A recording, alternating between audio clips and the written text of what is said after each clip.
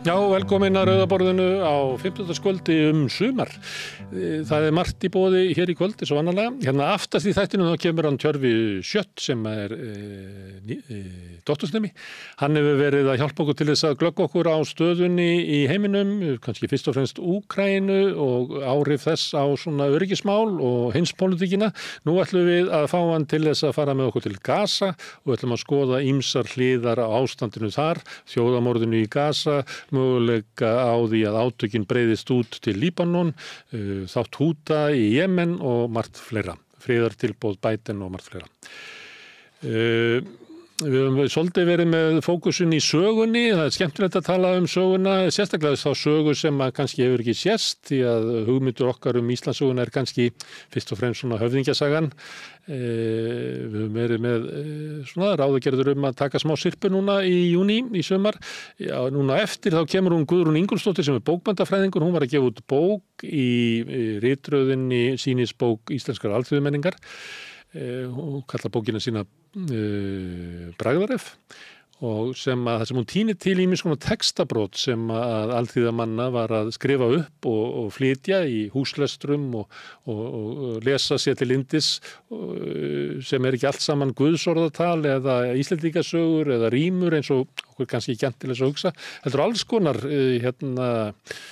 mólar, sætar ástarsögur og súrarsögur og helgimannasögur og alls konar dótri. Ég ætla að ræða aðeins við Guðrúnu það bókina, en kannski ekki síður svona þann heim sagnaheim sem að við lifum öll í og hún hefur verið að kíkja til fyrri tíma hvers konar textaheimi fólk lifði í býst við áhugaverðu og skemmtilegu samtali við hana Guðrúnu. Björn Þorláks ætlar að slá á þráðinn til Akureyrar þar sem að Sigrún Steinarsdóttir sálfræðingur hún fékk fálkaorðuna daginn fyrir framlag til mannúðarmála en hún hefur verið að fæða fátæka á heimili sínu. Heyrum hvernig þeir norðanmenn ræða mannúðina í dag því að sömuleyti við í lit okkar út af söguna að velta svolítið fyrir okkur mannúð á fyrir tímum og bera hann saman við það sem í dag.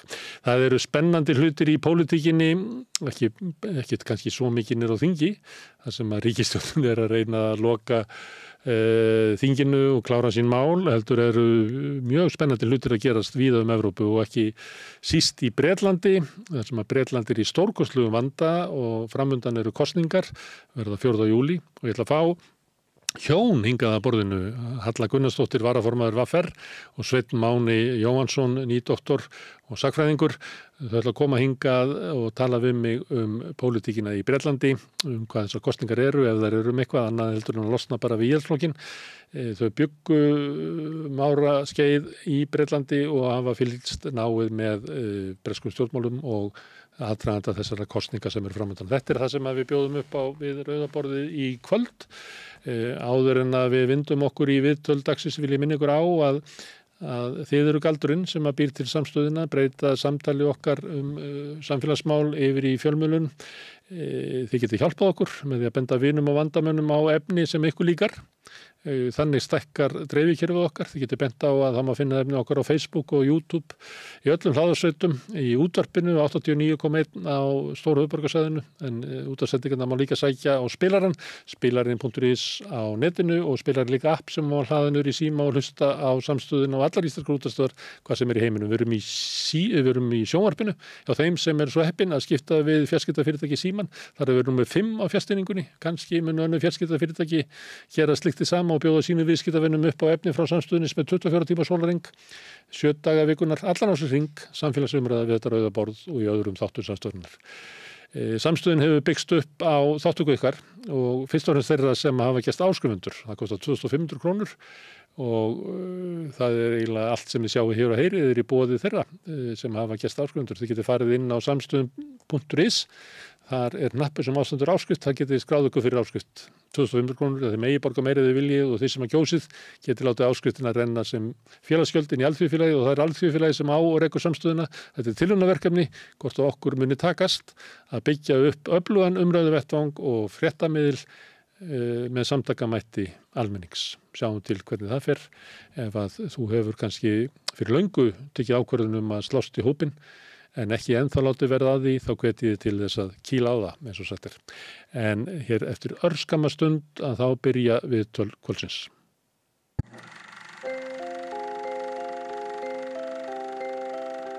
Tíminn. Stundum virðist hann silast áfram. Stundum standa í stað og stundum eins og hann líði allt of hratt. Tíminn okkar dýrmætasta eign því hann fáum við aldrei aftur. Þess vegna mikilvægt að nýta hann vel og selja hann ekki ódýrt. Við sættum okkur ekki við að tími sumra sé álitinn verðmætari en annarra og berjumst fyrir bættum kjörum. Fleiri augnablikum með fjölskyldu og vinum. Því augnablik eru lífsgæði.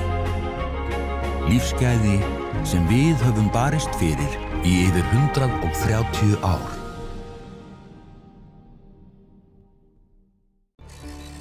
Erfiðleikar heimila verkafólks hafa hríðversnað frá árinu 2021. 6 af hverjum 10 félögum í Eflingu eiga nú erfitt meðan á endum saman. Hvernig getum við réttlætt það? Efling stéttarfélag. Barátta fyrir betra lífi. Allir þættir samstæðvarinnar eru fáanlegir á öllum helstu hlaðvarpsveitum.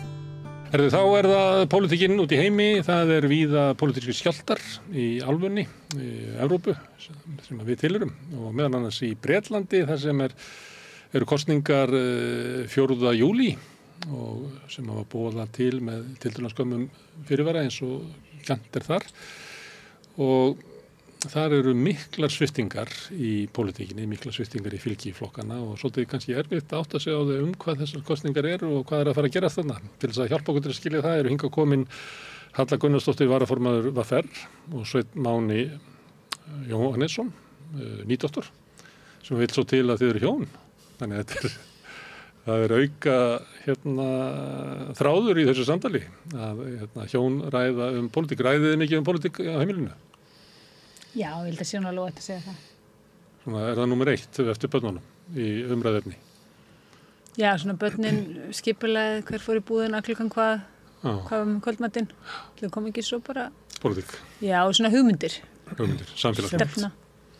Það búið að taka skammt að dosta börnunum og eða kvarta að þá. Já. Þið bygguðu í Bretlandi og hafið fylgst með kosningum og Halla, þú tókst nú þátt í kosningu sem einhvers konar kosningastjóri kvennaframboðs, eða ekki? Jú, hvenær var það, 2019 eða? Nei, ég hélt utan stefnumótun kvennaframboðsins í Bretlandi og tók þátt í 3 kosningum á mjög stuttum tíma. Það voru fyrst borgarstjórakosningar í London, síðan voru það árið 2017 voru það fyrst borgarstjórakosningar í Liverpool þegar var að kjósa í fyrsta sinn svona stórborgarstjóra þar eins og í Manchester sem nær þá yfir þetta City Region eins og að kalla og ég var einmitt í höfuðborgarstjóri væri hér. Já, og ég var einmitt á leiðinni í lest til Liverpool og man þetta mjög vel vegna þessar Virgin Train lestar þær rugga svolítið mikið og mér var svo óglatt og ég var líka komin nokkra vikur á leið þannig að mér var alveg margfalt óglatt þegar ég heyrði Theresa May tilkynna að það kosið, ég man ekki hvort það eftir 5 eða 6 vikur og áttaði mig á því að ég þyrfti að taka aðra kosningabaráttu á þessum fyrsta þriðjungi meðgöngu þannig að þetta mjög eftirminnilegt. Varst þú ekki í námi í Cambridge eða hvar voruð þið? Jú, passar, en við fluttum við byggum til að byrja með í Cambridge sem fluttum svo til London. Þannig að við byggum í London í nokkur ár. Ok, þessar kosningar núna, þær eru merkilegar margt, en það samt svona, ég var ekki að fylgjast með þessu umræðum sem hefur verið. Það náttúrulega þessi stað að íhaldsflokkurinn hefur verið af einhverjum sjálfsmórsleiðangri, verið bara að leysast upp og gaman að fylgjast með því hvernig menn orðaða stöðu íhaldsflokksins. Svona frá viku til viku, að minnst menn alltaf vera að taka eiginlega sterkar og sterkar í orði og jafnvel að gera ráð fyrir því að hann eigi sér eiginlega ekki líf að óbreyttu. Það bara það sem ég var að hlusta á í gærkvöldi. Það sem talað um það og verið að tala við Nigel Farage eins og sérðu fyrir þér einhverja framtíð í stjórnmálum að það verði kannski eitthvað saminað afl út úr flokknum þínum og íhaldsflokknum. Og þetta bara að maður myndi spóla tilbaka, nokkuð missi því. það bara óhugsandi að menn hefur verið að velta þessu fyrir sér. Hvað er að gerast við þennan systurflokk Sjálfstæðisflokksins, íhaldsflokkinn? Og ég segi það vegna þess að ég held að sé ekkert stjórnmálafl í veröldinni sem Sjálfstæðisflokkurinn tekið eins mikið nótis af í sinni hugmyndafræði, í sinni uppbyggingu og sínum tón og hvernig það greina samfélagið eins og íhaldsflokkurinn. Erum við að horfa upp á það að hann hverfi bara eins og gamlu flokkarnir á Ítalíu hafa horfið?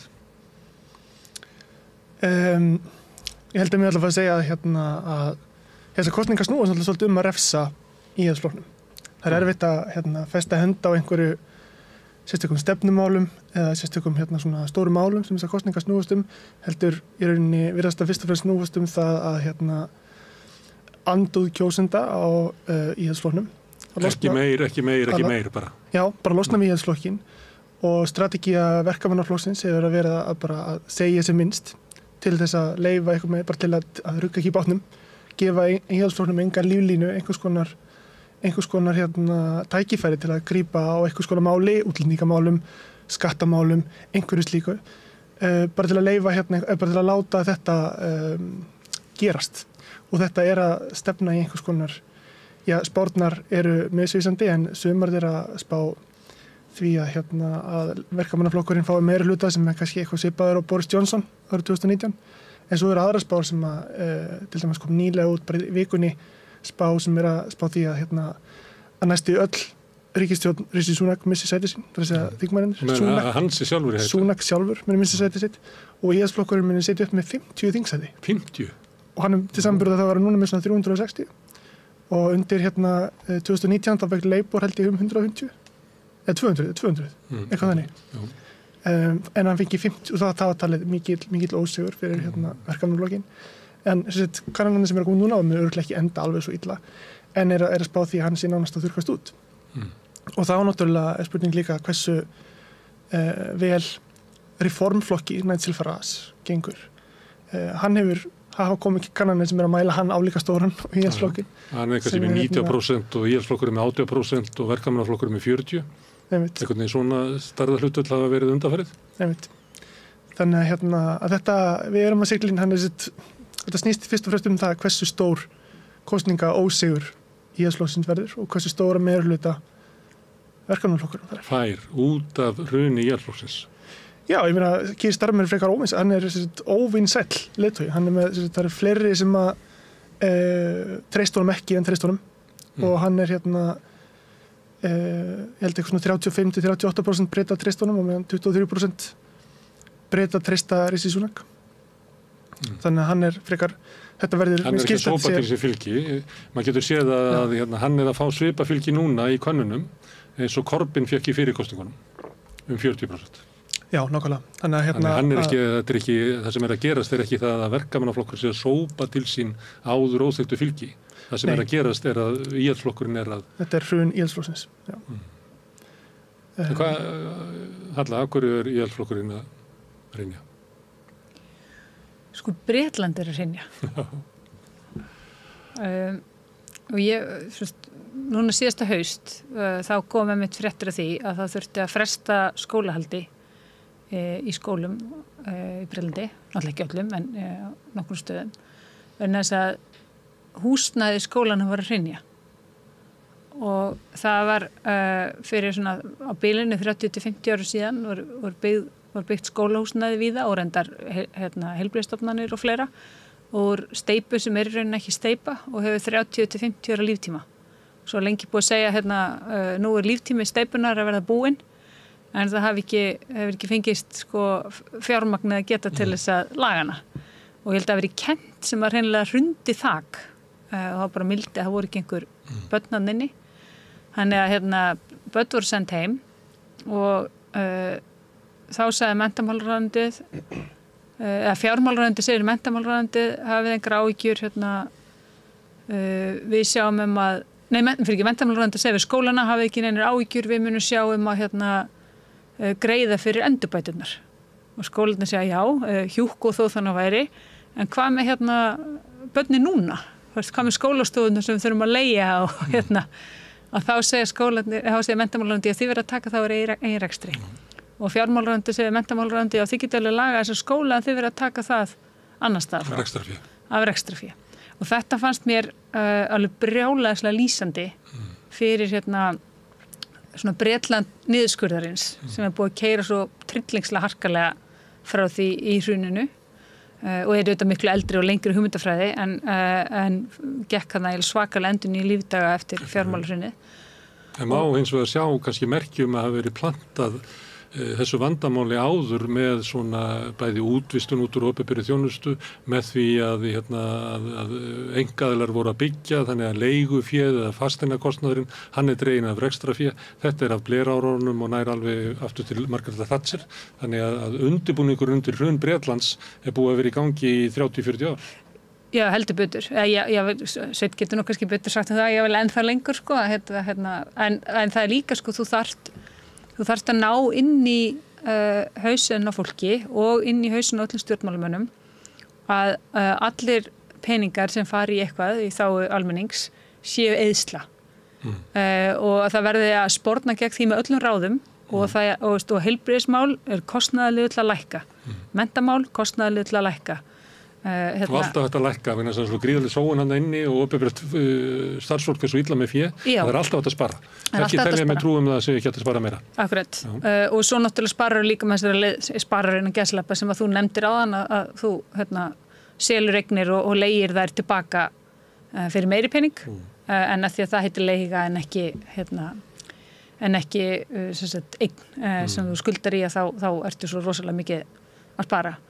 Þannig að og þessa sér merkis í öllum til dæmis manifestóum stjórnmálaflokka og þetta var algjörlega svona nýlunda fyrir mig þegar ég fekk að verkefni að skrifa manifestó fyrir breska kvennalistan var að sko við máttum ekki láta okkur dreyma neitt betra í samfélaginu án þess að setja verðmiða á það og við áttum helst að setja verðmiða fyrst og síðan sko gæti maður kannski hugsa að það væri æðislegt að væri fungerandi leikskólar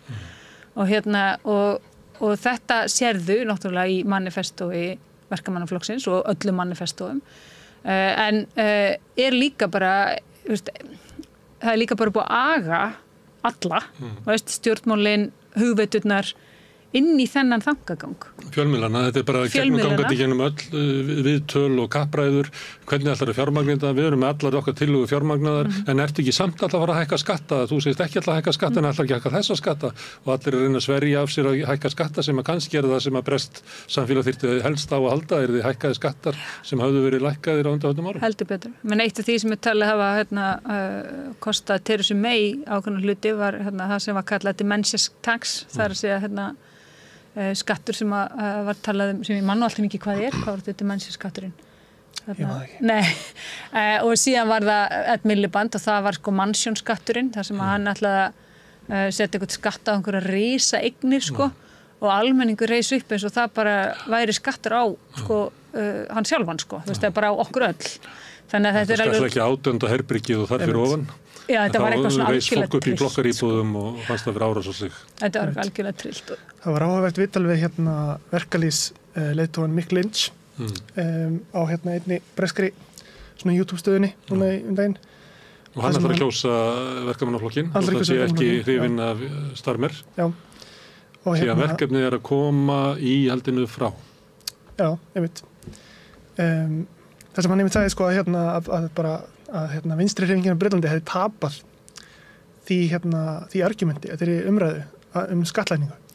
Að það sem hann hafði svona komið ákveðna samúð fyrir því að fara ekki í kosningabaráttu í Bretlandi þar sem að þú værir að færa rök fyrir þessi skattahækkunum.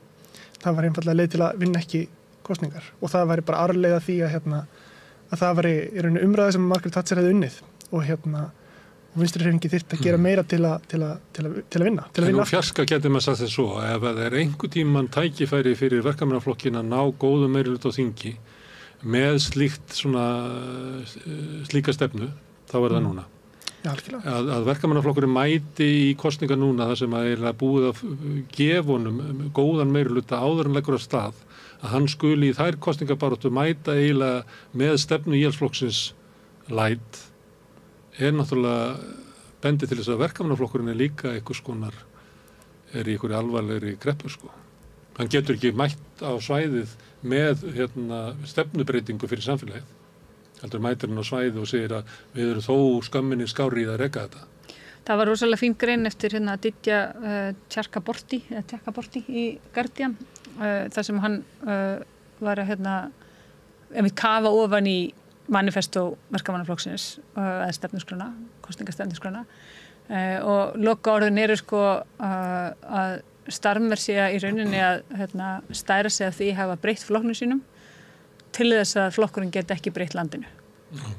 Og hann einhver akademikur sem eitthvað svona tæknilegt svona orðgreiningasafn sem búið að keyra á manifesto eitthvað 60-70 ára aftur í tíman og þetta víst bara eitthvað hægri sinnasta manifesto sem hefur sést frá verkamannaflokknum og svo svona dæmi, svona orðatalingadæmi, hann segir business 60 sinnum, hann segir fátækt 14 sinnum, hann segir ójöfnuður einu sinni en öll þessi svona hín orð Nýsköpun og Svo líka því að við vorum að tala um að þetta verið allt funded, þess að þetta hefur verið kostnaðar áætlun fyrir öllu, að þá það ekki einu sinni þannig í þessu manifestói. Eins og þú segir, þetta náttúrulega eitt af svona sláandi hvað þetta metnaðarlaust manifestó og metnaðarlaust áform. En það sem vantar í þetta að það svona 20 milljarða punda gat í fjárlögum og þarna ekki talað hvernig að fjármagna það. Og þannig hafa komið fram svona frekar svona ekki vinstri sinni gagnrýni á þetta manifesto, heldur bara frekar svona frá hægri sinnum hugveitum sem hafa sagt að inn í þetta manifesto að óbreyttu búið að byggja inn niðurskurð. Af því til að bara halda í horfinu og ekki eins og það, að þá mun þurfa að skera niður sem þessu nemur. Svo getur fólk haft ólíka skoðanir á því hvort þau telja að verkefnaflokkurinn muni skera niður eða ekki, en punkturinn að inn í þessum manifestofi er byggður inn niðurskurður ef þetta á að framfylgja hugmyndinum engar skattahækkanir sem ég til ósammála miklu eins ekki fara í en og eitt sem til dæmis annað sláandi fyrir utan að hann búinn að afnema öll svona helstu loforð sín framkvæmdir, fjárfestingu, iðnaðarstefnu eins og Biden í Bandaríkjunum og jafnvel Macron í Frakklandi til að reyna að flýta fyrir orkuskiptum, til að byggja upp betri störf, til að efla verkalýðshreyfinguna og svo framvegis að þá innbyggður líka niðurskurður í heilbrigðiskerfið. Í þessum manifesto gert ráð fyrir því að það eyða jafn miklu eða jafn litlu í NHS og á tíma hápunkti niðurskurðarins undir Cameron og Osborne. Það sem að farið út í heiftarlega niðurskurð með réttlætingunni við efnaðsrunnið svipað var gert á Íslandi. Og þetta meir en helmingi minna en var sett í heilbrigðiskerfið á tíma Tony Blair og nú Labour. Helmingi minna? Helmingi minna. Per mann? Sem heildar hlutfall á útgjöldum ríkisins. En þessi gagnrýni þessi aðferð við að tala stjórnmál, að það þurfa að fjármagna, að við þekkjum þetta svolítið hérna á Íslandi. Og þá það yfirleitt þannig ef að þú ætlar að vera með uppbyggingu í heilbrigðiskerfi eða menntakerfi eða barnabætur, eitthvað sem fjárfesting inni í samfélaginu sjálfur, að þá þarf þetta að sýna fram á fjármögnun þess. En ef þú ætlar að lækka skatta, að þá lengst af var það þannig að þú þurftir ekki að sýna neina fjármögnun á því. Þú kannst komið með löngu fallna trúarsetningu það að lægri skattar myndu auka tekjur ríkisins og þá áttu menn að fallast á það. En það var breyting í Bretlandi þegar Liz Truss kom með þetta, ætlaði að lækka skatta. Og hún eiginlega fjall á því að koma með að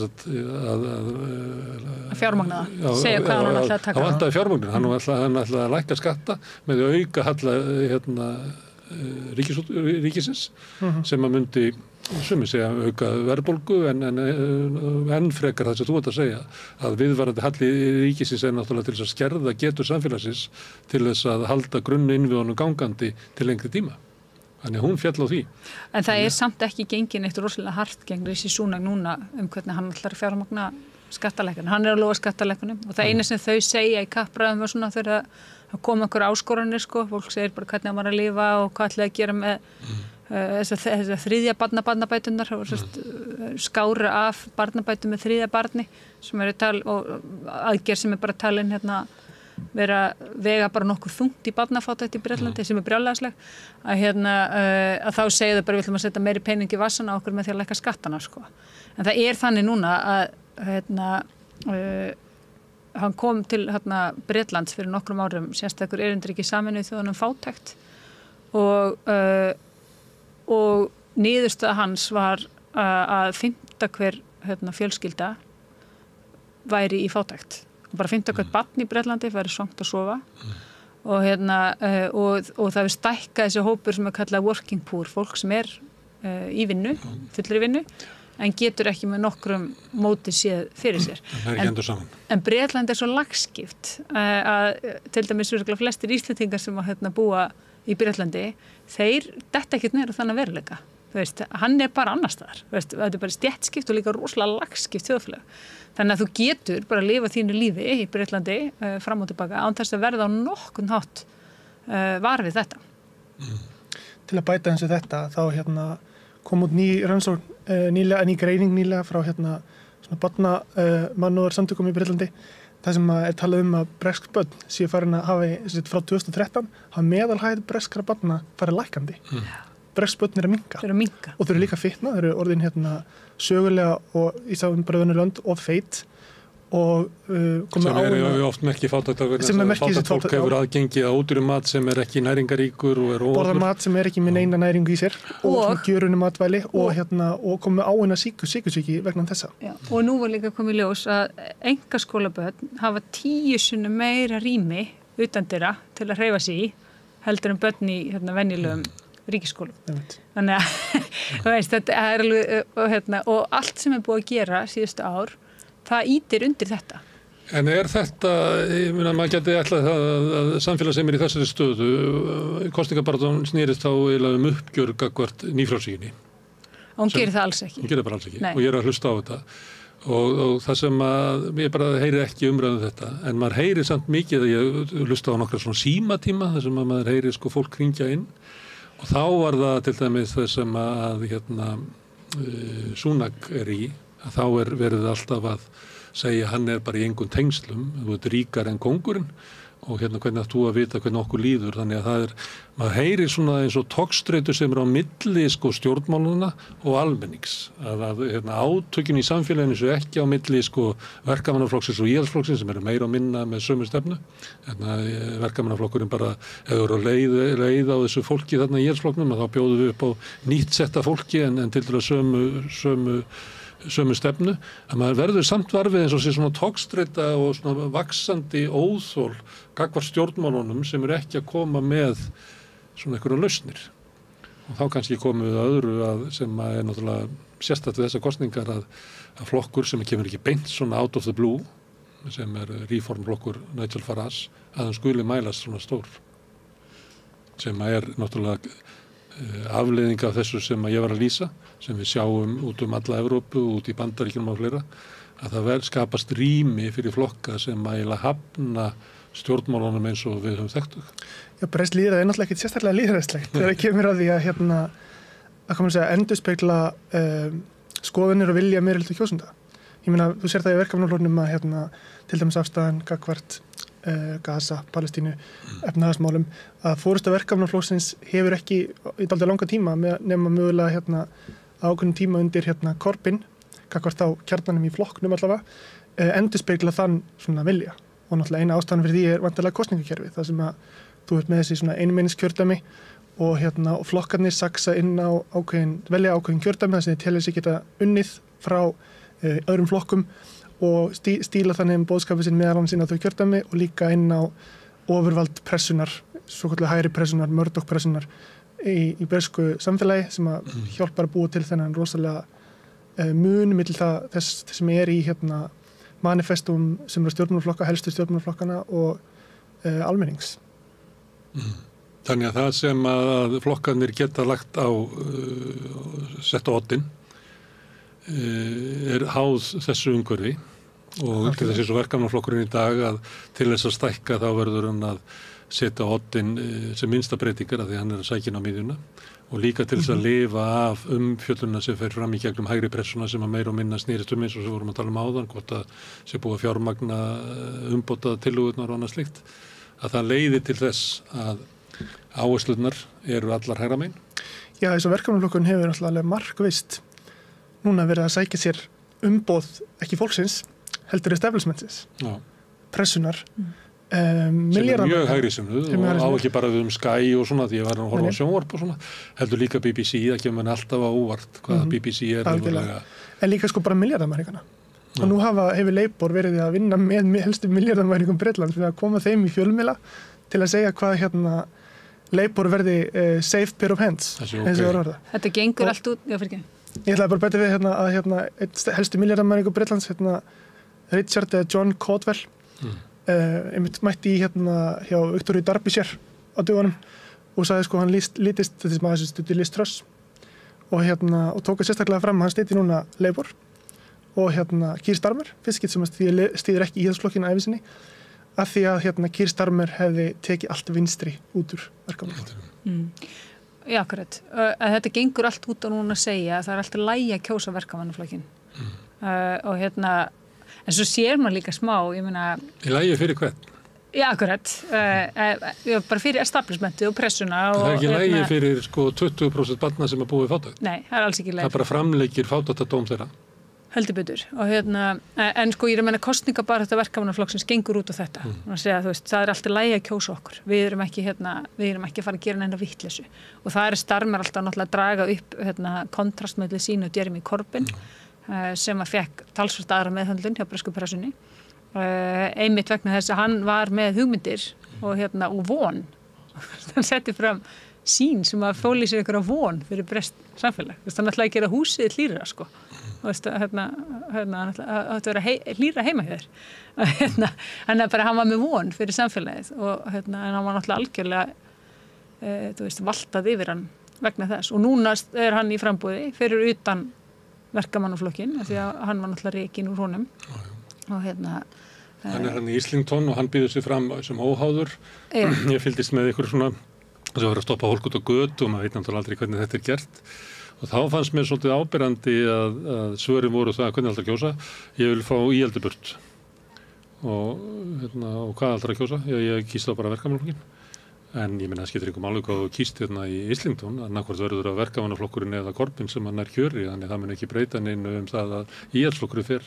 Ég vil bara kjósa til þess að lýsa yfir anstöðu minni við íhaldsflokkinn og þá fekk maður svona tilfinningunni að þetta gæti orðið á brattan að sækja fyrir Corbyn að ná þannig gegn þótt hann sé búin að vera þingmaður þessa kjördæmis í 40 ár að vegna þess að þeir að segja sko að viljið kjósandar þess að tjá sig í kjörstað bara burtu með íhaldið og það sé með því að greiða Corbyn-atkvæði sem í andstöðu við Keir Starmer og forystuna að það sé ekki alveg sambærileg yfirlýsing eins og að kjósa verkamannaflokkin.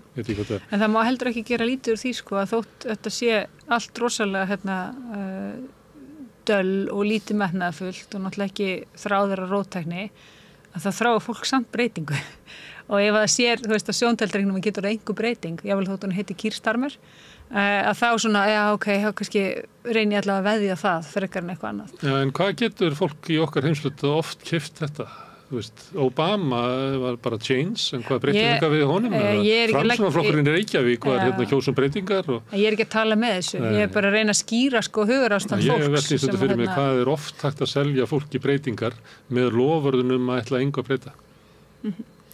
Já, náttúrulega eins og vinstri menn í Bretlandi hafa tekið upp svona 2 strategíur til að díla við þessar kosningar sem að stefna náttúrulega í sögulegan sigur verkamannaflokksins og gríðarlega meirihluta og einn þeirra hefur verið að kljúfa sig frá verkamannaflokknum, bjóða fram sem óháður kandidat eða styðja græna frambjóðendur í kjördæmum þar sem allavega í kjördæmum þar sem íhaldsflokkurinn á ekki séns. Það sem hættan ekki að splitta eða skipta atkvæðanum að frambjóðandi íhaldsflokksins komast í gegn með því að taka atkvæði frá verkamannaflokknum, kjósa þar græna eða óháða.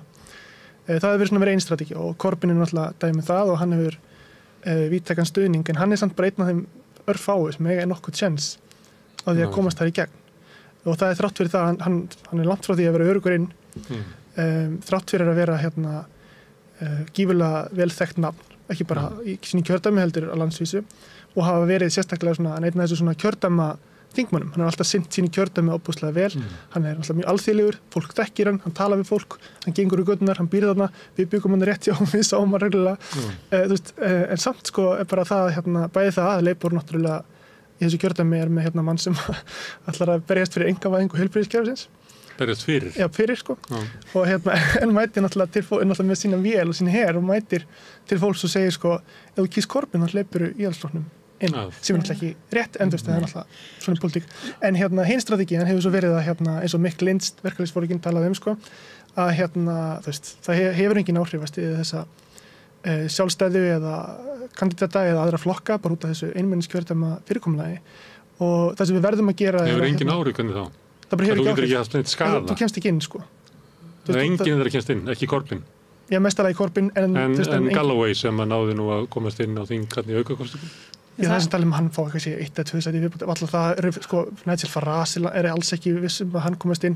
Þetta mjög erfitt að komast inn og hvað þá að ná og samanlagt 50 sæti mjög ólíklegt og það langt í frá að vera nóg til að hafa einhver áhrif á verkamannaflokk sem 150-200 manna meirihluta. Það lítur að skipta máli samt í að sko, verkamannaflokkurum verður að fá einhverja endurnýjun einhvern tímann í framtíðinni. Ég sko hef persónulega saman með því argumenti, ég bara taka nú ég að segja hvað hitt argumenti sko, sem að segja að það skiptir einhver máli.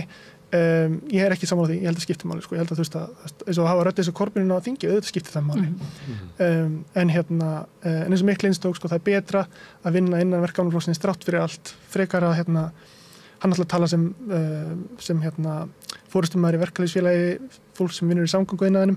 Hann vil fá Angelu Rayner í samgönguráðuneyti til að semja við sitt fólk til að fá betri kaup og kjör og svo framvegis frekar en að fá einhvern Mandelsson klóna sem mun njóta þess að reyna að brjóta verkfallið, frekar að fá þá einhvern úr verkamannaflokknum sem hefur áhuga á því að semja og byggja upp gott samstarf við verkalýðshreyfinguna. Það svona hitt svona með sem maður hefur séð. Það var hlustað á Nigel Farage í gær og það sem að mér varst athyglisverðast við hann náttúrulega, þetta skyndi frambóð sem boðið, þannig að þeir eru með frambjóðundur út allar koppagrundir sem að hann bara í fullri vinnu að sverja af sér, það kemur í ljós að þetta eru svolítið skrýtnir fírar og hann segir bara ég hef aldrei eftir að mann nefndan og bara með þá línu að bara afnita öllum. Ég ætla ekki að eyða kosningunum í þau að fara að tala það sem þú settir á Facebook fyrir 3 árum, það bara augljóst og ég var alveg sannfærður að vera að ljúga stundum hann hafði aldrei eitt menn nefndan, þetta var bara taktík sem hann var með. Það sem að mér fannst athyglisverðast það sem hann sagði að hann þarf í Bretlandi þurfum við endurnýjun miðhægrisins. Mér finnst athyglisverðast að Nigel Farage skilgreinir sig þar sem miðhægri. Hann alltaf skilgreinir sig alls ekki þar sko. En ég held að hann sagt miðhægri svona líklega 8 sinnum í einu stuttu viti. Já, en það að því að hann búinn að ákveða að herja á Íhaldsflokkinn og hann vill ná Íhaldsflokknum niður.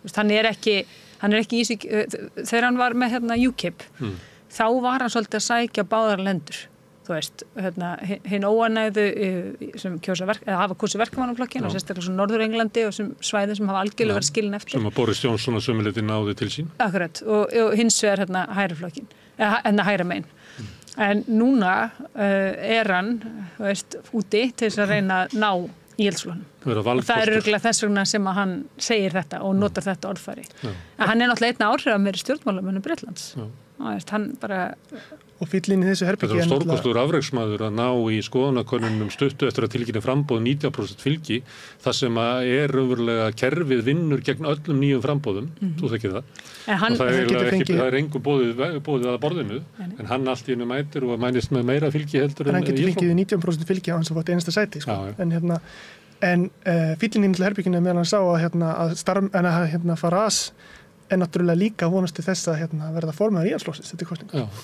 Það var það sem ég var að segja, það sem hann lítur á þetta sem einhvern rót og að fókusin sé á það hver verður forsætisráðherra efni hægrisins í næstu kosningu 2029 eða ekki.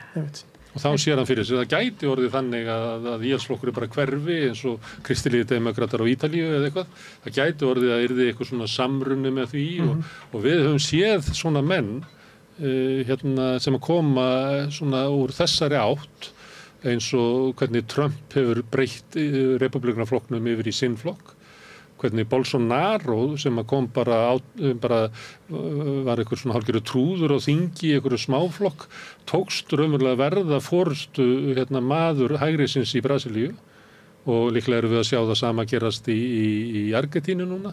Þannig við höfum séð þetta gerast aftur og aftur. Við sáum þetta í tilraunum gólistana eða forystu gólistana að gera samning við Le Pen í Frakklandi. Þannig það getur orðið svona eins og Pólun þar sem að forystuaflið ekki lengur gamla hægrið, heldur sko nýja hægrið. Og ég held að hljómar svolítið eins og Nigel Farage sé bara að veðja á einhverja svoleiðis pólitíska þróun undir ríkisstjórn Verkamannaflokksins með þennan afgerandi meirihluta. Að það sé gríðalegt tækifæri fyrir þann sem að næra að vera forystuaflið í stjórnarandstöðunni gegn þeirri ríkisstjórn. Já, ég held að hann náttúrulega ef hann kemst inn, maður veit það ekki, en svo náttúrulega á hann hennar flokk, hann hringdi bara í formanninn og sagði ég ætla að koma inn og ætla að taka þetta. Var þetta ekki enga hlutafélag, sagði maður það ekki? Skilst það, já. Það Gert Wilders með svoleiðis, að það bara einn maður í þeim flokki, það hann. Já, akkurat. Og en að því hún nefndi Galloway líka, þú veist, þar náttúrulega ertu komin með kjördæmi sem samsett á ákveðin hátt og hann ákvað bara að tala Gaza. Og hann bara talaði Gaza og hann var kosinn. En það verður áhugavert að sjá hvernig hún reiðir af núna, svo einhver greining á þessum daginn þar sem var talið að það myndi alveg ganga upp hjá honum, sko, en ekki kannski mikið meira það. Og svo hann með eitthvað sín eigin fjölmiðl, þar sem hann talar mikið og svona ýmislegt Rússland og margt sem á honum finnst skipta máli, sko. Og þannig að hann virðist bara sigla svolítið fyrir utan svona hefðbundnu, hann fær mikla athygli, en hann siglir svolítið svona fyrir utan hefðbundnu pressuna í hvernig hann hefur samskipti við fólk. Minnum að stundum svona á hluta af sko þýska vinstrinu, þar sem hann með svona einhverjar virðist vera sko vinstri sinnar skoðanir efnahagsmálum, hann getur síðan verið sko mjög íhaldsamur í svona persónumálum eða hvað að kalla það. Já, og bara mörgum. Mótið samkynhneigðum og alls konar. En hann rosalega mótsagnakendur á ofboðslega mörgum levelum og svo hann með áskrifendur á þessari YouTube-rásinni og fólk að borga bara milli bara eitthvað 10 og 17 pund eitthvað að mánuði maður rétt til þess að hlusta á hann, sko, útvarpa skoðunum sínum og hann alveg að fá slatt af peningum í gegnum þetta. Þannig að það svolítið interessant að fylgjast með honum. Ég ætla að segja sko með hann Corbyn og bara þetta með sko að vera kandidat sem ekki annar af, þú veist, verkamannaflokknum eða íhaldsflokknum. Þetta er opbóðslega harkaleg barátta, þú veist, bara innan kjördæmanna. Veist, og það er rosalega harka og það er hluta því að þetta tveggja kerfi virkar, eða svona stofnunu tilhauður, aðri flokkar og Lib Dem og SNP og allt þetta, og græni flokkurinn hann með 1 eða 2. En það er vegna þess að það er bara breytt að taka, stjórnmálaflokkarnir mainstreamið tekur bara rosalega hart á öllu sem ekki þau og það er bara einmitt að logið upp á fólk og það er málað upp sem eitthvað sagt finnast eitthvað annað en þið finnst og bara mjög svona harkaleg kosningabarátta sem að ég bara tala þeirri reynslu að tefla fram bara einhverju svona kandidatum sem voru ekki droslega sjóaðar í pólitík en margar skrímsladeitirnar. Já, opbúslega margar og úr öllum áttum, sko og svona getur hlaupið mjög mikil harka í þetta. Já, og við sjáum það örlítinn þegar var þessu í forstakostningunum að þegar það svona persónukostningar þá getur orðið svona með öðru lagi heldur en kostningar sem að í orði kveðnu eiga snúast hugmyndir. En svo náttúrulega líka það er einn flokkur sem hefur áhuga því að segja eitthvað og það er greiniflokkurinn. En hann náttúrulega fær bara ekki plattform hjá fjölmiðlum. Hann bara fær ekki hljóðnemann frá fjölmiðlum til að hafa áhrif á umræðina. Kannanir benda ekki til að hann sé að ná miklum árangri kannski að hækka úr 1 þingmann í 2. Eitthvað þannig, já. En það er reyndar, já, talsverður árangur fyrir þau, sko, og líka því að þau náttúrulega voru með Caroline Lucas sem var náttúrulega þingkona og mjög svona vel liðin og vel eftir henni tekið og hún var með mikrofón en þegar hún fór, það fór svolítið mikrofónin með henni og þannig að það hefur verið svona erfitt fyrir þau að ná sér alveg strik eftir það. En svo eru aðri flokkar, það er skoski þjóðarflokkurinn, hann er í tómu tjóni. Hann bölvuðum vandræðum. Líklega að missa helminginn af þingsæti sínum, allavega. Og miklar innri deilur þar, sko. Þetta er náttúrulega óska staða fyrir Keir Starmer. Þú ert með íhaldsflokkin í maski á einhverju bara sjálfsmórsleiðangri. Þú ert með, það var sagt svona í kringum forystu Gordon Brown að líklega væri sá af því þá var sko þjóðarflokkurinn að ná bara sínum stærsta flugi. Og þá var sagt sem kannski bara liðið sá tími að verkamannaflokkurinn geti náð meiri hluta í Westminster vegna þess að það þurfti alltaf sko stuðningin frá Skotlandi sem að í sögunni svona vinstri sinnaðri, öðruvísi svona samfélagslega hugmyndir heldur en í Englandi. Meðan að sko sjálfstæðisbaráttan og þjóðarflokkur svona sterkur að þá munum við líklega aldrei ná þessu. En svo gerist það að þessi flokkur lendir í tjóni, íhaldsflokkurinn fer í þennan sjálfsmorðsleiðangur og allt í einu horfir Keir Starmer á það að geta tekið sko stærsta meirihluta verkamannaflokksins síðan í sögunni, aldrei minni íhaldsflokkur síðan í Guð má vita hvenær, einhvern tímann á 19. öld. Já, þannig að það allt sem að hann er hefnasti maður í heimi. Þetta bara þinn fullkomni, ekki stormur því þetta er gott veður, en þetta geti ekki verið betri aðstæð, ég meina breyta saman við Miliband 2015 eða Corbyn 2017, 2019 þar sem verður með þetta Brexit-mál einhvern veginn í hábúndi og klauf tilfelli Corbyns, klauf, kjósendahóp verkamannaflokksins í herða niður en núna ertu einhvern veginn með sko að þessum árum var einmitt talað sko eins og þú segir að getur verkamannaflokkurinn yfir höfuð unni meirihluta, þú veist, ekki hleypa að Ed Miliband og hvað þá Jeremy Corbyn því hann mun gera samning við SNP því það er eina leiðin til að fá meirihluta og Skotland verði sjálfstætt og þannig að það var bara þess vegna var allt í einu komið djúpt inn í verkamannaflokkin sko hugmyndin það að yrði að taka upp nýtt kosningakerfi, við erum að taka upp sko proportional representation eins og við erum hér hlutfallskosningu til þess að verkamannaflokkurinn geti mynda starfhæfa stjórnir í framtíðinni en svo bara, og þetta bara eitthvað sem allir voru farin að ganga út frá sem mjög margir voru farin að ganga út frá sem bara einhverju nýjum veruleika sem er það að laga sig að en svo horfum við upp á þetta núna einhver meina bæði hrun innan SNP þar sem að það koma upp skandalar, röðskandalar náttúrulega tapaði hann að sjálfstæðiskosningunni á sínum tíma svo kom upp röðskandalar varandi Alex Salmond leiðtoga þess og svo færði í staðinn þennan sko glæsilega svona stjórnmálamann Nicola Sturgeon sem að ég veit ekki alveg hvort það sé alveg upp á borðum hvað gerist það nákvæmlega en brotthvarf hennar úr stjórnmálum tók svolítið SNP með sér sem sko hún hætti skyndilega og síðan kom í ljós miklir skandalar þar sem að eiginmaður hennar hafði raunverulega vaðið þarna uppi og farið með öll fjármálflokksins og allt í einu Skotland ekki lengur einsflokksríki sko og það er bara inn í og verkamannaflokkurinn getur treyst á töluvert mikið þingsætum og þau hafa líka 40-50 þingsætum. Já, þau hafa líka verið að reka fólk og svona. Þetta er svolítið svona bresk pólitík. Þegar eitt af þeim verkefnum sem ég vann þarna fyrir breska kvennalistan var í samvinnu við aðra að skrifa lög flokksins, þannig ég las lög allra breskra stjórnmálaflokka og þá einmitt þarna sérstaklega vinstri megin. Þetta gengur rosalega mikið út á við hvað tilefni með rekaðu úr flokknum. Og verkamannaflokkurinn er alltaf búin að beita þessu grimt, sko. Og ég lengi meira heldur Keir Starmer þetta verið. Nei, hann hefur nýtt sér þetta fyrir allan peningin. Bols og höfuð á vinstri armíflokksins.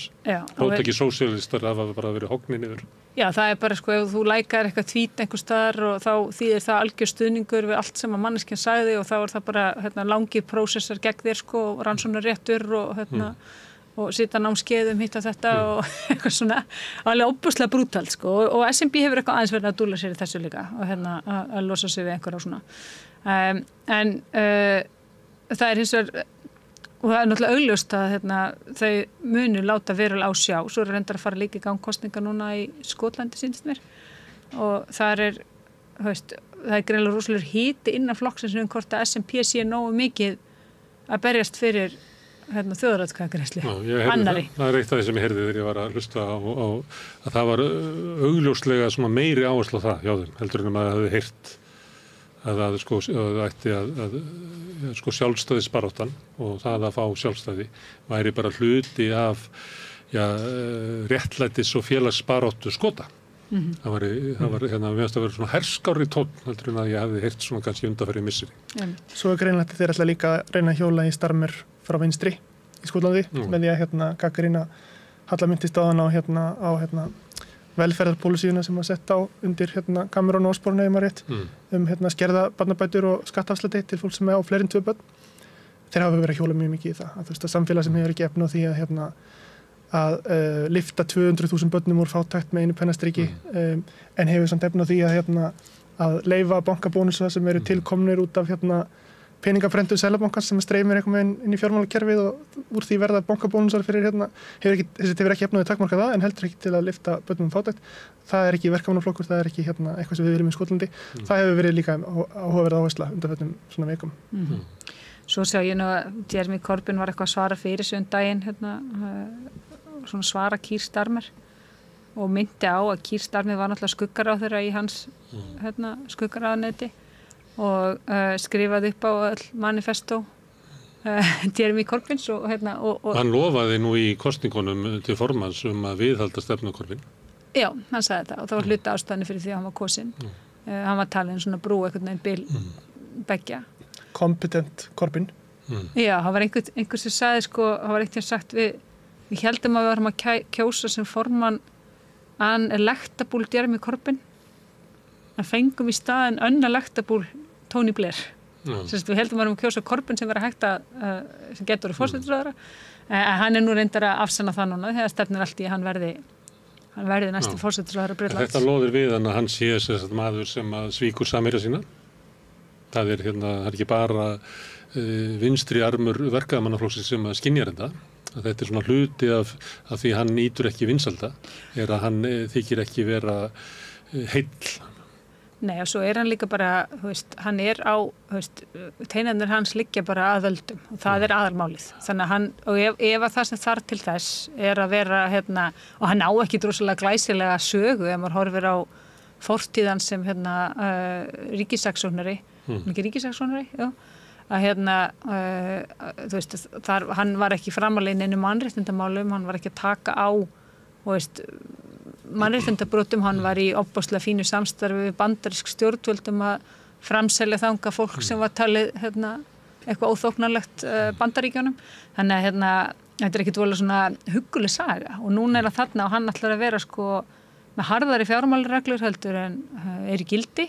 Hann ætlar að vera ábyrgari innan gæsalappa í fjármálum heldur en íhaldsflokkurinn. Hann ætlar að vera harðari gegn glæpum en íhaldsflokkurinn, ætlar að vera meira lögguríki en löggan og minnir okkur svolítið á Samfylkinguna sem er svolítið að skrapa af sér allt sem að gæti verið á skjön við stefnu Sjálfstæðisflokksins. Já, þar er þetta þriðja líka harðari í útlendingamálum. Þannig að hann fer það heyrum við hér líka og líka svona stuðning við auknar valdheimildir lögreglunnar.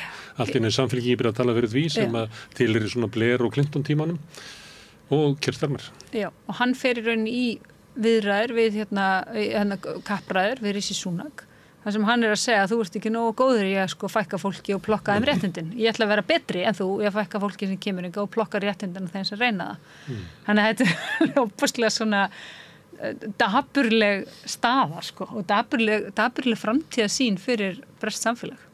Og hvernig líka ég ætla ekki að gera það með því að heldur með því að fjárfesta í hinu eða þessu. Ég ætla að fá MI5 og MI6 til leyniþjónustunnar og sérsveitinnar, okkar hæfasta fólk til að koma veg fyrir að fólk reyni að bjarga sér yfir á bátum. Akkurat. Og svo, ég meina, líka sega leyniþjónustunni og öryggislögreglunni á flottum menn á sundinu. Akkurat, og daginn sagðist hann alltaf helminga ofbeldi gegn konum yfir 10 ára tímabil og þetta er nú mitt áhugamál og var mikið stefnumótun á þessu sviði og ég fer nú svona að senda einum af þessum vinkonum mínum og spyrja hvernig ætla verkamannaflokkurinn að helminga ofbeldi gegn konum. Og ég fekk 2 góð svör. Önnur sagði ætla hann að drepa helminginu öllum kollum, sem var alltaf svona svolítið feminist og fyndið svar. Hinn sagði ef þú getur helmingað það, akkur ekki að bara útrýma því. Ef þú hefur tækinn til þess að helminga það. En svo fór maður að skoða hver eru pólisíurnar og þá voru þær náttúrulega bara meiri lögga þarna og lögga þarna og lögga þarna og síðan, svo eitthvað smá ætlum að beita okkur fyrir því að inn í fræðslu sexisma og misogyni inn í skólum og eitthvað svona, en rosalega mikið svona réttaríkis lausnir við samfélagslega vandamálum og það er það byrja hægri sinnasta sem það getur gert. Að taka bara löggæsluna og beita henni gegn samfélagslega vandamálum. Það snýrist hérna krafan defund the police sem var til þess að benda á þetta. Og ég meina, þú veist, það líka sko... Aukin löggæsla oft afleiðing af undir fjármögnun inn í samfélagum. Akkurat, og Bretlandi til dæmis verið að reyna að beita refsistefnu gegn því þegar börn mæti ekki í skólan, þú veist, það verið að reyna kokk og bleið til þess að sekta foreldra, þú veist, þetta allt leiðirna sko, að því að innviðirnir eru brotnir. En staðan á svona róttakari hluta verkamannaflokksins, svona sósíalistunum, og þá náttúrulega Corbyn gríla í Bretlandi. Því að voru að tala það hvernig... Í mainstream Bretlandi, já. Í mainstream Bretlandi, það sem að umræðan fyrir fram, það sem eru fjölmiðlarnir. Í einu viðtalinu sem ég var að horfa á við Starmer, að þá var spurningin, ef að Corbyn hefði unnið kosningasigur 2019 og mynda ríkisstjórn, hefðir þú þegið sæti í ríkisstjórnars? Það náttúrulega svo klikku spurning, sko. Akkurat. Samvisku spurning. Mundir þú leggja nafnið við Jeremy Corbyn og starfa inn í hans ríkisstjórn? Sko hann segir, ég get ekki svara svona spurningum út í lofti hvað og ef og skef, en hvað myndur þú hafa gert? Ég get ekki, hann gat ekki svara þessu. Og hann segir, þú sast nú í skuggaráðundi Jeremy Corbyn, mátti ekki ráð fyrir þú hefði þegið ráðherrasetti.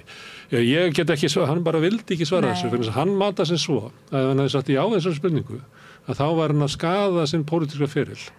Og þá Jeremy Corbyn sem að vildi bæta velferðarkerfið, orðið svo skaðlegt fyrirbrigði í hugum mainstream breskrar samfélagsumræðu að það hefði verið að tala hann eins og sko fjöldamorðingja.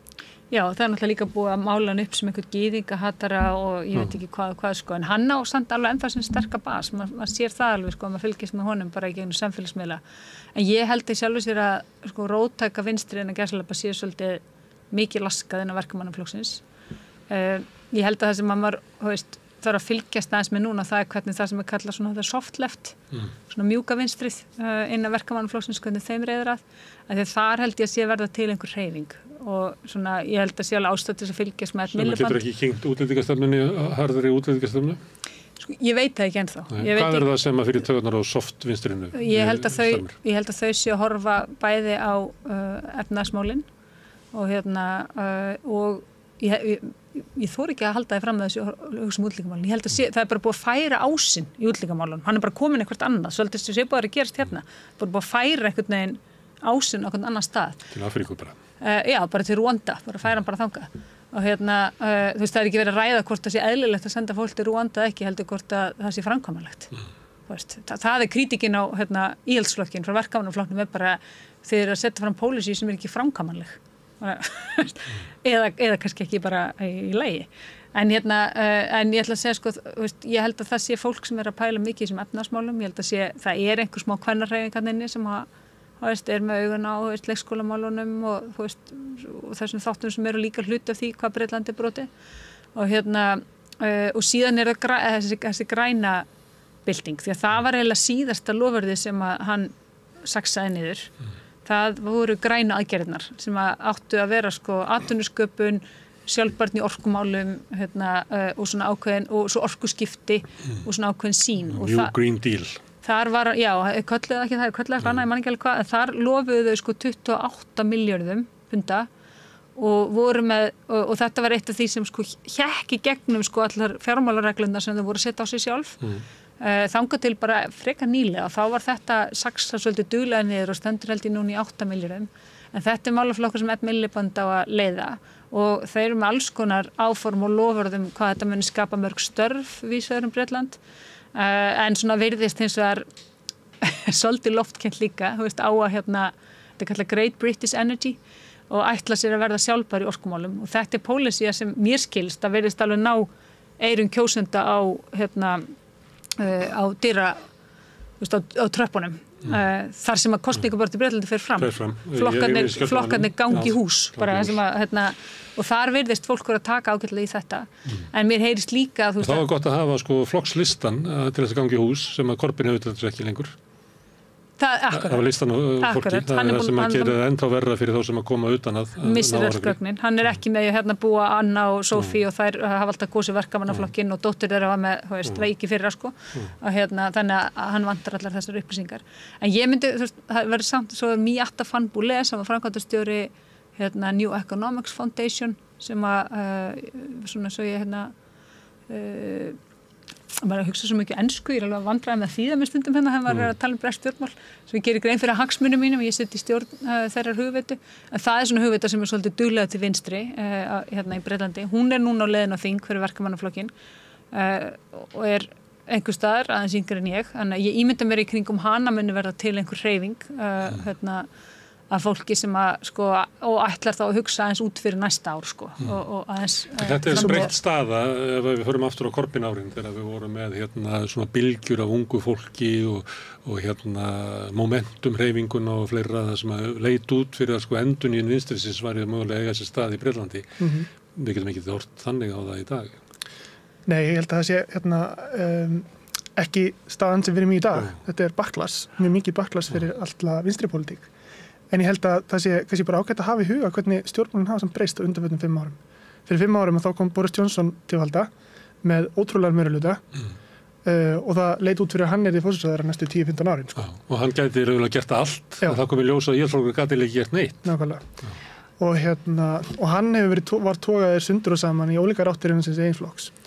Þannig að ég held að það er engilega að segja fyrir hvað getur gerst, en ég held samt að það sé engin ástæð til að ætla að það sé ekki mögulegar fyrir vinstri stjórnmál til að hafa áhrif utan með verkamannaflokkin en líka að þrýsta á innan hans. Og þá náttúrulega þurfa líka að vera einhvers konar raddir innan flokksins sem er ekki búið að slátra. Já. En Bretland stendur frammi fyrir gríðarlegum áskorunum eins og við tísku að segja og nýfrjóðsvíktífunum, eða bara vandamálum. Það er bara gríðarleg. Og það eru ofan á afleiðingarnar af nýfrjálshyggjunni sem gengur lengra þar heldur en víðast hvar annars þar, en þá ertu með Brexit og það er bara gríðarlega vandamál í þessu samfélagi. Verkamannaflokkurinn með auknum miklu meirihluta mun glíma við þetta. Eftir að koma í ljós, eins og þú bendir á að það er Boris Johnson fyrir inn með allan sinn meirihluta, að þá gagnast á honum ekki neitt. Að niðurstaðan er svo að í lok þess kjörtímabils er að Íhaldsflokkurinn er í verri stöðu heldur en nokkuð tíma verið kannski eitthvað tíma 19. öld en þú veist bara í nútíma sögu, eða ekki? Hann er í verri stöðu núna heldur en nokkuð tíma verið Íhaldsflokkurinn. Já, allavega í rosalega langa tíma. Allavega í rosalega langa tíma, já. Og það er framundan einhver svona endurnýjun stjórnmálanna hægra megin. Já, allavega uppstokkun. Já, allavega er við möttum að sjá hvað kemur út úr þessu, hvernig sætin líka raðast á þingi, það skiptir máli, en alltaf baráttan í Íhaldsflokksins hvort að Cameron og svona Sunak-light fólkið sko næra að halda völdum á flokknum, eða hvort að flokkurinn fer lengar til hægri í hendurnar af fólki svo Suelu Braverman sem að eiga meira skilt við Farage-reform og hver niðurstaðan verður úr því er náttúrulega erfitt að vita nákvæmlega það er augljóst að það verður mikið valdatómur úr í Íhaldsflokknum og það verður barist hvaða armur Íhaldsflokksins, þessi svona þessi professional managerial austerity hlið sko, ef ég má sletta mjög mikið, eða hægri populistarnir, öfgahærið, hvort þeirra nái undirtökum í flokknum. Það verður klálega og það sem við munum sjást náttúrulega áfram er ef verkamannaflokkurinn ætlar að standa við það sem hann er að segja sér í kosningapartí og ekki gera neitt til að lina eða að taka á þessum sem þú ert að benda á eru mjög djúpstæð kerfisbundið vandamál í bresku samfélagi, bresku hagkerfi að þá munu biðlistarnir í heilbrigðiskerfi halda áfram að lengjast og allar þessar ástæður sem laða fólk að Nigel Farage og reform munu halda áfram að ekki bara vera til staðar, heldur munu aukast. Sem því að jarðvegurinn mun halda áfram að vera til. Við sjáum pólitíska óreiðu og átök sem er bara enga sérstaklega líkur á því að út úr þeim átökum og komi út einhverja lausnir fyrir Bretland. Þær komu ekki held ég að hæra meginn frá sko. Hvort sem það er frá hæri væng verkamannaflokksins og hvað það frá Íhaldsflokknum eða reformflokki Farage, þannig að Og ekki verkamannaflokki Keir Starmers? Nei, alls ekki sko, það held ég ekki. Og græningjarnir og frjálslyndi demokratar og eru bara eiginlega ekki almennilegi þáttangatur í því, eru bara með sína stöðu þarna einhvers staðar, eru bara aukapersónur. Þetta spennandi. Halla og Sveinn, kæru hjón. Gaman að fá okkur. Það er að gefa okkur saman. Já, nú erum við ekki gift. Jú, við erum gift. Það var hljómaði svo presslegt eitthvað. Takk fyrir að koma hingað og tala Brexit-stjórnmál, sem spennandi. Það langt í kosningarnar, kannski ég fæ ykkur bara aftur þegar nær dregur, af því að það náttúrulega einu vika í langur tími í pólitík og það hefur sannarlega sýnt sig í kosningunum í Bretlandi. Ég man eftir 2017 að við vorum að tala útreiðina sem Corbyn fékk þá, hvernig var talað hann í aðdragandanum og svo þegar stefnuskráin lag út og kom í ljós að almenningu var fylgjandi stefnuskrá Corbyn, hvað það breyttist gríðarlega hratt á skömmu tíma þar. Það sem átti að vera skandall, stefnuskráin, en var rosalega velkomin. Já, þannig það getur margt gerst á skömmu tíma í Brexit-stjórnmálum. Það eru kærar þakkir, Halla og Sveinn. Takk. En ég sitt hérna áfram og reyni að skilja heiminn sem við lifum í. Næsti kafli eftir augnablik. Fjárhagserfiðleikar eru afgerandi meiri hjá eflingarfólki en öðrum á vinnumarkaðnum. Hvernig getum við réttlætt það? Efling stéttarfélag. Barátta fyrir betra lífi. Ertu á leið heim úr vinnu? Stilltu á FM 89,1. Já, komið þið sæl og blessuð. Þið tóku kannski eftir því á 17. júní síðastliðnum á mánudag að ein kona var krossuð, ef svo mætti segja, vegna framlags hennar til mannúðarmála sem varðar það að berjast gegn fátækt. Hún heitir Sigrún Steinarsdóttir. Hún starfar á Akureyri. Ég hef sjálfur búið á Akureyri lengi. 25 ár bjó ég þar og ég veit að það sem hún hefur verið að gera þar er ekki alveg einfalt mál í byggð eins og Akureyri. Vertu velkomin í Zoom-spjall við okkur, Sigrún. Takk fyrir það. Og til hamingju með að hafa komist inn á Bessastaði fyrir mannúðarstarf þitt. Til að hamla gegn fátækt, getur þú byrjað á því að lýsa fyrir okkur í hverju það hefur falist? Starfið falist í aðstoða fjölskyldur sem að eiga ekki neitt, bæði með mat og innegnakortum og svona ýmis önnur hjálp sem að ég hef verið að veita núna í 10 ár. Já, þetta er 10. Við vorum fyrst 2, ég og Sunna Ósk og svo var ég ein með þetta. Já, 10 ár er ansi langur tími, manni fannst þetta fara svona svolítið undir radarnum til að byrja með. Það er ekki nema 2-3 ár síðan ég fór einhvern veginn sjálfur sem blaðamaður að gefa þessu gaum. Hvað var til þess að þetta skref var tekið fyrir 10 árum? Við höfðum báðar lent í fátækt. Lent er kannski ekki besta orðið, en við þurftum að leita okkur aðstoðar. Já. Og tókum eftir því þegar þetta var að það var svo erfitt að stíga þetta skref vegna þess líka að þetta var ekki einstaklingsmiðað. Þetta var þannig að þú þurftir jafnvel að bíða í röð og fólk var að horfa á þig og sem að náttúrulega jók skömmina miklu meira. Já, það var engin vernd, engin persónuvernd yfir þeim sem þurfti að leita sér aðstoðar. Nei, það var ekkert svoleiðis. Og ég ræddi á þann að samfélagi eins og Akureyri er einmitt svona svolítið þeirra gerðar að þar er svolítið fólk að fylgjast hver með öðrum, ekki satt. Jú, það er á öllum minni stöðum það sem er verið að fylgjast með. Og hvaða leiðir funduð þið framhjá því að það væri svona verið að stilla fólki upp og aðri gætu horft á það og hneykslast að því? Við byrjuðum með þetta heiman frá okkur. Gáfum fólki tíma, það átt að mæta klukkan þetta á þessum degi. Þeir sem voru að gefa mæta á öðrum tímum, þannig að fólk hittist aldrei. Já. Síðar eru þið með einhverja tilraunir með kæliskápa, matargjafir, beinar. Þið voruð að skora fyrirtæki að gefa bara hamburgarrygg og eitthvað svoleiðis, það ekki? Sem fólk að farið, komið á eitthvað stað og tekið úr skápnum. Er það ekki rétt skilið hjá mér? Jú, þegar náttúrulega, þegar við stofnum til upphafi, þá gerðum við okkur enga megin grein fyrir fjölguninni sem að varð. Og þetta var orðið svo mikið og mikil vinna hjá okkur báðum að við settum skápa fyrir utan heimilin hjá okkur. Já. Það sem fólk gat sett í og tekið úr. Já, voru þá ekki heimili ykkar orðin svolítið útsett, var þá ekki engalíf ykkar að einhverju leyti úr sögunni?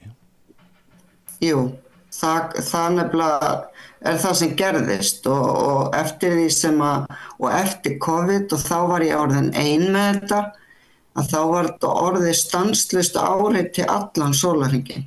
Já. En þið hafið hætt við þetta þetta ískapasystem eða hvað? Nei, þetta var alltaf, þangað til að ég hætti 1. maí. Já, þú hættir 1. maí og það er bara þannig að þessu tímabili er lokið í þínu lífi? Nei, ég virðist ekki geta haldið mig frá þessu, þannig að ég var einmitt að setja inn auglýsingu inn á matargjafir í gær að nú er ég að leita leiða til að fá fyrirtæki eða stofnanir eða einstaklinga til þess að bjarga mér húsnæði. Já. Hérna á Akureyri sem að ég get verið í og þá myndi ég reyna að fá sjálfboðaliða með mér. Já. Því þegar fyrir einn mann er þetta bara hreinlega ekki hægt og ekki frá neinu heimili. Nei, má þá segja að þér hafa kannski vaxið á smegin við það að fá þessa viðurkenningu á Bessastöðum og við það að þessi málaflokkur væri dreginn úr skúmaskotunum fram í dagsbirtuna? Ég held það nefnilega. Ég held að þegar maður fær svona viðurkenningu, maður hefur fengið bara viðurkenningu frá fólki sem að maður er að aðstoða hverjum einasta degi. En þegar maður fær svona hvatningu í rauninni, þá vill maður einhvern veginn halda áfram að hjálpa því fólki sem að hefur það sem verst, því að það er ekkert að breytast. Þetta eru góð skilaboð til Guðna forseta orðunefndar, er hann ekki Ágústsson, sá Guðni? Ég veit það ekki. Nei, það skiptir ekki máli í þessu samhengi. En þetta er bara frábært og það er þá komið bara frétt upp úr okkar spjalli, ný glæný frétt, þannig viljum við hafa það á samstöðinni.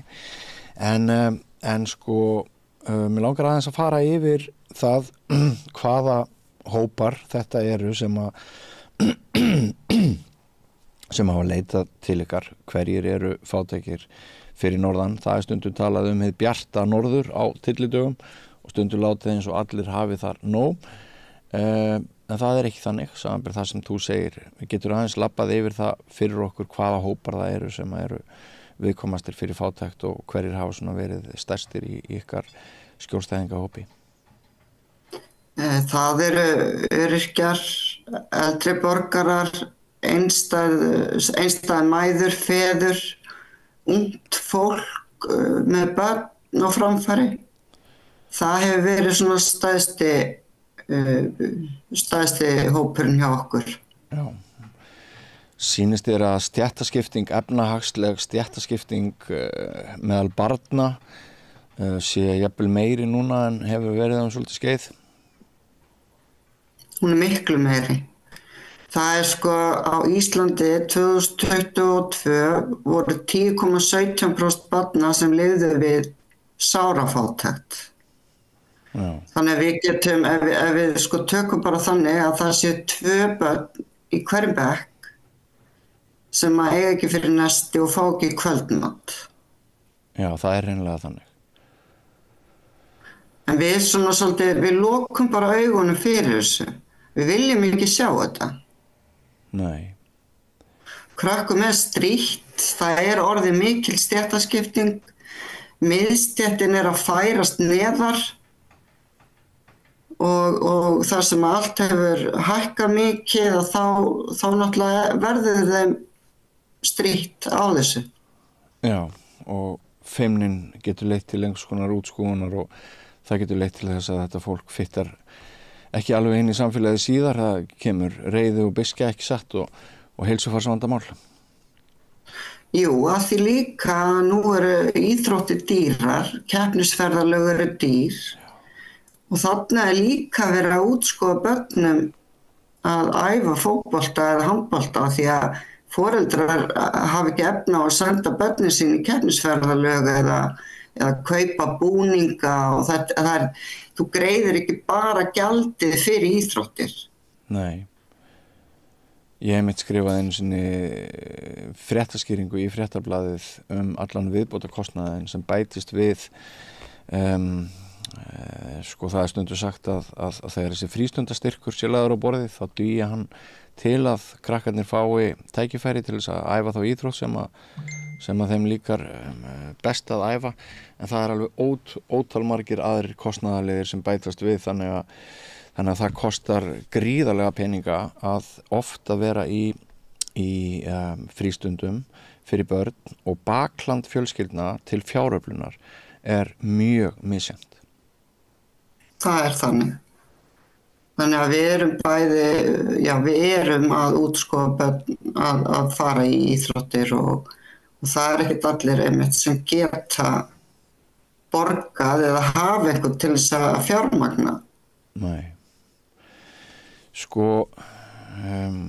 Það alltaf viðkvæmt að ræða innflytjendur og útlendinga í þessu samhengi, en ég ætla nú samt að stynja því upp við þig spurningunni að er stór hluti af þeim sem búa við fátækt á Akureyri og í nágrenni fólk sem ekki hefur íslensku að fyrsta tungumáli? Það alltaf að aukast, já. Það var gríðarleg aukning á síðast ári. Var það, já? Já, og þessu. Hvernig skýrir þú það? Þú ert náttúrulega í einhverju sambandi við þetta fólk. Já, það þegar það kemur til landsins þá fær það einhvern x pening í x tíma en svo dettur það niður. Margir hverjir sem koma eru á örorku eða geta hreinlega ekki unnið skiljanlega. Þeir eru að koma frá þannig svæði og þá bætast þeir í þann hóp öryrkja sem að við höfum verið að aðstoða. Já. Og vítar. Því að eins og við vitum það verður engin ríkur á að vera á örorkubótum. Nei, það er áhugavert að það sé til fólk sem að heldur að margir sé að svindla og sníkja út peninga sem eru langt undir framfærslu venjulegra Íslendinga. Já, mér finnst það stórmerkilegt að fólk haldi að örorkubætur séu eða ellilífeyrir séu eitthvað bara að sé flott að fara á örorku. Þetta 300 skall á mánuði. Já, en þú sagðir áðan að það hefði haft áhrif að þú hefði sjálf upplifað fátækt á eigin skinni fyrir einhverjum 10 árum eða eitthvað svoleiðis. Þarf maður að hafa kynnst sjálfur hlutskipti þeirra sem ekki eiga nóg til þess að sýna þessum málum alúð og áhuga? Nei, alls ekki og ég finn það hjá þeim sem að styrkja eða hafa verið að styrkja matargjafir með mánaðargreiðslum og svona það er ekki allir sem að hafa upplifað fátækt. En það sem að við þekkjum alltaf einhvern sem að býr við fátækt eða hefur upplifað það. Já. Við búum á svo litlu landi að það er bara óhjákvæmilegt að við þekkjum ekki einhvern. Einmitt. Og ég veit að þú ert með BA-gráðu í sálfræði, hefur hún nýst þér vel í þessu starfi?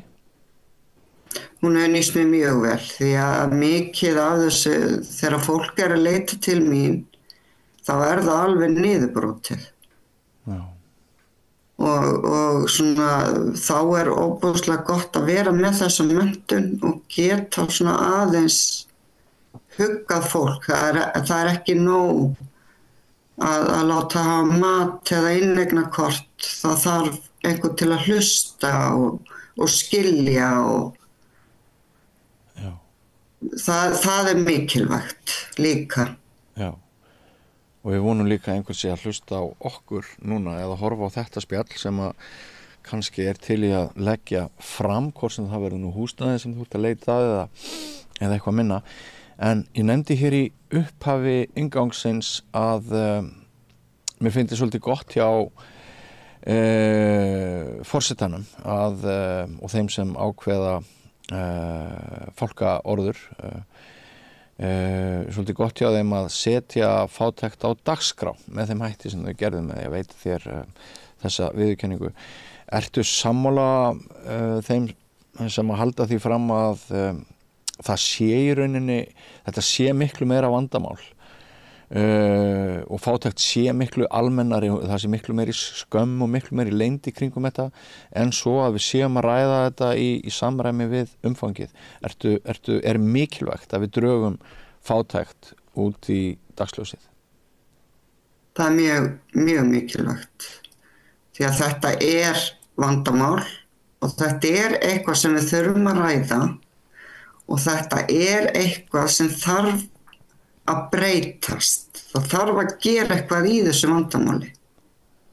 Þetta að aukast, það hefur allt hækkað og maður finnur það bara sjálfur að fólk ennþá að senda á mig sem að veit kannski ekki hætt og hefur aldrei leitað til mín áður sem að nú mikið af fólki að lenda í vandræðum. Já. Ef þú væri sjálf á Alþingi eða sætir í ríkisstjórn, væri félagsmálaráðherra, hvað væri brýnast að gera? Brýnast væri að tekjutengja mat í leikskólum. Já. Nei, í skólum fyrir ekki. Já. Það þyrfti að lækka húsnæðisvexti. Það þyrfti að setja eitthvað þak á leigufélög. Já, fá leigubremsu. Já. Já. Og það svo mikið sem að ég með bara langan lista, sko. Já. Sem þyrfti að breyta. Kannski eitthvað sem sameiginlegt með flestum þeirra sem að hafa þegið aðstoð frá þér að þeir eru á leigumarkaði? Já, flestir, ekki allir samt. Það hefur verið að aukast að fólk sem sérstaklega ungt fólk sem að keyptu sér íbúð fyrir kannski 2 árum, 3 árum og var með fasta vexti, núna að lenda í vandræðum þar sem að lánin hafa tvöfaldast en tekjurnar ekki. Þú ert ennþá að borga leikskóla, þú ert ennþá með sömu gjöld. Já. Nema að 160.000 króna húsnæðisláni þetta komið upp í 320. Já, einmitt. En sá hópur sem til dæmis á leigumarkaði hjá þeir á Akureyri, þú heyrir væntanlega sögur fólksins hver stórt hlutfall ráðstöfunartekna fer í húsaleigu. Geturðu sagt okkur dæmin sem að þú hefur heyrt? Já, það par sem að vinna bara venjulega vinnu. Já. Það að borga 340.000 í húsaleigu. Já. Það getur ekki haft börnin sín í leikskóla 6 tíma á dag. Það þarf að hafa 8 tíma. Já. Því þau hafa ekki neitt til að sækja börnin. Já. Og þau eru með 17.000 krónur eftir af laununum sínum. Þegar þau eru búin að borga leigu bara? Já, bara allt saman. Já. Allt saman, já, einmitt. Já, þetta sannlega viðsjárverð staða sem komin upp og mér finnst mjög áhugavert að heyra að segja það að þetta sé að stórversna á síðustu misserum. Þetta sé miklu verða en það hefur verið vegna þess að við heyrum alltaf Bjarna Benediktsson og fjármálaráðherra og þau sem eru í ríkisstjórninni guma sig að því hvað allt sé frábært á Íslandi. Hér drjúpi smjöra hverju strái. Þú andar við því? Já, ég er ekki sammála því. Bara alls ekki og mér finnst stjórnmálamenn margir hverju vera bara veruleikafirrtir, sko. Já. Og þeir hafa viljað sópa þessu undir teppið en það er ekki lengur hægt. Þetta er orðið umræðefni. Þetta er dregið inn á Bessastæði og þið sem eruð að berjast svona fyrir betri hag, þið eruð kannski yfirsýnilegri heldur en stundum áður. Er það ekki rétt? Jú, ég held það. Ég held að þetta sé að breytast.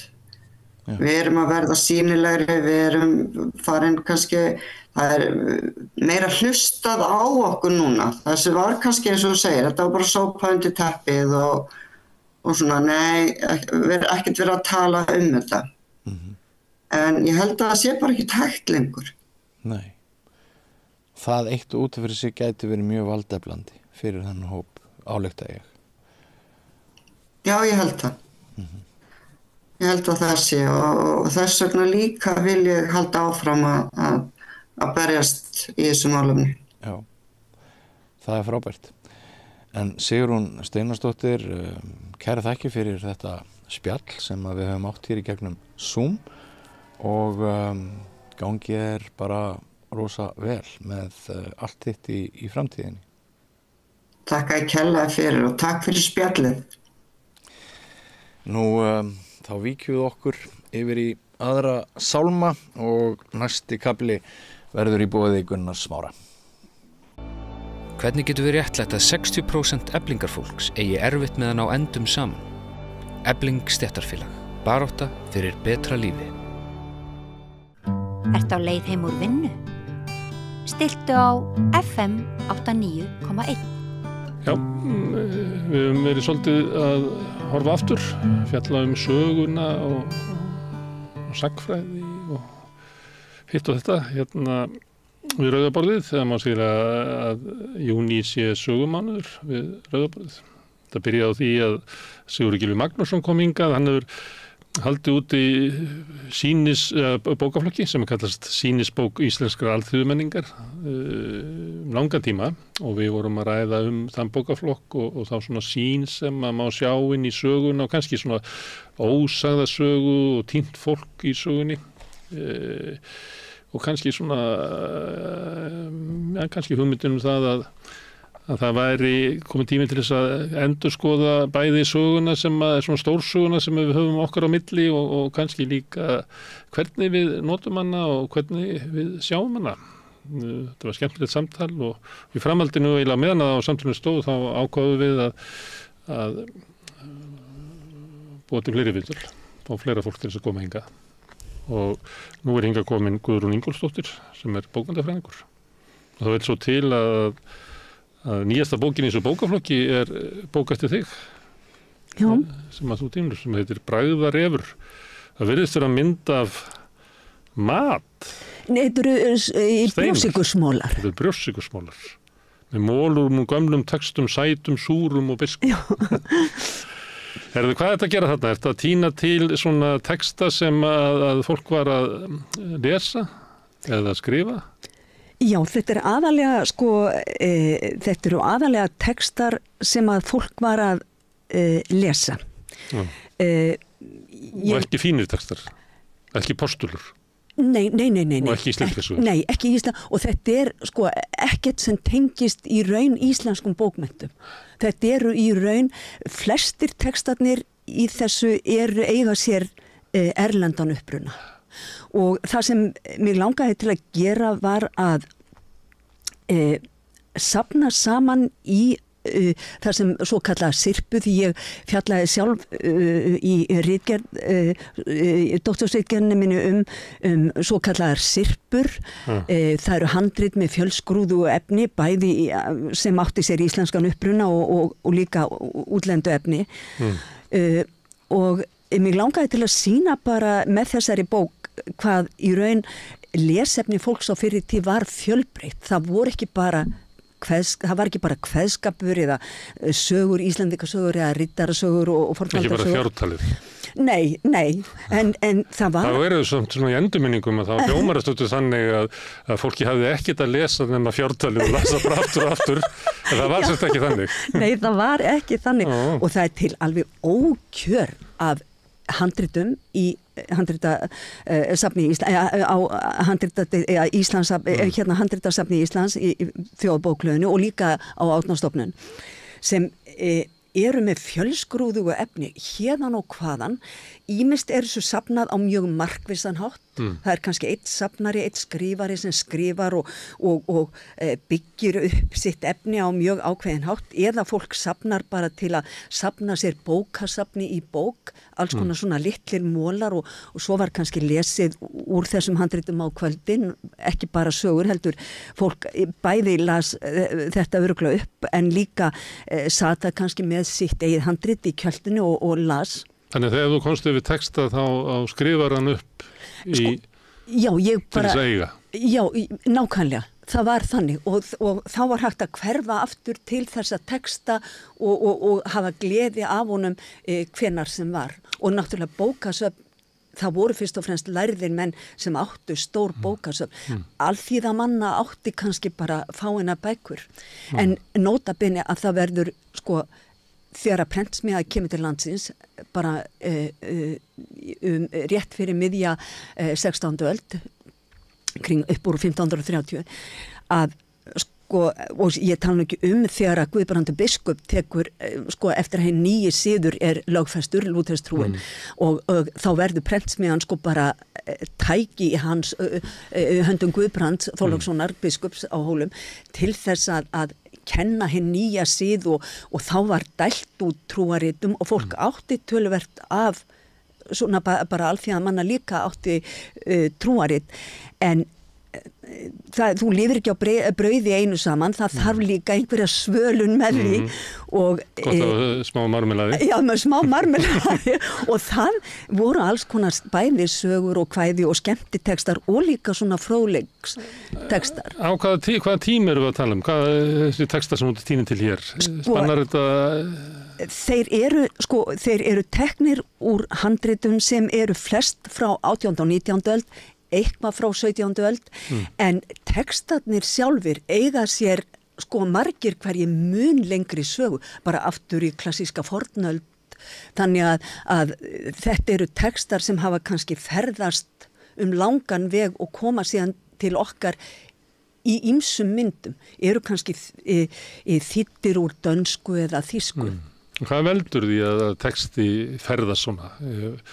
Ef maður hugsa svona myndefni, mann eftir í kannski svona í æsku og svona þá sá maður stundum á heimilum svona almanaksmyndir svona upp á vegg sem voru bara einhverja fallega myndir en það var kannski algjör tilviljun að þetta myndefni enda þannig upp á vegg, það var ekki eins og fólki verið að velja þetta, það var bara því að það barst fólkinu með einhverjum hætti og settur upp. Er það þannig að það sé næstu tilviljunarkennt hvaða textar koma eða er í þessu ferðalagi textana svona, maður geti sagt sem svona val alþýðunar hvað er áhugavert? Ekki bara, það er mikið af, þeir textar sem koma utan og eru þýddir. Það eru yfirleitt, þá lærði mig, það eru þetta dæmi það, ég hef alveg séð dæmi alþýðu fólk sem var kannski kunni eitthvað í dönsku eða þýsku að til dæmis sérstaklega skáldkonur á 19. öld þær geta alveg tekið sér til og þýtt kannski einhvern sálm úr dönsku eða einhvern texta úr dönsku en yfirleitt eru þetta textar sem eru þýddir af lærðumönnum sem að eiga sér sín handrit, þeir kannski lána einhverju alþýðu fólki, þeir eru kannski það má ekki gleyma því að hér á Íslandi samtalið milli stétta, það var miklu ríkara heldur en í Evrópu. Hérna var kannski að þá lánaði höfðingin á höfuðbólunu, þá lánaði hann kannski bók þyrstu fólki einhvers staðar aðeins fyrir neðan sig lánaði því handrit til að skrifa upp og svo samlífi stéttana bara inn á baðstofunum. Já, nákvæmlega, svo það líka. Húsbóndinn og niður í Hreppsóma voru deildu eiginlega sama rými. Já, þetta var ekki kannski fíl á milli þar sem húsbóndinn svaf. Nei, og þar er lesuð og búið alls konar textum, en þessi textar þannig að það í raun svolítið erfitt að segja til nákvæmlega ferðalag. Sumt kemur fyrir tilviljun.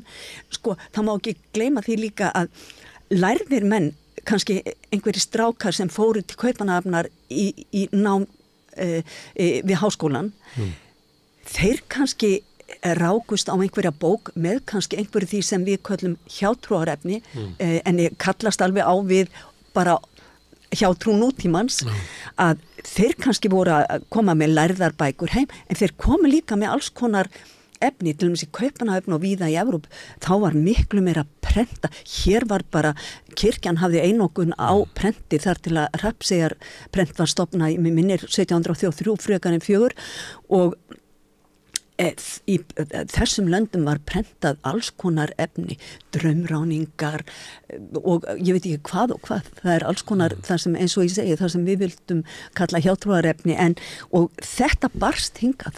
En af hverju hefur áhuga á þessu að draga fram þessa texta? Þú reyndar sko átt aðra bók í þessum bókaflokki.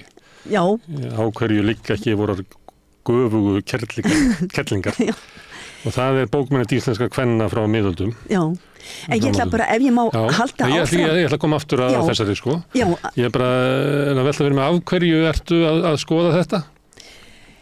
Ég var að vinna við handritaskráningu inn á handritadeildina á Landsbókasafninu og sá þá ókjör af handritum með alls konar efni, og ég fekk bara svo mikla ást á þessu handritum að mig langaði til að fjalla þau og gerði það, skrifaði doktorsritgerð svo kallaðar sirpur með svona fjölskrúðu efni, en svo bara hélt ég áfram. Ég hugsaði bara, þegar ég var búin að vera að skoða þessi handrit, þessi ótrúlegu handrit, að þá hugsaði ég, það er sko, við erum með alls konar mýtur lestur fólks, menningar hverfi og hvað það var. Við erum aldrei að tala mikið lestur í dag. Já, og svona hvaða tilgangi þjónuðu þessar bækur í höndunum á fólki, og ég hugsaði bara, mig langar til að skoða bara hóp sem hefur ekki átt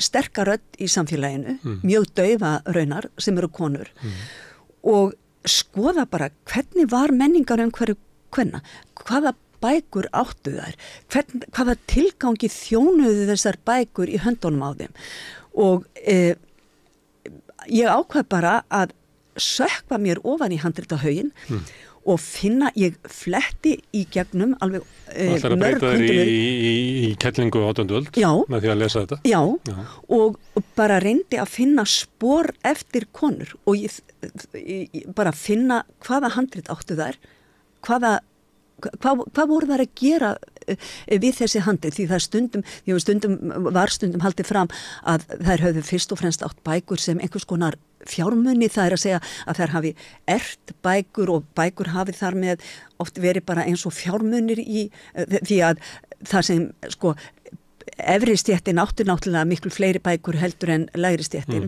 og það var svona, það var partur af þínu menningarlega auðmagni ef þú varst af efri stétta þá að eiga margar bækur, en auðvitað var bókaþorsti ekkert síður og menntunarþrá ekkert síður í lægri stéttum heldur en bara, heldur en í efri stéttum, og til dæmis konur sem ekki fengu að setjast á skólabekk fyrir á 19. öld.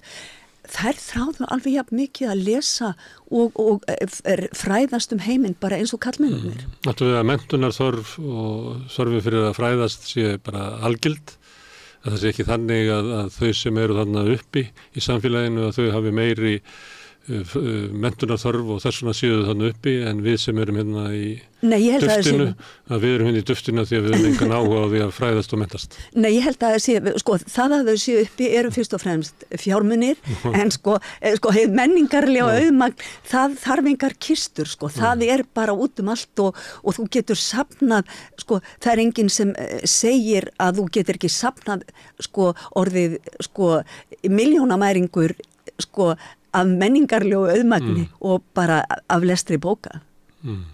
Þannig að menningarlega auðmagni, það ryðgar ekkert. Nei, og það fer út allt. Já, og það fer út allt. Það er leggst í ólík lög í samfélaginu, þannig að konur eru að lesa annað heldur en karlar. Ekki alltaf.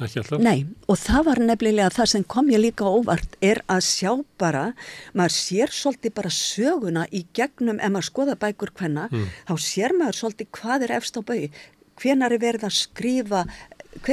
að skrifa sögu landsins, þá eiga konur, þá hérna á 14. öld, þá förum við að sjá fyrstu handritin í eigu kvenna, það eru meðal annars sagnahandrit og það þarf að, það er verið að skrifa sögu landsins og þetta eru bæði sagnahandrit, konungasagna Íslendingar, náttúrulega yfirstéttin tengdi sig við yfirstéttin og aðalinn í Noregi og þess vegna eru konungasögur líka skrifaðir hér á landi. Við höfum áhuga á því að tengja okkur við fína fólkið út í löndum en líka, svo er, maður getur sagt, lögbækur voru líka í eigu kvenna, til dæmis frá fyrstu tíð og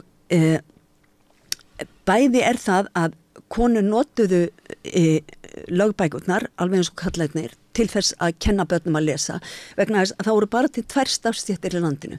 Það var hinn geistlega stétti, að það er að segja að það eru prestastéttin og svo hinn veraldlega lögmennirnir og það þurfti að undibúa drengina fyrir þessar starfstéttir og þá voru helstu bækurnar sem að þeir þurftu að lesa og þá þurftu konur auðvitað líka að læra á þessar bækur til að vera færar að sjá einhverja kennslu að þá þurftu drengirnar að læra bæði, þá var þeim bæði kennt á biblíuna eða Saltaran sem er bók með Davíð Sálmum eða þá lögbókina og svo má heldur ekki gleymast að þó að lögbækur, ég sá það til dæmis að það var hún Halla Grímsdóttir sem er uppi á 17. öld, hún á gríðarlega, og ég sá líka fleiri konur sem eiga gríðarlega, hún átti gríðarlega fallegt handrit sem bróðurinnar, mikill lögbókarskrifari Björn Grímsson, ofboðslega fallega handrit sem hann skreitir greinlega eftir útlendum fyrirmyndum. En hún á þessa lögbók og ég hugsaði, já, þetta bara er þessi hefð, hún er að nota þetta við lestarkennslu.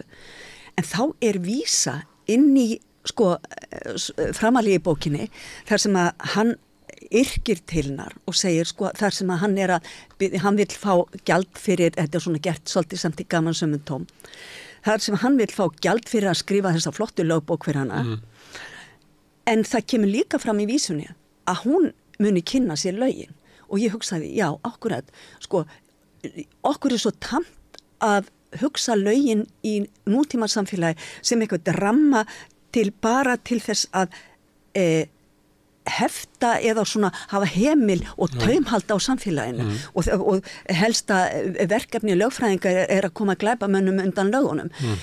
En hér áður fyrir þegar að lög eru sett í samfélagi, þá er þetta samfélagssáttmáli. Þetta er sáttmáli það hvernig við viljum sjá hið ídeala samfélag og það er líka ekki bara það að reyna að halda einhverjum innan rammans, heldur er þetta líka reynd að byggja einhverja búa til einhverja borg utanum, og líka borg þá sem minnst mega sín. Það er að segja að frændgarðurinn, ef þú verður fyrir skakkaföllum, þá kemur frændgarðurinn og það er bara bent á því þú verður gjöra svo vel. Hann hefur skyldur. Já, hann hefur skyldur. Já, og það er ekki fyrir að henni þrítur að hreppurinn tekur við eða svona. Já, og þess vegna er það líka mikilvægt fyrir konur, þetta Halla var að vísu af yfirstétt, en það er líka mikilvægt fyrir konur að hafa nasasjón af því hvaða lög gilda í landinu vegna þess að þær áttu líka fjárhagslega hvað ég að segja, þær höfðu bara hag af því að vita og að bara þeirra fjárhagslega hag væri borgið betur með því að vita hvaða svona sko, hvaða reglur gildu í samfélaginu. Og yfirst þetta konur gátu átt eignir. Já. En þú leggur af stað til þess að skoða hérna hvað hópur sem ekki verið haft rödd, hvað hann var að lesa. Ekki getur niðurstaðan að verið svo að ég hafa bara lesað það sama á hinnir. Já, oft var það, og það var bara að hvað þá kerlingabækurnar sem var nú bókmenntahutakjarnar bara 1980? Það bara kerlingabækur? Nei, það bara ekki að öllu leyti rétt. Því konur voru að lesa bara mjög mikið það sama og karlmenn. Þær bækur þjónuðu kannski ekki endilega sama hlutverki í höndum kvenna alltaf. Þær gátu þjóna sama hlutverki og þær höfðu í höndum kalla, en bækur voru ekki bara sko menningartæki heldur og ekki bara menntunartæki. Þetta var líka skemmtun, þetta var svo bara hlutverk bóka bara eins og í dag, það er svo víðfemt og konur, maður sér það bara á bókum sem eru svokölluðum heimilisirpum sem eru skrifaðar fyrir konur sem að reka menningarheimili og þetta voru jafnvel konur sem voru ekkert af efri stigum. Þær voru svona kannski, ég skrifaði einmitt handrit sem kona átti, hún var svona af milli stétt, getum við sagt, hún hafði það bærilegt en það, sko, þessi stétt var samt þannig að þú máttir ekki verða fyrir miklum áföllum til að þú hrapaðir bara niður og hún í hennar handriti maðurinn hennar skrifar það fyrir hana. Það eru alls konar textar, bæði til að fræða börn, til að sko blessa, það eru svona hálfgerð nánast særingakvæði þar sem að það er nánast eins og þjófavörn þessa tíma, það eru særingakvæði til að blessa heimilið og passa að ekkert illt sko herja á það, korki sko hyski sem er sko raunverulegt og eða þokukennt einhverju draugar og svo var líka skemmtiefni til að skemmta því konur höfðu líka alveg eins og kallmenn þær bæði, sko þær átt að sjá velferð síns heimilisfólks. Það er að segja að því liði vel en það átti líka að svona, sko til að líði vel á heimili þá þarftu líka að fá svona einhverja smá skemmtun inn í kerfið. Já. Og það er kannski þessi hérna bók gefur svona þessi bragðarefur, hann gefur svona hugmyndum hvers konar textar þetta voru. Ertu þarna með þá texta sem ekki eru svona guðsorð og svona ekki er það sem að við kannski myndum fyrst hugsa þegar við varum að hugsa húslestra, ekki fornarsögur og ekki rímur. Nei, ekki slíkt. Þetta er svona sultan og sætindin. Já, en líka eitt ég tók, sko, ef ég má lýsa bara, sko, það sem fyrir mér vakti var að gera svona bók sem væri kannski meiri skemmtibók heldur en fræðibók og þessna hafði ég formálan mjög stuttan en ákvað að leiða fólk svona inn í þennan heim líka að sína svona, ég kalli þetta, þó að það kom ekki fram í titli, þá er þetta sirpa og ég svona segi frá hvað er sirpa og hvernig... Þetta er þín sirpa? Já, þetta er mín sirpa. Þess að þínu upp texta sem til húslesturs. Já, og það er ekki fyrirmyndarhúsmóður sem er að velja heldur sælkeri eins og ég segi.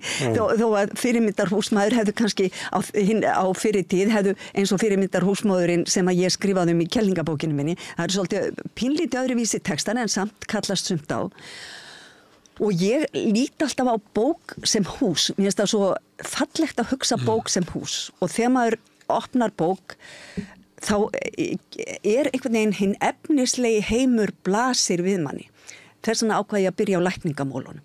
Það líkaminn er svo stór faktor. Hann er náttúrulega faktorinn í lækningamálum. Og þess vegna síðasti mólin, það er bara lítil vísa, sem er þýðing sem ástarmóli. Það er að segja að þegar maður lokar bókinni, þó að þú þarft ekki endilega að lesa hana frá alls ekki, þetta er ekki bók sem maður lesa endilega frá A til Ö, en ef einhver lesa hana frá A til Ö, þá fer hann með, þá er það tilfinningalífið sem að þú ferð út með. Þú ert ekki með hinn efnislega kalda heim sem þú í farteskinu. Svo ég ákvað líka að sko, hún byggð sko upp sumpart dálítið svona ákveð eins og þetta, bara lækningar ástarmóli.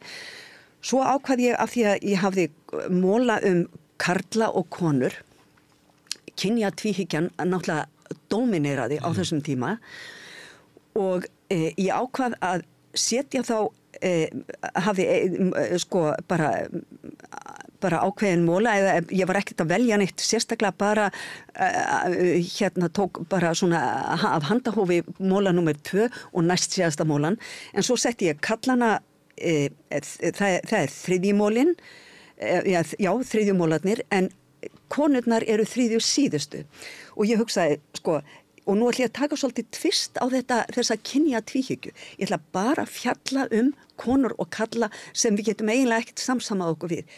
Hjá köllunum, þá er það, ég byrja á þætti Ödipus, sem er eiginlega eins og hálfgerð gáta bara, svona 3 stig í aldurdómi mannsins.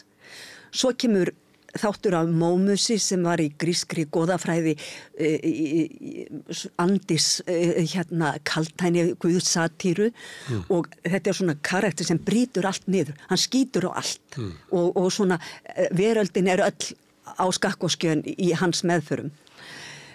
Svo tók ég post gríska heimspekingin Díógenes sem var kallaður Díógenes hundingi sem að lifði á jaðri samfélagsins en var mjög ótrúlega sjarmerandi karakter finnst mér, sko, ég elska hann alveg því hann er alltaf að benda samborgurum sínum á það að þessar óskráðu reglur sem við erum með í samfélaginu sem að svona heft okkur líka sumpart til þess þarna mátti ekki í þessu samfélagi borða á torginu þá auðvitað fór hann beint sko hann lifði í tunnu náttúrulega bjó ekki til húsi og þá fór hann auðvitað og borðaði ost og brauð á torginu og hann var að reyna að nota hæðni til að og svona húmor til að svona opna augu samborgara sinna fyrir því að þeir byggju nú yfir bara ýmsu sem að þeir gætu bara látið sér næjast með.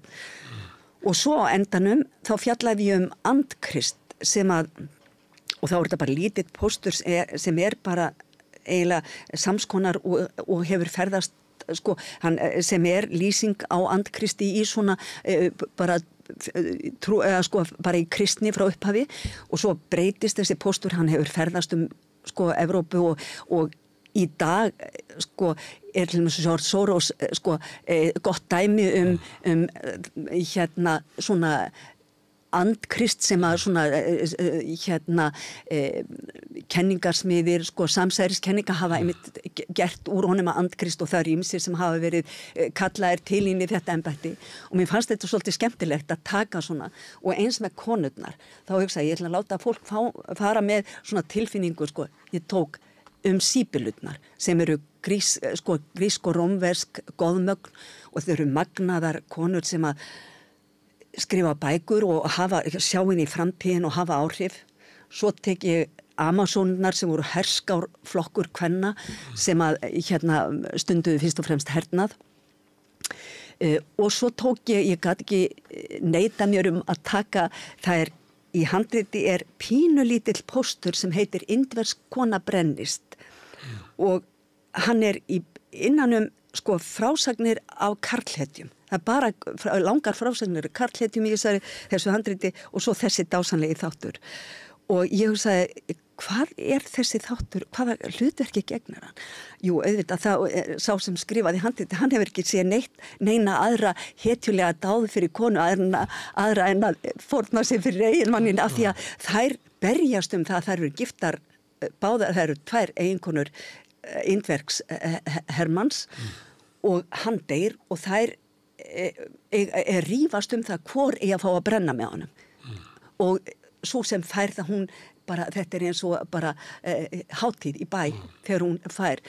Þannig að mér fannst svona að þegar fólk lokaði að þá væri það svona þessi mynd af konum sem, en svo í miðri bókinni er einmitt skáldskap og skrift, af því mér finnst það vera svona fyrir utan fjölskylduna, þá það bara ég sé ekki veröldina fyrir mér öðruvís en í kompaníi við skáldskap, en svo raðaði ég bara mólunum svona bara eftir sko, tíman og veðrið, draumráningar og svo það spurningar og svör þar sem verið að spyrja hitt og þetta galdur og svona, og framan við mólana annarkvort klasa á mólum eða bara framan við sko svona stakamóla, þá eru rastagreinar þar sem ég lýsi, sko, þar sem ég reyna að finna út hvaðan mólarnir eru komnir og svona segja frá þeim, leiða fólk inn í það bara hvers konar text þetta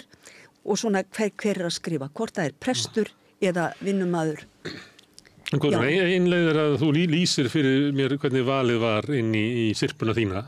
Hinleiðin væri svo að þú myndir bara hafa hér húslestur og ég myndi lesa fyrir mér nokkuð sýni svona af þessu og ég bara reyni að prjóna eða gera eitthvað gagn á meðan. Því að þetta náttúrulega eins og þú náttúrulega að lýsa svolítið líka bara eins og dagskrá í sjónvarpi eða eitthvað, það sem hefur verið að blanda saman efni og þetta stuttir kaflar. Já, og oftast... Þetta línuleg dagskrá úr sirpunni þinni.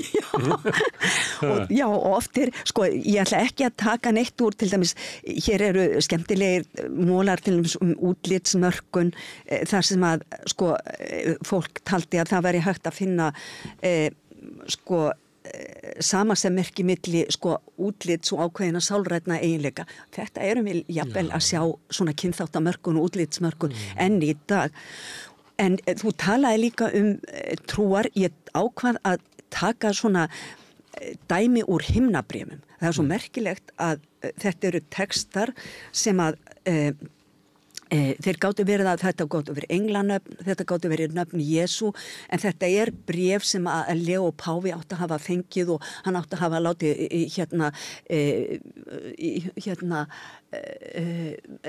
hvað hét hann oft, nú ég sko ekki Alexander Mikla heldur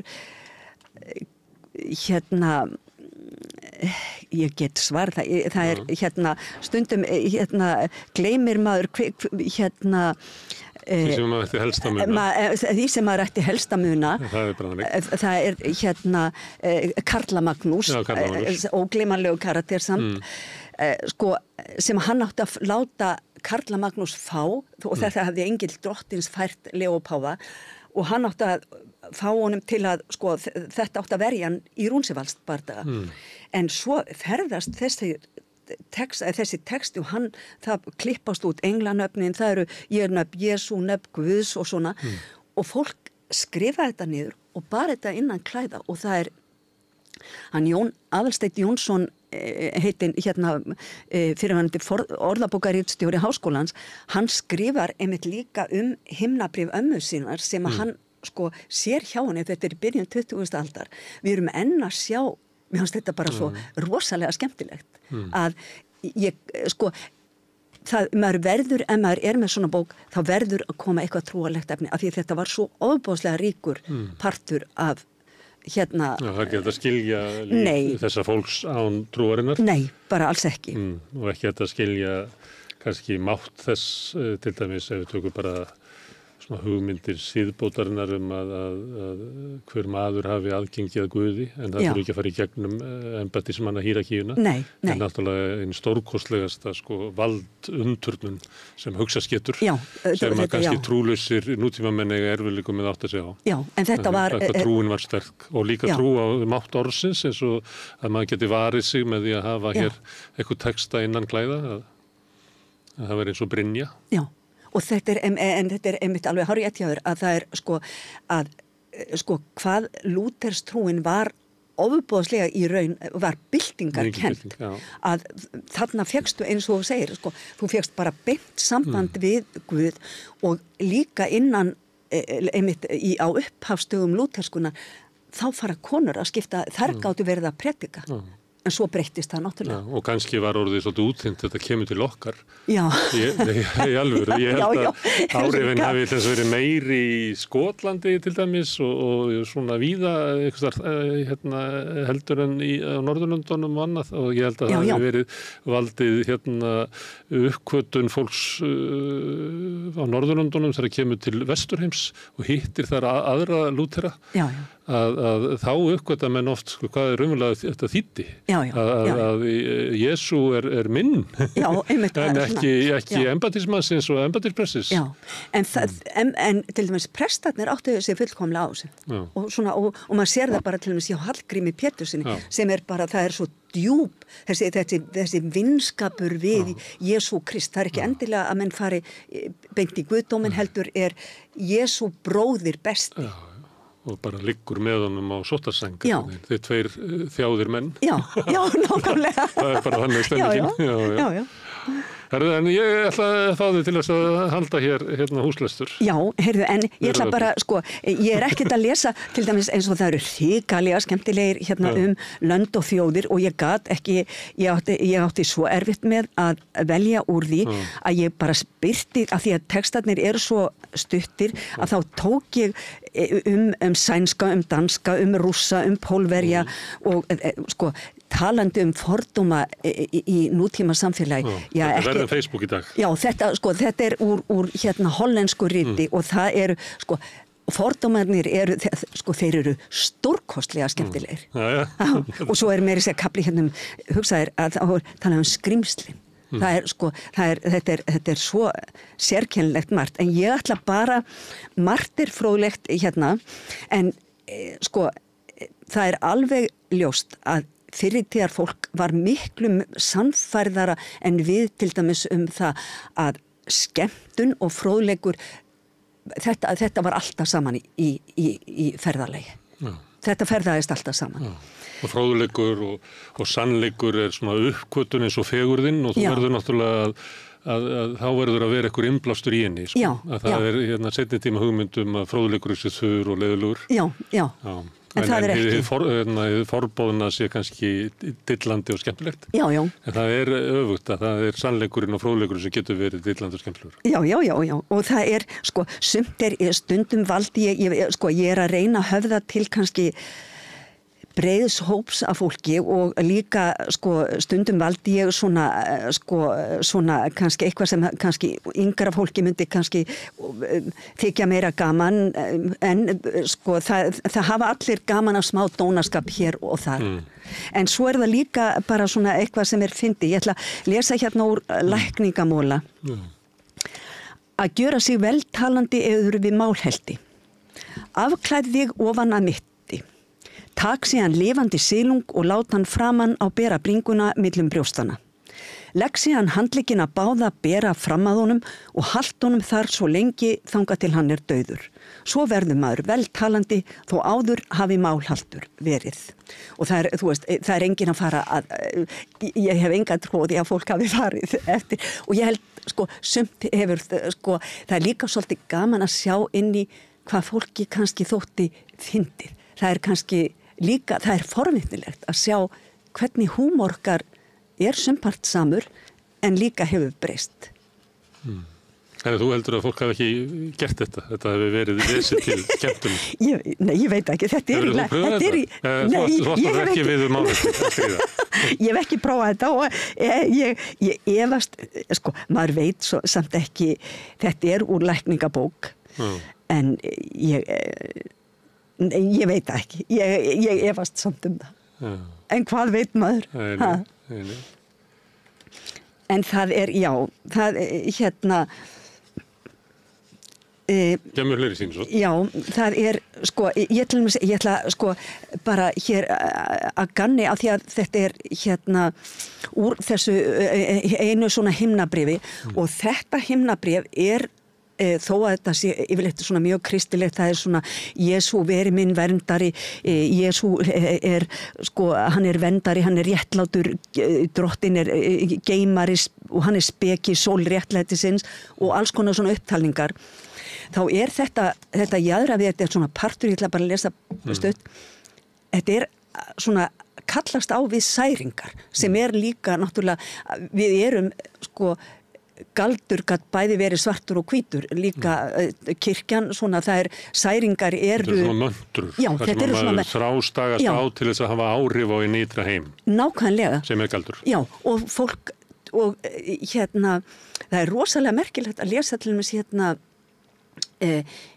gamlar glæður eftir hana Guðrúnu Jónsdóttur frá Broddanesi hún að skrifa þetta kannski 1930 milli 30 og 40 og hún fædd 1880 og hún segir manni hversu sko hvað hjátrú og hvað svona trú á mátt orðsins mátt og trú á hitt og þetta sem að vísindin get ekki skýrt hvað hún var ofboðslega sterk í lífi fólks og ég verð bara viðurkenna það, ég áttaði mig á því að því ég skoða sjálfa mig alltaf svona þegar að skoða bæði eins og kettlingarnar og þetta, þá fer ég að skoða mitt eigið líf og ég hugsaði þetta bara alveg eins og ég alveg sko, ég einhver hjátrúa fyllsta kona norðan Albafjalla og ég fullkomlega hjátrúafull og þess vegna skildi ég þetta fólk betur og einhvern veginn, mér finnst þetta að vera dálítið magnað, en þetta partur að þú segja þetta og þetta oft svona þegar við erum að horfa á hvernig við erum í dag og hvernig fólk var áður að stundum svona eitthvað svona eins og lag ofan á sjálfsmynd okkar það hvernig við ættum að vera og þannig að við erum ekki með augun á því kannski hvernig við erum og svo þegar við horfum á fólk á öðrum tíma þá erum við með hugmyndir hvað þau voru eiginlega gölluð og vittlaus við erum sko þróast mjög meira við náttúrulega erum við þetta nákvæmlega sama fólkið og sömuleyti sko sömu svona hugsana straumarnir og með allri virðingu fyrir nútímanu þá ekki þannig að allir hugsanaferlar í dag eða hugmyndir séu einhverja stórkostlegir sko. Nei, og það má ekki gleyma því að sko sorg var jafn djúp á þessum tíma eins og hún í dag. Það til dæmis að sko þó að barnadauði hafi verið rosalegur og fólk haldi það, já, maður þurfti bara að brynja sig sko og það var oft þetta var hversdagslegt já, en þetta var það ekki og það svo misti Guðrún barn sitt en heyjar voru góðar já, og en þetta í raun ekki fólk, maður sér hún Þórunn Sigurðardóttir skrifaði bók sem heitir Heiður og huggun og þar kemur mjög skýrt fram í öllum þessum erfikvæðum og huggunarkvæðum hvað fólk hafði ofboðslega þörf fyrir sko kveðskap og á þessum tíma og alveg langt fram á 20. öld þá hafði kveðskapur sko ekki langt kannski en allavega fram inn í 20. öldina þá hafði kveðskapur mjög sterkt samfélagslegt hlutverk og það sko í bókinni hennar Þórunnar þá kemur það mjög skýrt fram hvað fólk hafði mikla þörf fyrir bara eins og þetta var þeirra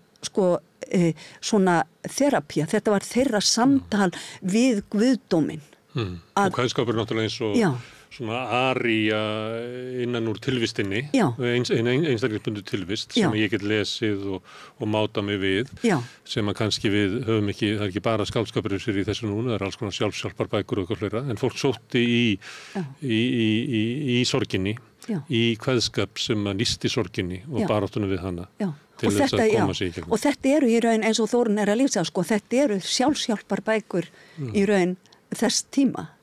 En það ekki bara verið að halda uppi minningu sko, þess látna, það var auðvitað partur af þessu, en líka þetta sterka samfélagslega hlutverk. En varðandi þetta þessa hugmyndum að við séum að þróast og þá það oft byggt á því að við kunnum ýmislegt betur, allt sem mælanlegt og við erum miklu betri í því, við getum hvað mörg skref til tunglsins og guðum auðvitað hvað við vitum ekki. En stundum það þannig að sko mannskepnan hún lifir ekki alveg í þeim heimi. Sá heimur verður oft svona eins og svona módel eða grind af einhverju, en það vantar allt í það sem erum við og við erum náttúrulega félagsverur sem að við hlustum á sögur í hóp við varðöldin eins og húsleistararnir eru og sirpurnar eru svona dæmi það. Já. Og það sem að kannski við lifum helst í sögunni og svona í samhenginu til þess að geta verður fyrir áfalli og sorg og við erum að skilja það hvað að henda mig og ég les þá reynslu annara í gennum ljóð eða eitthvað annað slíkt. Þannig að við erum alltaf að máta okkur við einhverja svona stöðu og áður þú lest á þegar við vorum að tala svona í dag og áður og svona hugmyndir okkar fólki í gamla daga og hugmyndir okkar okkur í dag sem að bæði getur verið rangar. Ekkert víst að við séum að vera betri í þessu að svona að skilja einhvern veginn stöðu okkar og hvíla í henni með einhverjum hætti? Ég bara veit það ekki. Þetta fólk hafði jafnmikla þörf fyrir svona huggun en það var líka ákveðin leið og bara langt fram á 20 og það sem við kannski sjáum núna hvað samtalið sorgina, það að ræða vandamál hér áður fyrir þá var það bara, menn fólk átti bara ekkert að vera að ræða allt of mikið sorgina og vera að velta sér upp úr þessu, það voru verk að vinna daginn eftir og ef að fjölskyldan átti bara ekki að veslast upp og drepast. En hér voru síðan eins og að ljóð sorgina. Já, algjörlega, en fólk mátti líka, það var svona þetta, þú máttir á ákveðnum svona kannski tíma dagsins þá máttir hverfa inn í sorg þína en hún var rosalega prívat. Þetta var svona hort inn á við meira heldur en þetta samtal. Þú ert fyrst og fremst í samtali við Guð. Má ég aðeins núna í Kanada, þú segir prívat. Já. Ef við erum að horfa á hérna sorgmættu móður inn á baðstofunni og hún leitar í ljóðin eftir einhverjum skilningi á þeirri kvöl sem hún ber. Já. En hún inn í baðstofunni þar sem eiginlega ekkert prívat. Nei, svo það líka. Já. Þannig að prívat til dæmis ný uppfinning. Já, algjörlega og til dæmis að ef að þú varst fyrir mikil sorg og maður hefur lýsingar á því líka að fólk að lýsa húsmóðurinn, hún lá, þetta þó oft í bréfum, hún lá og bara komst ekki fram úr rúmi og grét af því að hún hafði kannski mist 1 eða 2 börn og maður sér hvernig fólk var líka kannski átti að eiga sína svona prívat sorg eða sorgin átti að vera svona eitthvað sem að maður dílaði við sjálfur en það samt líka maður sér alveg örla á svona þessu að fólk tekur utan hvert annað og reynir að hjálpa, reynir að styðja og þannig að sumpart þegar maður samlíðan og samkennd ekki nútímafinning. Nei, og þegar maður kannski að fullera svona eitthvað fortíðina að þá getur maður alltaf fundið dæmi hitt líka sem mér finnst reyndar rosalega skemmtilegt af því að mér finnst fortíðin flókin og mér finnst það gera hana sjarmerandi.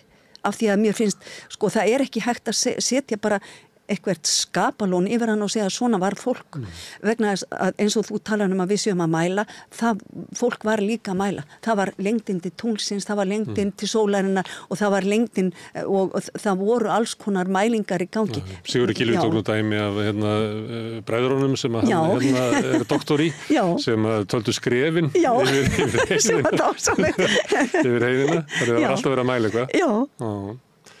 Já, þetta merkilegt. Svo líka þannig náttúrulega við kannski sjáum dæmi svona samlíðan og sem kannski ekki áberandi í textunum vegna þess að það sem var skráð og það sem síðan varðveitist tilheyrir kannski frekar hinum heiminum heldur en svona innra tilfinningalífi og öðru slíku sem En samt og ég tók kannski nokkra sem kannski breyting á því að meðan þú upplifir að þú býrði í samfélaginu þar sem við erum að skrá það sem að getur þroska samfélagið við erum núna að lifa tíma einstaklingsins þar sem við erum alltaf að skrá hvernig einstaklingsum líður og kannski sjáum síður samfélagið Já, en til dæmis eins og svona þættir bæði af mönnum og dýrum og það eru nokkrir hérna líka að maður sér samt alveg inn í þetta eru þættir sem segja frá stundum einhverju skondnu, stundum einhverju sem ekki gott og maður sér samt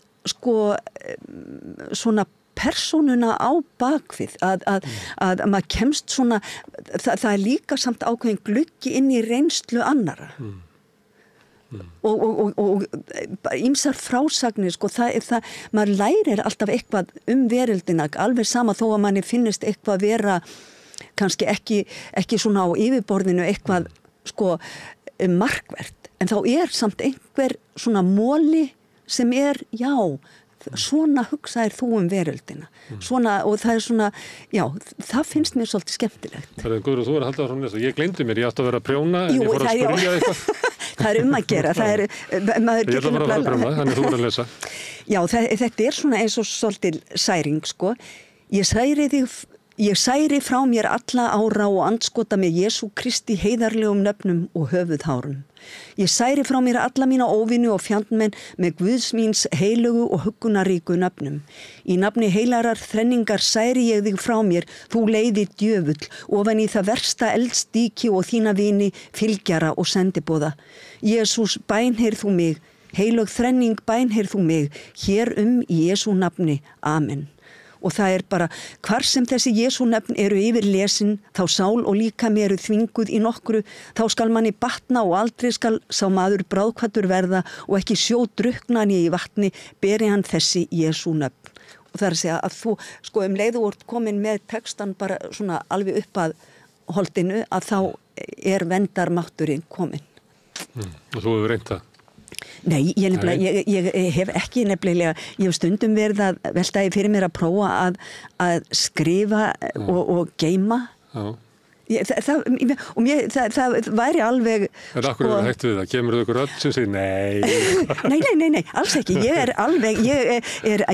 Ég læt ekkert stoppa mig í svoleið. Ég hef bara ekki komið í verk. En því að það gaman að hugsa svona fólki í dag og fólki áður. Því að vera að tala svona þessa trúarþörf.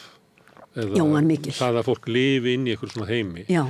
Að þó svo að við séum kannski ekki með sambarnar heim í dag og var að þá má alveg sjá merki þess að sko hinn trúgjarni maður eða hinn trúleitandi maður, hann ennþá stundum bara veltum með fyrir sig þegar maður kemur kannski inn í stórmarkað og sér sko fæðubótaefnin sem stilt upp, að þetta eru bara oblátur. Já, það góð líking. Það sem að þú farið bæði eilíft líf og ég veit ekki hvað ekki að selja það sko. Já, það alveg rétt. Það búið að segja okkur frá því að þetta lækning við öllu. Já. Þetta og það ekki í raun og það í raun ekki hlægjandi að því þetta alveg og maður gerir þetta sjálfur. Ef maður í þrengingum þá fer maður og leitar á náðir sko ýmislegt sem ekki sem að vísindin get ekki og ég algjörlega þar en sko og mér finnst líka merkilegt sko, ég segi, ég trúi kannski ekki nema þegar ég í kirkju. Það dálítið merkilegt. Ef ég leggst utan í hól og mér sagt þetta sé álfhól, þá trúi ég því að það séu álfarjón. Og eins þegar ég kem í kirkju, þá trúi ég á Jesú og Guð og alla englana hans, en leið og ég stíg út fyrir, þá kemur bara svona, þá kemur einhver önnur veröld sem sest að í haustum á mér. En það kannski djöfullinn. Það einhverjir púkar sem trúaði maður myndi segja sko þrautin svo, Guðrún, að skynja sko trúna inn í kirkjunni og ná að fara með trúna út í lífið. Það ekki hlusta á þennan sem að segja leið og lappar út. Nei, nákvæmlega. Jæja, nú það búið. Einhver gæti sagt það en ég líti ekki svo á að ég sé trúlaus. Ég trúi bara á það góða í heiminum og þó að maður sjáu mikið óréttlæti og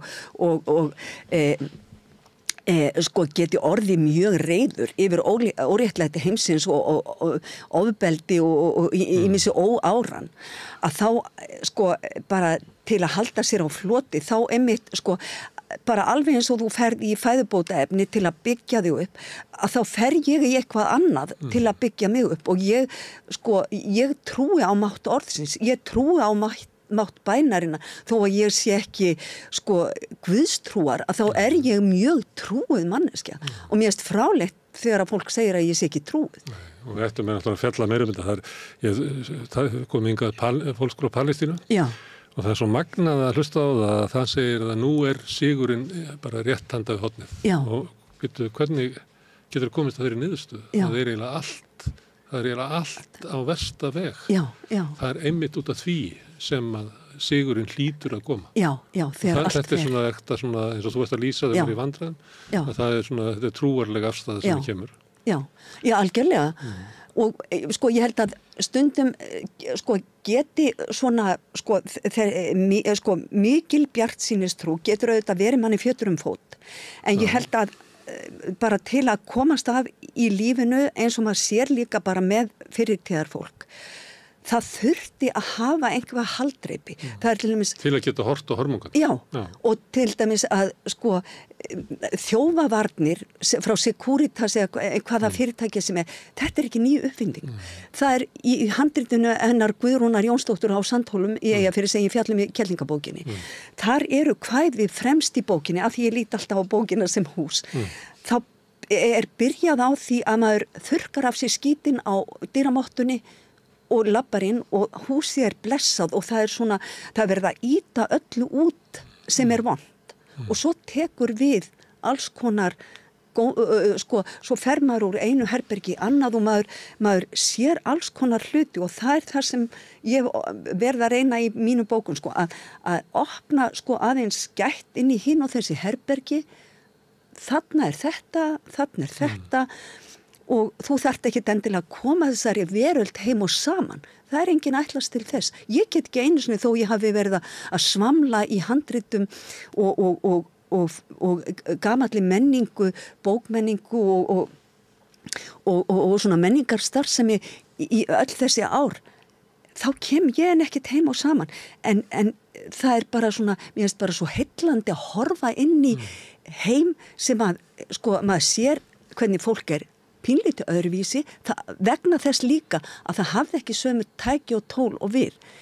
En það hugsar líka svo oft á sama hátt og mér finnst það, og mér finnst líka að sumpart sko vinnan við þetta, sko, ég hef kannski ekki náð að sko verða þessi sko vitræna svona rólega manneskjar sem að ég er alltaf að bíða eftir, sem virðist ekki alltaf koma með aldrinum, en allavega kannski hérna síðar, en að maður horfir samt á einhvern hátt sko af meiri mildi á heiminn, að maður horfir, já, einmitt, þetta er nú, sko, fólk er að lesa alls konar drastl og maður svona, nú, ertu ekki að lesa hérna T.S. Eliot eða eitthvað svona, heldur bara, já, þú getur fengið úr alls konar hlutum, getur fengið þekkingu sem að, sko, þú sérð ekki kannski í fljótu bragði, en ef þú skoðar nánar og ferð að horfa kannski svona með jákvæðara hugafari, þá sér, já, það er nú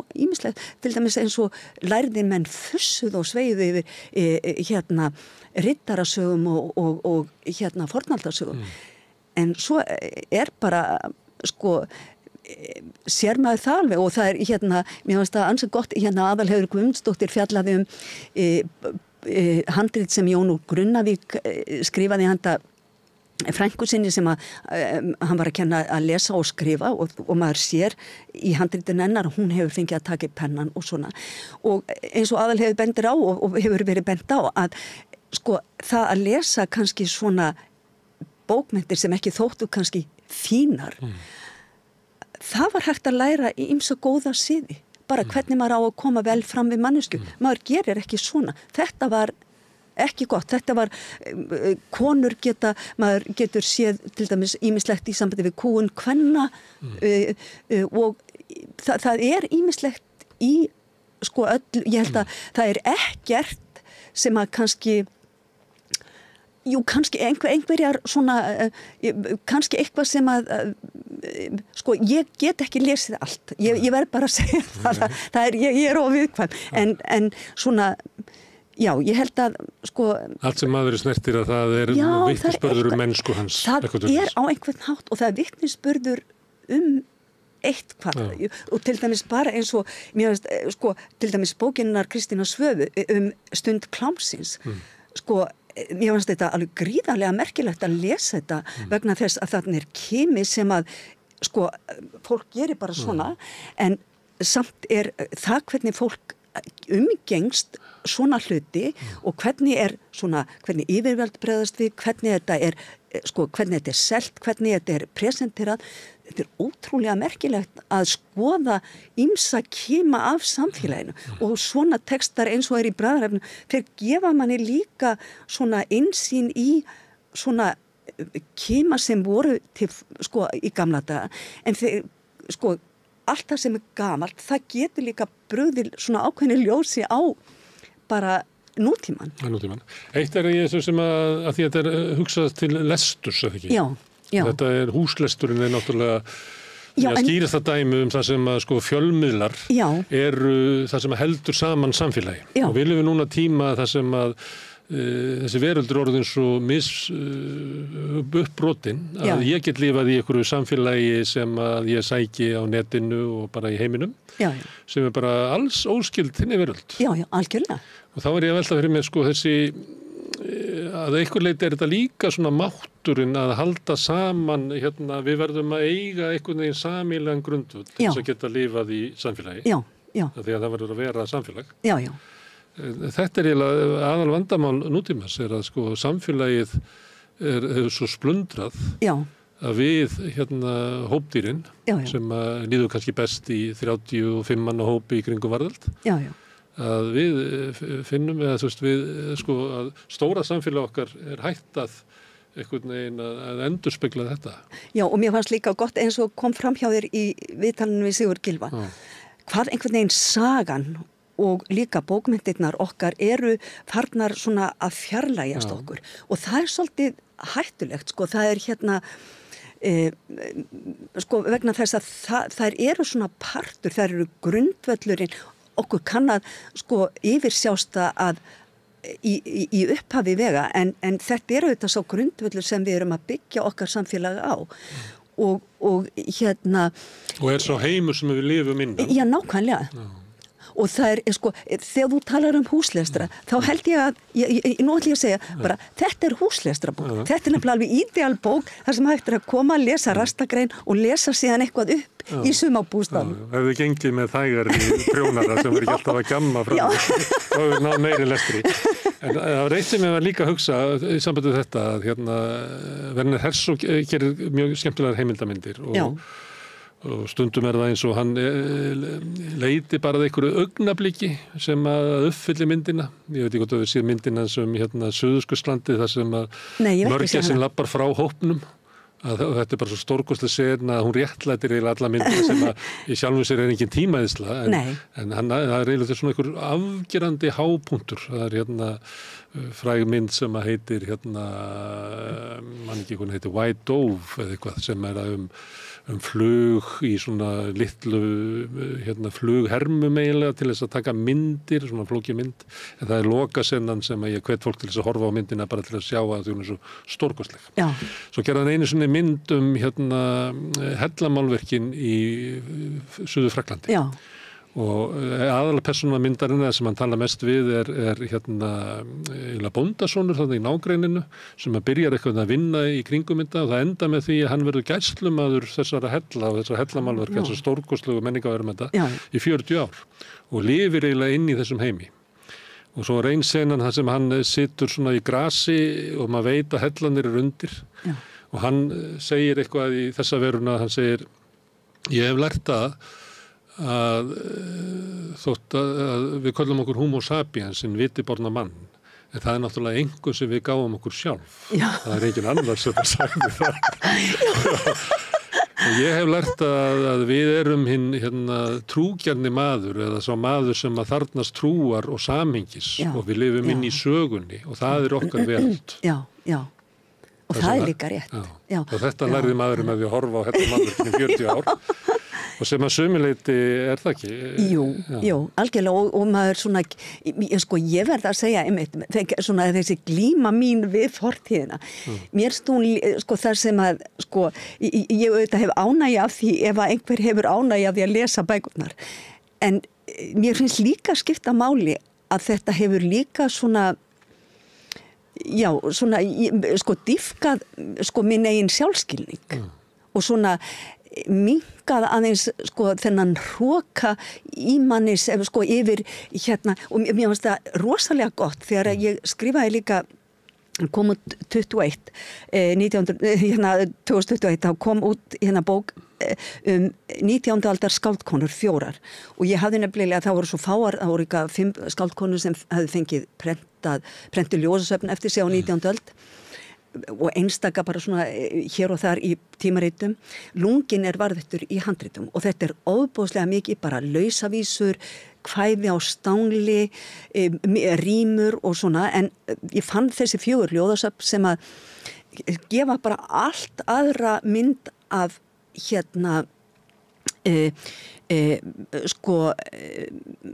bara skáld, það bara allt önnur skáldmynd heldur en ef þú ert að dæla út lausavísum eða rímum.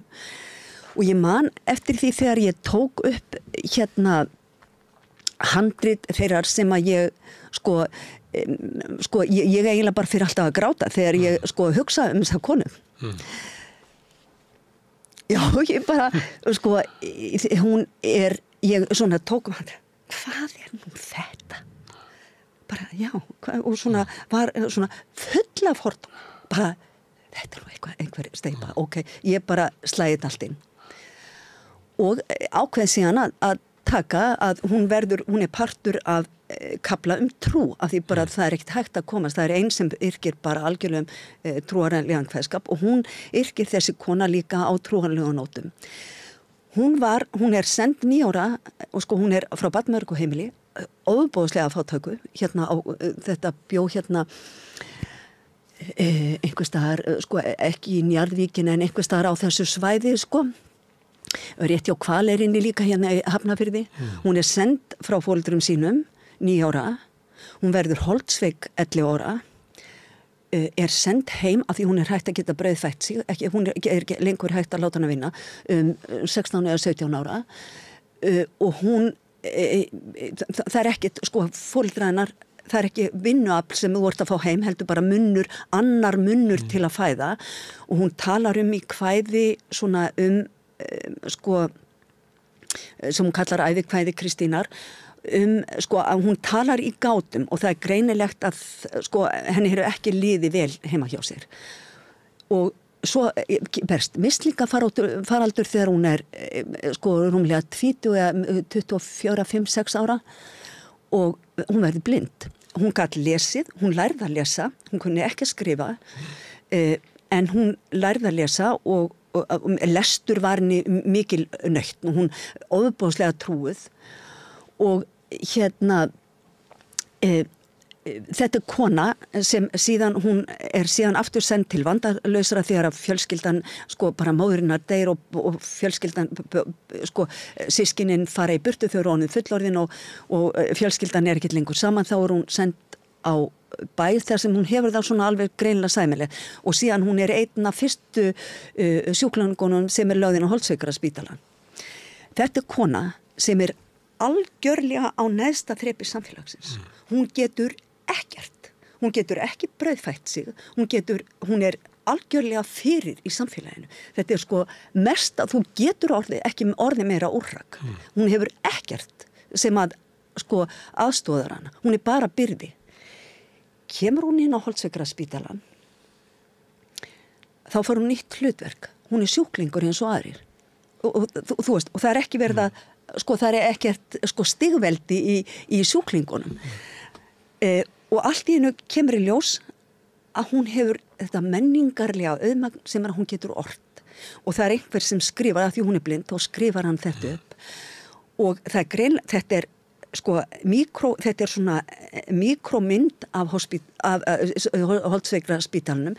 Hún byrjar á spítalakvæði og svo þetta bænir sem að hún að láta, yrkja fyrir aðra, hún yrkir erfikvæði, hún yrkir kvæði þar sem að fólk getur bara tekið og skrifað bara nýjan titil og skrifað upp og það getur verið að skrifað heim, og hún yrkir þetta þannig að það getur hver sem í raun sett. Og þetta svo ofboðslega mikil hugkvæmni í þessu og hún mjög vel hagmælt þessi kona og ég bara hugsaði það fyrir framan mann situr bara kona algjörlega óbuguð á líkama Nei, ekki á líkama, hún gjörsamlega buguð á líkama því hún deyr tveimur árum seinna eftir að hún kemur inn.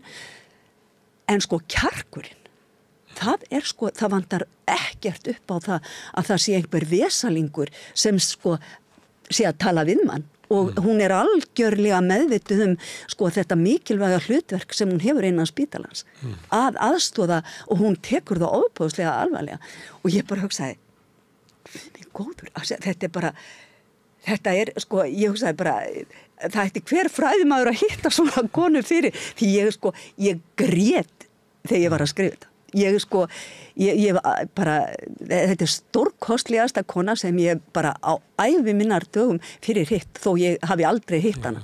En þá bara, hún bara, ég ákvaði að skrifa grein í útlent tímarit, hana og það bara, ég ætla hróður hennar mun fara vonandi víðar.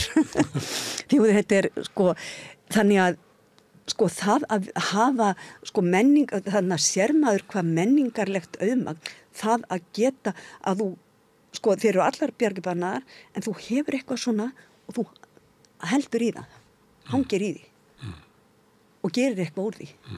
Herðu Guðrún, takk fyrir að koma hingað að Rauðaborðinu og taka söguna með þér.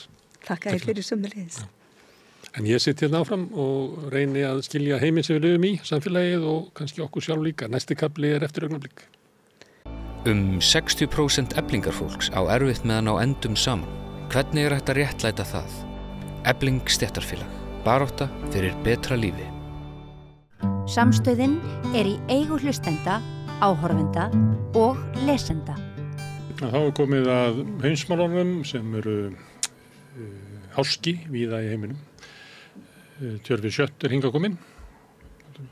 Síðast vorum við að tala Úkraínu, en nú myndi ég vilja draga þig að Gaza og svona við færum kannski yfir það aðeins hver staðan í þessum átökum og svo hvað áhrif þetta hefur haft á pólitíkina og kannski líka hvað líkur á því að átökin breiðist út. Ef við getur hjálpað með til þess að átta mig á svona hver staðan núna í þessu þjóðarmorði sem viðvarandi á Gaza?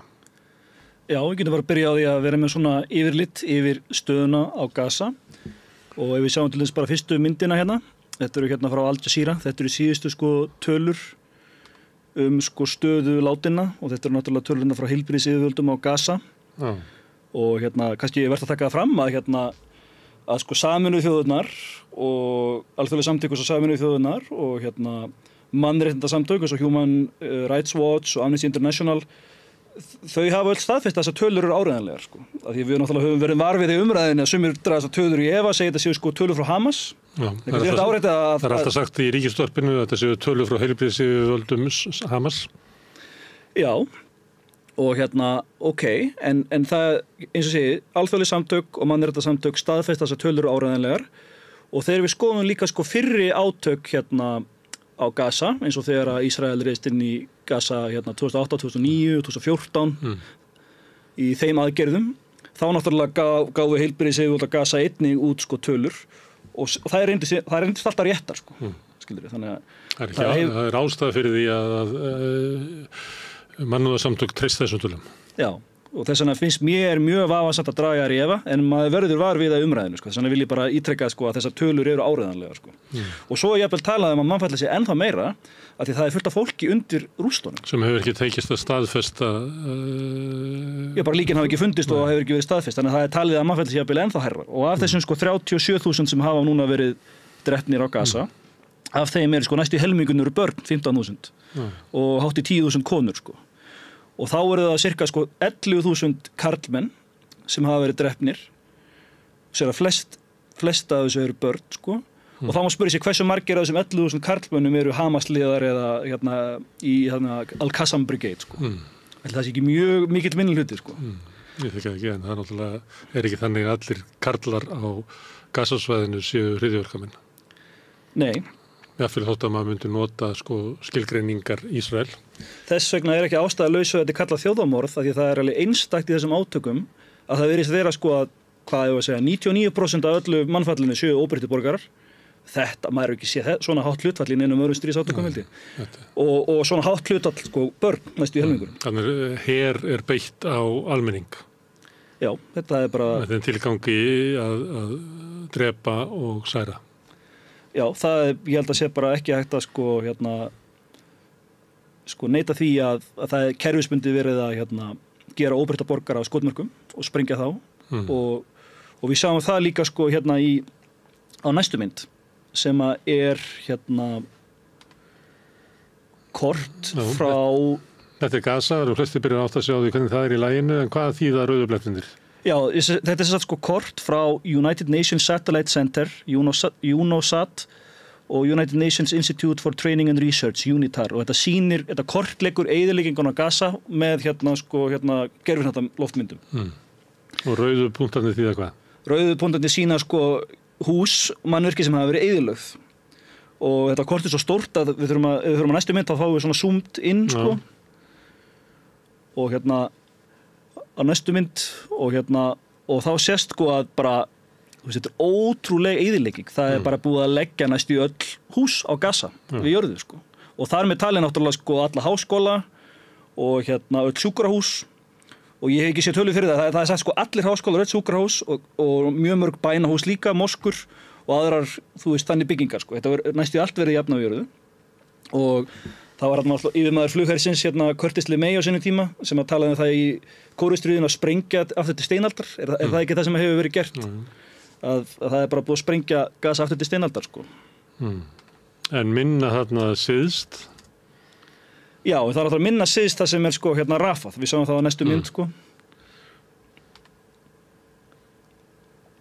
og þar er minna, og þess vegna hefur náttúrulega verið í umræðinu upp á síðkasti, allir íbúafjöldi Gaza er yfir 2 milljónir manns, og núna eru þeir næstu nánast allir íbúarnir orðnir flóttamenn innan Gaza, og fóru þarna í suðurhlutan, mest í Rafah, og þar voru þeir flóttamannabúðir, og þess vegna hefur nýlega Ísraelsher verið að ráðast inn í Rafah, og það er orðið næstu í mánuði síðar, en það var þarna þegar þeir gerðu loftárás á tjaldbúðir flóttamanna þarna í Rafah, það var 27. maí, og þá drápuðu 50 manns, og það virðist að hafa sprengt í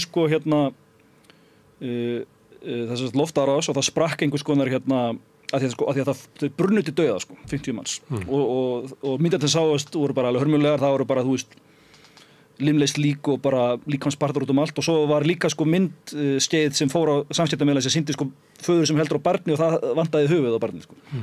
Þetta var þessi loftárás í Rafah 27. maí. Þegar verið að tala flóttamannabúðir inni á Gaza, þá það annars vegar flóttamannabúðir sem hafa verið þarna bara mjög lengi, og kannski gestkomandi gæti ekki alveg greint frá bara annarri byggð. En síðan það náttúrulega líka fólk sem hefur verið að flýja að norðan, því það voru skipanir ísraelska hersins að fólk ætti að fara suður, sem hefur þjappast þarna saman í Rafah. Þannig að það svona ýmislegt sem er í kringum þetta, hvað eru flóttamannabúðir, en í þessu tilfelli voru þetta bara fólk sem bjó í tjöldum, og það voru ekki varanleg búseta. Nei, þetta voru ekki árás á mannvirki, þetta voru tjaldbúðir, og þess vegna þykir þetta að vera svona vafasamt að gera árás á tjaldbúðir flóttamanna. Og ég man að þetta er alltaf orðin tæplu mánuð síðan þetta gerist, en við erum náttúrulega bara að fara í gegnum helstu fréttir síðustu vikna og þennan mánuðinn, að þegar að fjalla þetta RÚV, þá sýndu þeir fréttatilkynningu frá Ísraelsher, þar sem talsmaður Ísraelsher segir að þessi árás hafi verið nauðsynleg til þess að drepa 2 Hamasliða. Sem hafi verið að notað saklausa borgara sem skjöld til að fela sig, eins og Ísraelsmenn hafa verið að halda fram. Eins og þeir segja alltaf, En ég meina, þetta er náttúrulega mjög furðuleg réttlæting, til þess að drepa 2 Hamasliða, þá þurfum við að varpa sprengju á tjaldbúðir flóttamanna og drepa 50 mest konur og börn. Þetta er skilgreint sem stríðsglæpur. Ég er ekki nefnum af með það, en ég meina RÚV sýnir þetta, skilurðu? Og réttlætir þetta. Já, ég meina þeir sína talsmann Ísraels er réttlætt. Hann mætir yfirleitt, annarkvort er þetta Netanyahu sjálfur, eða þá talsmaður Ísraels sem mætir eiginlega í öllum kvöldfréttatímum ríkisútvarpsins og réttlætir grimmdarverk dagsins. Já, þannig er þetta. alltaf réttlætt sko að þetta sé sjálfsvörn að varpa sprengjum á konur og börn og að það sé nauðsynlegt að drepa einhverja Hamasliða, hryðjuverkamenn og til þess að drepa þá þurfum við að drepa sko fleiri hundruð konur og börn fyrir hvern einasta af þeim sko. Og þetta gengur svolítið að maður segir að RÚV ætti nú kannski að taka bara línuna úr svona fyrirbrigðum eins og Sameinuðu þjóðunum eða Alþjóðadómstólnum og öðru slíku, að þá það sem verið að lýsa þarna og talsmenn Ísraels að réttlæta, það sem að alþjóðastofnanir skilgreina sem stríðsglæpi og þjóðarmorð. Já, það náttúrulega þessi rannsókn sem núna í gangi hjá Alþjóðadómstólnum. Það sé mikla líkur á því að þarna sé þjóðarmorð að ræða.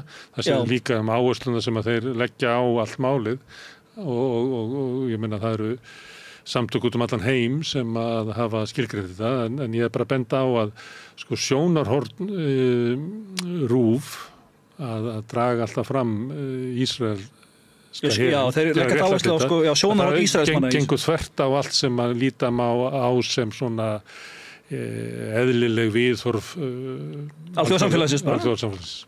Já, ég tek undir það sko. Og svo náttúrulega sko greiðlega mannúðarkrísa í gangi sko á Gaza og núna var að koma út skýrsla hjá World Health Organization sem talar að það sé bara, hvað maður að kalla, þú veist, börn að sveltidauða. Það eru sko það eru, skal ég segja, samkvæmt skýrslu, þetta er skýrsla UNICEF, 3000 börn eru sko í hættu að deyja úr hungri og þá nýlega greint frá því sko að allavega ein stúlka 8 ára hafi dáið úr hungri og dáið næringarskorti, hún nafngreind Hanan Al-Sanin og þetta er sko í skýrslu UNICEF eða World Health Organization, þetta er bæði sko en svo það sem að heilbrigðisyfirvöld Gaza segja, sem alltaf sagt að það er Hamas þeir tala sko að 27 börn hafi dáið úr hungri sko bara núna á síðustu dögum sko en þeir fyrir ekki, 27 hafi dáið úr hungri frá upphæfi sko en svo það virðist vera að færast í aukana á ég við núna sko. Já, fólk lokað þarna inni og það verið að stoppa sendingar á mat þó einhverjar komist í gegn.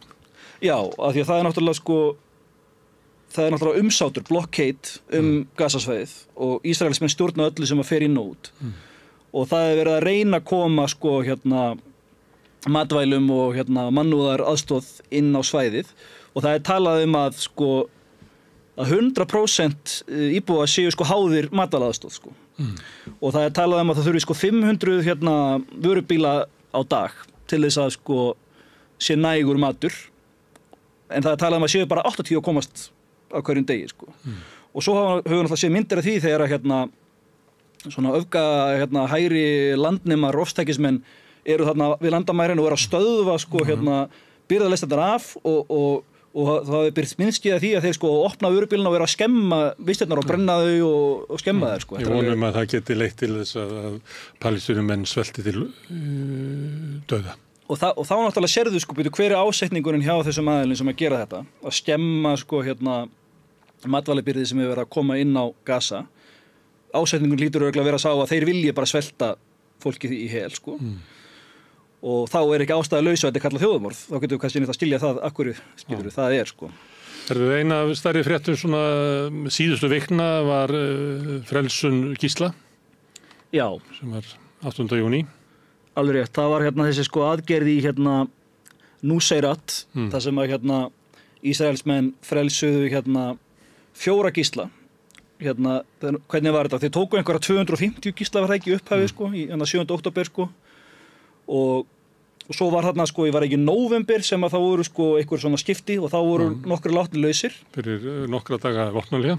Já, en svo hefur lítið gerst síðan þá, nema bara springjuregnið hefur haldið fram að rigna yfir Gaza og Ísraelsmenn þeir hafa drepið talsvert fleiri gísla í eigin loftárásum heldur en þeir hafa frelsað sko. En núna voru þeir allavega að frelsa þessa 4. En það betur alltaf til þess að þeir hafa sko drepið fleiri gísla og ég veit að þessi gísla sem voru frelsaðir, þeir sögðu það sjálfir að við þekkjum gísla sem að dóu í loftárásum sko, meðan við vorum í haldi og við getum séð næstu mynd af þessari aðgerð sko. Þarna er þetta Nuseirat refugee camp, þar sem að Ísraelskar sérsveitir sko gerðu þessa svokölluðu björgunaraðgerð. En svo var bent á að þetta var í rauninni sko ekki bara hostage rescue operation, þetta var líka massacre af því að í þessari aðgerð sem björguðu sko 4 gíslum þá drápuðu þeir 276 manns og særðu 700. í leiðinni. Voru það allt Hamas-liðar? Það er náttúrulega ekki hægt að halda fram með þess að það allt verið Hamas-liðar, en eins og við heyrum, sko, réttlætingar alltaf þær að það er þess virði að drepa 100 fyrir einn Hamas-liða, skilur við. Þess virði að drepa 276 manns þess að bjarga 100 gíslum, sko. Það er náttúrulega ef að þú skilgrinir það að þeir sem að deyja, óbreytti borgarar í árásunum, séu að Hamas-liðar hafi stillt upp í skotlínuna til þess að verja sig sem skildi, að þá er náttúrulega öll morð á óbreyttum borgurum Hamas að kenna. Já, það er kenningi með því að halda fram sko, þetta er sko skýringin sem að Ísraels er sjálfur notar að vísa til. Og þetta Human Shield dæmi, sko. En þetta hefur verið gagnrýnt, ég meina Amnesty International, þetta var ekki búin að undirbúa það núna, en ég veit að þeir gáfu út skýrslu, sko, áður en þetta núna, sko, nýjasta ferlið með 7. október hófst. Þetta var líka mönslu, 2014 og 2009 þegar að Ísraelsmenn gjörðu árásir á Gaza á þeim tíma, sko. Þá var þetta líka sama réttlæting, sko, Human Shield dæmið, sko. Og Amnesty International var með úttekt á þessu og þeir hafa gagnrýnt þetta, sko. Þannig að mannréttarsamtök þau segja, sko, að þetta er ekki rétt það sem þau segja, sko. Að þessu vísandi skiluru að hlífa sig á bakvið óbreytta borgara og við vitum það núna að Hamas, þeir eru með, sko, gríðalegt tunnel network, þeir eru búin að byggja gríðarlega mikið af göngum og þeir eru alveg djúpt ofan í jörðinni og þar eru þeir með gíslana, sko. Þannig að hvernig getur fengið það út að þessu að nota óbreytta borgara sem, sko, skildi, að því að þeir eru niður í göngunum en þeir eru upp í yfirborðinu. Hversin er verið að varpa sprengjum á yfirborðinu? Þú veist að Hamas-liðarnir, þeir eru allir niður í jörðinni. Sprengjurnar ná ekki til þeirra, skilur. Þannig að, eins og ég, þetta hefur alltaf verið verulega gagnrýnt, sko, þessar réttlætingar með Human Shields og það allt, sko. En þetta er, Biden er í vanda út af þessu máli, það er að grafast undan fylgi hans út af stöðunu í Gaza. Og hann hefur mikla hagsmuni af því að koma á einhvers svona vopnahléi fyrir þannig að það verði kosið til forseti í Bandaríkjunum á þess að hann hafi þetta hangandi yfir höfðinu. Og hann kom með vopnahlés-tillögu sem að svona til að byrja með var maður vissi ekki alveg hvort þetta var kemur frá honum eða hvort það kemur frá Ísrael. Hvað? Já, hann tilkynnti, sko, það var 31. maí sem að Biden lagði fram sitt svokallað, sko, vopnahléstilboð, ceasefire plan, og það er í, sko, 3 phases og hann ítrekkaði það, sko, þegar hann lagði það fram að þetta væri, sko, komið frá, að þessi áætlun sem hann lagði fram væri komið frá Ísrael og þetta var ekki hans áætlun, sko, þetta var komið frá Ísrael og svo hefur það líka verið, sko, ítrekkað af talsmanni Hvíta hússins og mér minni líka, sko, Anthony Blinken, sem er utanríkisráðherra og Jake Sullivan, sem er þjóðaröryggisráðgjafi, mann rétt, sko, að þeir hafa líka ítrekkað þetta að þetta sé, sko, að þetta friðarplan sé komið frá Ísrael. En það verður að tala sem er furðulegt að því að Ísraelismenn höfnuðu því strax og virtust heldur ekkert kannast við það eftir að Biden lagði það fram. Þannig að hvernig geta það sagt að þetta hafi verið, sko, friðarplan Ísrael, sko, þegar að Netanyahu hafnar því og síðan hótuðu meðlimir í hans ríkisstjórn að segja af sér ef að þeir skildu, sko, fylgja þess eftir. Ef verði fallist á vopnahlið, þá myndu þeir segja af sér. Já. Þannig að... En svör Hamas hafa verið hver? Að þau séu til að skoða þetta, íhuga þetta, vinna með þetta? Sko, þeir deildum þetta, það felst í því, sko, hvernig þessu skiptu upp, sko. Að því það talaði með, sko, í fyrsta fasanum, þá verið, sko, tímabundið vopnahlið og Ísraelismenn drægi sér tilbaka bara frá, sko, byggðum svæðum á Gaza og svo verið sami síðar varaldvopnahlið. Og ef ég skildi rétt á, sko, þá Hamas, þeir sætta sig ekki við það, þeir vilja frekar að sé, sko, þá varaldvopnahlið strax, sko. Þannig að þeir, sko, setja út á það hvernig þessu stilt upp, sko. Og svo núna alltaf verið, sko, að kenna Hamasum að þetta sé allt þeim að kenna þeir hafa hafnað tilboðinu, en ég meina það er enga vísbendingur um að Ísraelismenn hafi viljað fylgja þessu vopnahléstilboði eftir, sko. Ein kenningi sem var sett hann að Ísraelsmenn hefðu samþykkt að þetta tillaga yrði lögð fram vegna þess að þeir varu vissir að Hamas myndi hafninni, þess að það væri það ókeypis fyrir þá pólitískt að samþykkja það. Ekki samkvæmt nýlegri grein Seymour Hersh, það sem að hann fjallar þetta mál og það er næsta mynd, sko, þá getum við séð grein Seymour Hersh, að því að í henni segir hann og Seymour Hersh segist þið vera með, sko, heimildamenn innan Hvíta hússins, sko, hann með alltaf svona nafnlausa heimildamenn sko, well-informed American official segir hann sko. Og og það sem að Seymour Hersh segir, og hann hefur heyrt frá þessum insider í Hvíta húsinu, að sko, já, að Netanyahu og ríkisstjórnin Ísrael kannaðist ekkert við þetta þegar þeir lögðu þetta fram sko, þegar Biden lagði þetta fram. Þetta hefur Seymour Hersh eftir sínum nafnlausa heimildamanni. Svo segir hann jafnframt að sko CIA hafa verið sko að taka þátt í sko samningaviðræðum hingað til sko, þú veist, á milli sko Ísrael og Hamasliða. Og eins og hafa verið í gangi. Já, og hann segist vera með heimildamann í þessu CIA tím sem hefur tekið þátt í samningaviðræðunum, og hann segir sko að þeir heyrðu ekki þetta friðartilboð Bidens nema fyrir að þeir lásu það í heyrðum það sko frá ríkisstjórninni í Katar. Sko, þessir meðlimir sko í samningateiminu CIA sko. Þetta segir allavega Seymour Hersh og segist hafa eftir sínum heimildamönnum sko. Þannig að sko hann gefur það sérklega í skyn að þetta hafi ekki komið frá Ísraelismönnum, og það hafi ekki eins og allir látið vita þessu sko, þegar Biden lagði þetta fram sko. Og hvers vegna það þannig, ef það rétt? Og það vegna þess að sko að þetta mál svo erfitt fyrir Biden pólitískt sko, að hann vil endilega sko fá vopnahlé og binda enda átökin, af því að hans fylgi að hrynja. Hann þarf að leggja fram tillögu sem líklegt að verði samþykkt og leiði til vopnahlés. Þannig að hann græðir ekki á því að leggja fram tillögu sem leiðir ekki til vopnahlés. Nei, hann er bara að reyna að gera eitthvað, skilur. Af því að, þú veist, af því að hann getur ekki einhvern veginn, hann virðist ekki geta stöðvað átökin. Hann hefur ekki pólitíska vilja til þess að sko beita sér til þess að raunverulega stöðva átökin, en hann þarf að gera eitthvað til þess að sko líta betur út, skilur. Fyrir kjósendur demókrata sem eru sko mjög gagnrýnir á demókrata núna út af stuðningi þeirra við Ísrael sko. En á sama tíma eru sko náttúrulega Ísrael lobby og stuðningsmenn Ísraels og svona hægri sinnaðir og svona harðlinumenn bæði í demókrataflokknum og líka á Bandaríkjaþingi. Þeir gagnrýna Biden stjórnan alveg harðlega sko frá hægri fyrir að styðja ekki nóg og fyrir að senda ekki nóg vopnum og allt það sko til Ísrael sko. Þannig að hann er fastur í miðjunni, skilur, hann er í mjög erfiðri stöðu, og þess vegna gerir hann eitthvað svona sko, sem leiðir ekki til neins, en er einhvers konar tilraun til þess að, þú veist. Já, en Bandaríkjamenn, þeir féllust á að það kæmi í gegnum öryggisráð Sameinuðu þjóðanna krafa vopnahlé. Sú samþykkt hefur ekkert gildi. Ísraelsmenn taka ekki tillit til hennar. Það virðist ekki vera. Nei.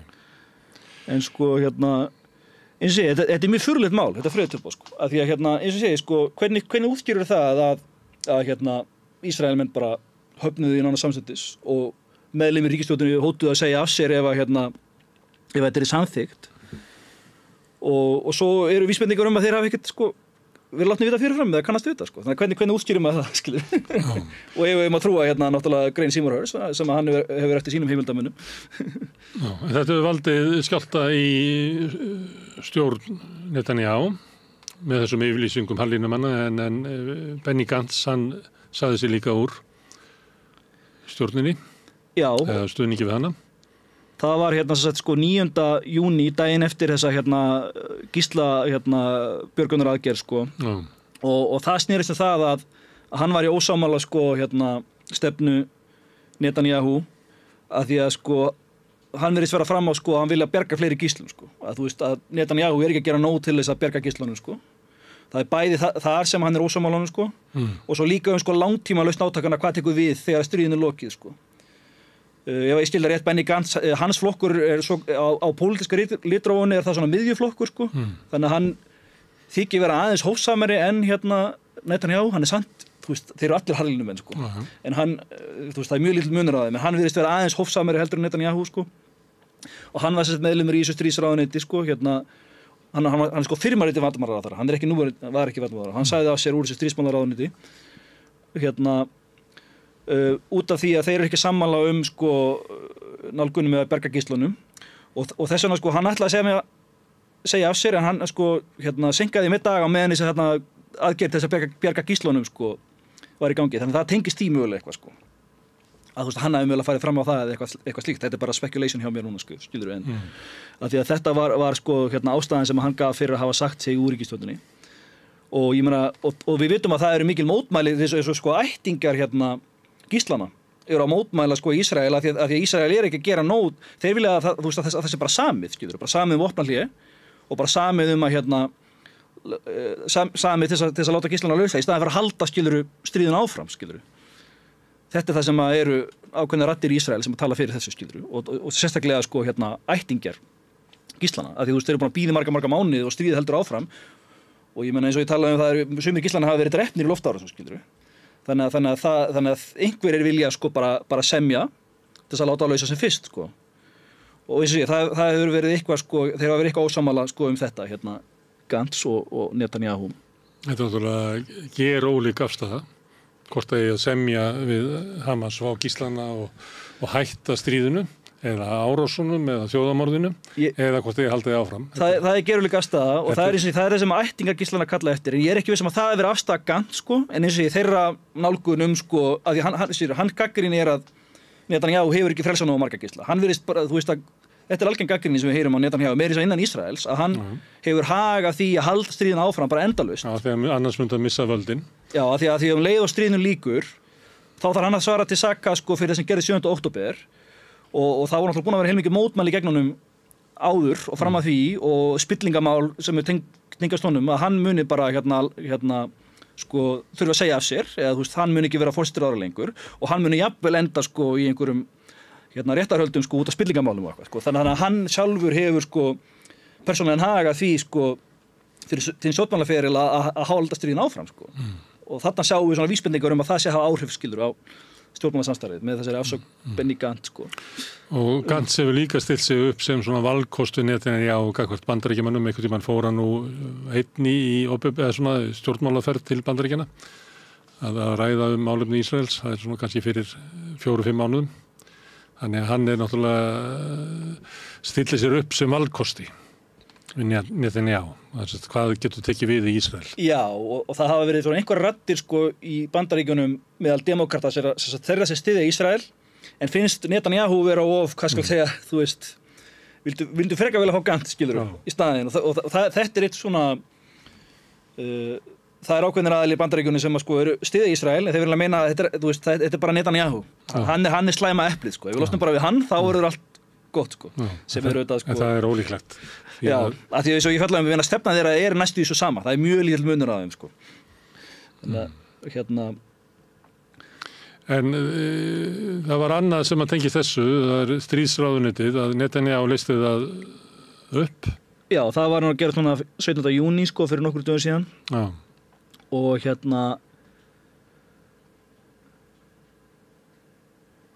Hvað var það? Er það eitthvað pólitískur leikur, eða?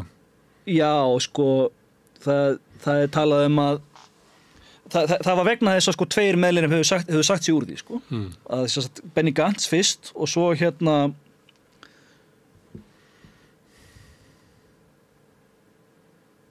svo annar sem að sagði sig úr stríðsmálaráðuneytinu. Ég er með þetta á mér, ég bara... Hann heitir Gadi Eisenkot, ekki? Já, alveg rétt. Að þeir sögðu sig úr því og þá tók Netanyahu þá ákvörðun að leysa það upp til mögulegt þess að koma í veg fyrir að sko þessir ultrahægri menn sko taki sæti í staðinn sko. Af því að hann virðist heldur ekki vera að sammála þeim á einhvern hátt sko. Og þá er talað að þetta hafi verið einhvers konar power grab hjá Netanyahu sko, að leysa upp þetta stríðsmálaráðuneyti sko og koma í veg fyrir að þeir myndu koma inn í staðinn, þessir sem eru lengst til hægri sko, þessir svona já. En það er fyrir aðeins út í það hvernig þessi átök geta sko breiðst út. Að það eru nokkra persónur og leikendur sem eru í þessu. Meðal annars eru hútarnir í Jemen sem að styðja Hamas og hafa verið á þessu sama tíma að gera árásir á skipaflutninga Rauðahafið sem fara í Súezskurðinn. Sem fer inn í Súezskurðinn. Sem að hefur, getur haft mikil áhrif á bara efnahagslega stöðu Evrópu, því að þetta eru skipaflutningar frá Kína eða Asíu til Evrópu sem fara þarna í gegn. Og hefur haft mikil áhrif? Hefur haft mikil áhrif, það sem að skipið þurfa að sigla suður fyrir Góðrávin og Höfða sem að eykur náttúrulega mikil kostnað og verður truflun í aðfangakeðjum, svo kallum. Já. Þeir söktu skipi núna í gær, eða ekki? Já, þeir höfðu sökt einu skipi áður og þeir hafa gert árás fyrir á 60 skip, sko. Og einu þeirra var bara sökt og hinn hafa þá orðið fyrir einhverju skaða, sko. Og núna í gær voru þeir að sökkva öðru skipi sem að AP News greinir frá. Og það var grískt flutningaskip sem að heitir Tudor og bandaríska sjóhernum tókst að brottflytja áhöfnina en einn áhöfnarmeðlimur lést í árásinni, sko. Og svo hefur það verið umdeilt en það voru fréttir af því, Hútar sögðu sjálfur að það að því að Bandaríkjamenn þeir eru náttúrulega með flota viðveru, til þess að standa vörð alþjóðlega skipaflutninga á Rauðahafi og þeir eru með Carrier Task Force Group, þeir eru með flugmóðskipið Eisenhower á Rauðahafi og Hútar héldu því fram og þetta voru fréttir frá miðlunum sem eru liðhóllir Hútum og svo framvegis að þeir hefðu hæft Eisenhower flugmóðskipið með eldflög en svo náttúrulega neita Bandaríkjamenn með því þannig að við vitum ekki hvort það er rétt en þetta er allavega það sem að fréttina sem við höfum heyrt að þeir státa sig að því að hafa hæft Eisenhower flugmóðskipið með eldflög en við höfum ekki getað staðfest hvort að það er rétt og svo er þessu næsta skipi sökt í gær Og þetta hefur raunverulega áhrif á stöðuna í Evrópu eða efnahagsstöðu í Evrópu og er ekki góða fréttir en þetta hefur engin sérstök áhrif á Ísrael. Þetta dregur ekkert úr stuðningi evrópskra stjórnmála manna eða stjórnvaldi í Evrópu. Þetta hefur engin sérstök áhrif á rekstur árása Ísraels á Gaza. Þetta eru frekar svona skjálfti efnahagskerfi heimsins, kannski einhver svona heimspólitísk áhrif, en þetta hefur ekki raunverulega áhrif á stöðuna inn í Ísrael. Nei, ég held að segja alveg rétt að þetta hefur ekki bein áhrif á stuðning Vesturlanda við Ísrael eða á, að Ísraelar muni þá, varpa fleiri sprengjum eða láta af sínum árásum á Gaza, en þetta er náttúrulega svona, þeir lýsa þessu þannig Hútar sjálfur að þetta sé gert í stuðnings Gaza og þeir hafa skilur lofað að halda þessu áfram þangað til að veru leystur átökunum saman með vopnahlé skilur. Þannig að meðan að Ísrael er að ráðast á Gaza og þeir eru náttúrulega að drepa fólk á hverjum minnsta degi, það eru sprengjuárásir og árásir á hverjum minnsta degi og hugmyndin er svo hjá þeim að meðan það heldur áfram þá halda þær áfram sem árásum á alþjóðlega skipaflutninga og það er ónýtilegt að það hefur haft gríðarleg áhrif á alþjóðlega viðskipti að því að þeir hafa þurft að beina fullt af skipum frá Súezskurðinum og hefur haft reynt þess að auka kostnað og svo líka má spyrja sig sumir benda á að Bandaríkin eru þarna með flugmóðskip, Carrier Task Force hvers vegna geta þeir ekki komið veg fyrir þetta þá vilja mér menna að þetta sé einhverjum dæmi bara vanmátt Bandaríkjanna og Ísrael að þeir geti ekki stöða þetta af við erum máttlausir til þess að stöða þetta af Það er ekki allt fengið með tæknivæddari hervopnum og það eru mörg dæmi það Bandaríkjamenn röktust út úr Afganistan og það eru mörg dæmi það að einmitt að svona trú vesturveldana á tæknilega getu sína að það rætist ekki alltaf með sigrum á einhverjum vígvöllum. En Hútar meta sér svo að það sem er að gerast á Gaza sé árásir vesturveldana á Araba.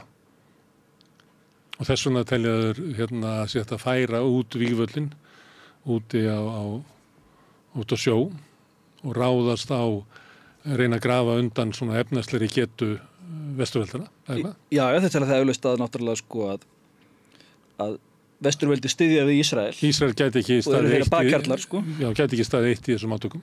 Nei, þau geta það vissulega ekki, Ísrael geta það vissulega ekki, Það er allavega mjög erfitt að sjá fram á hvernig þeir getur gert það ef að Bandaríkin og Vesturlönd myndi ekki styðja þá, og senda þau upp sem þeir nota og svo framvið, Og ef að ekkert, Arabaríki myndi gera það sem Ísrael er að gera á Gaza, að þá myndu Bandaríkin og fleiri grípa þar inn í og stoppa þau hryðjuverk sem þar eru.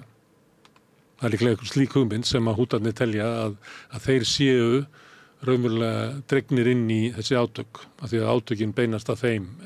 Já, þetta er náttúrulega sko, já, þetta er náttúrulega svona samstæða skiluru, araba og múslima í arabaheiminu skiluru. Og þetta snýst það hjá þeim skiluru. Já, og þeir eru ekki að velja ísraelsk skotmörk, heldur eru að velja skotmörk sem að veikja vesturveldin. Það er náttúrulega algeng hugmynd sko utan Vesturlanda, þótt að við á Vesturlandi sjáum það kannski ekki, en hugmynd utan Vesturlanda í hnattarinn á söðrinu, í þriðja heiminum, er mjög algeng að það er talað því svo rússar tala the collective West, skilur. Það er þessi hugmynd að þetta er bara svona eitthvað eitt batteri, skilur. Bandaríkin og Vestur-Európa og Ísrael er bara einhvers konar útangi, skilur, á anglo-saxneska heimsveldinu, skilur. Þetta er bara mjög algeng hugmynd, sko, í þriðja heiminu, sko. En það er annað, það eru Hezbollah sem eru í Líbanon. Það hafa verið einhverjar svona skota árásir þarna. Já, það hefur verið bara talsvert, sko. Að það náttúrulega hófst, sko, frá því að eftir 7. október og þetta stríð á Gaza hófst, þá til viðbótar við náttúrulega með hútana og gera árásir á skipaflutninga í Rauðahafi, og það var líka verið skærur á norður landamærum Ísrael að Líbanon, og það sem að sko aðal herliðið í Líbanon eru Hezbollah hersveitirnar sko, og þeir hafa verið að skiptast á skotum og hafa verið að skjóta með stórskotaliði sko yfir landamærin, og Ísraelsmenn hafa líka verið að gera sko loftárásir til þess með drónum og hafa verið að svipa að gera á Gaza, reyna að sko drepa skiluru leiðtoga Hezbollah sko.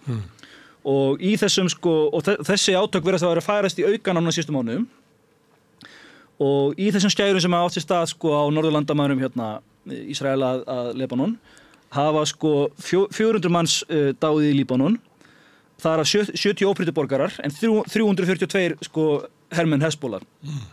Á meðan hafa sko 26 dáið Ísraels megin, 16 hermenn og 10 borgarar. En þeir hafa þurft að brottflytja sko 60.000 mann sem að búa þarna nálægt landamærunum sko frá svæðum sko. Þannig að þetta hefur náttúrulega mikil áhrif sko.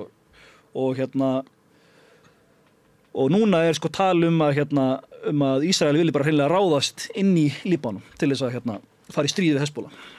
Og hafa þeir svona hernaðlega getu til þess að vera í aðgerðu sínum inn á Gaza en bæta svo við, hvað myndu kalla það, norðurlandamærun?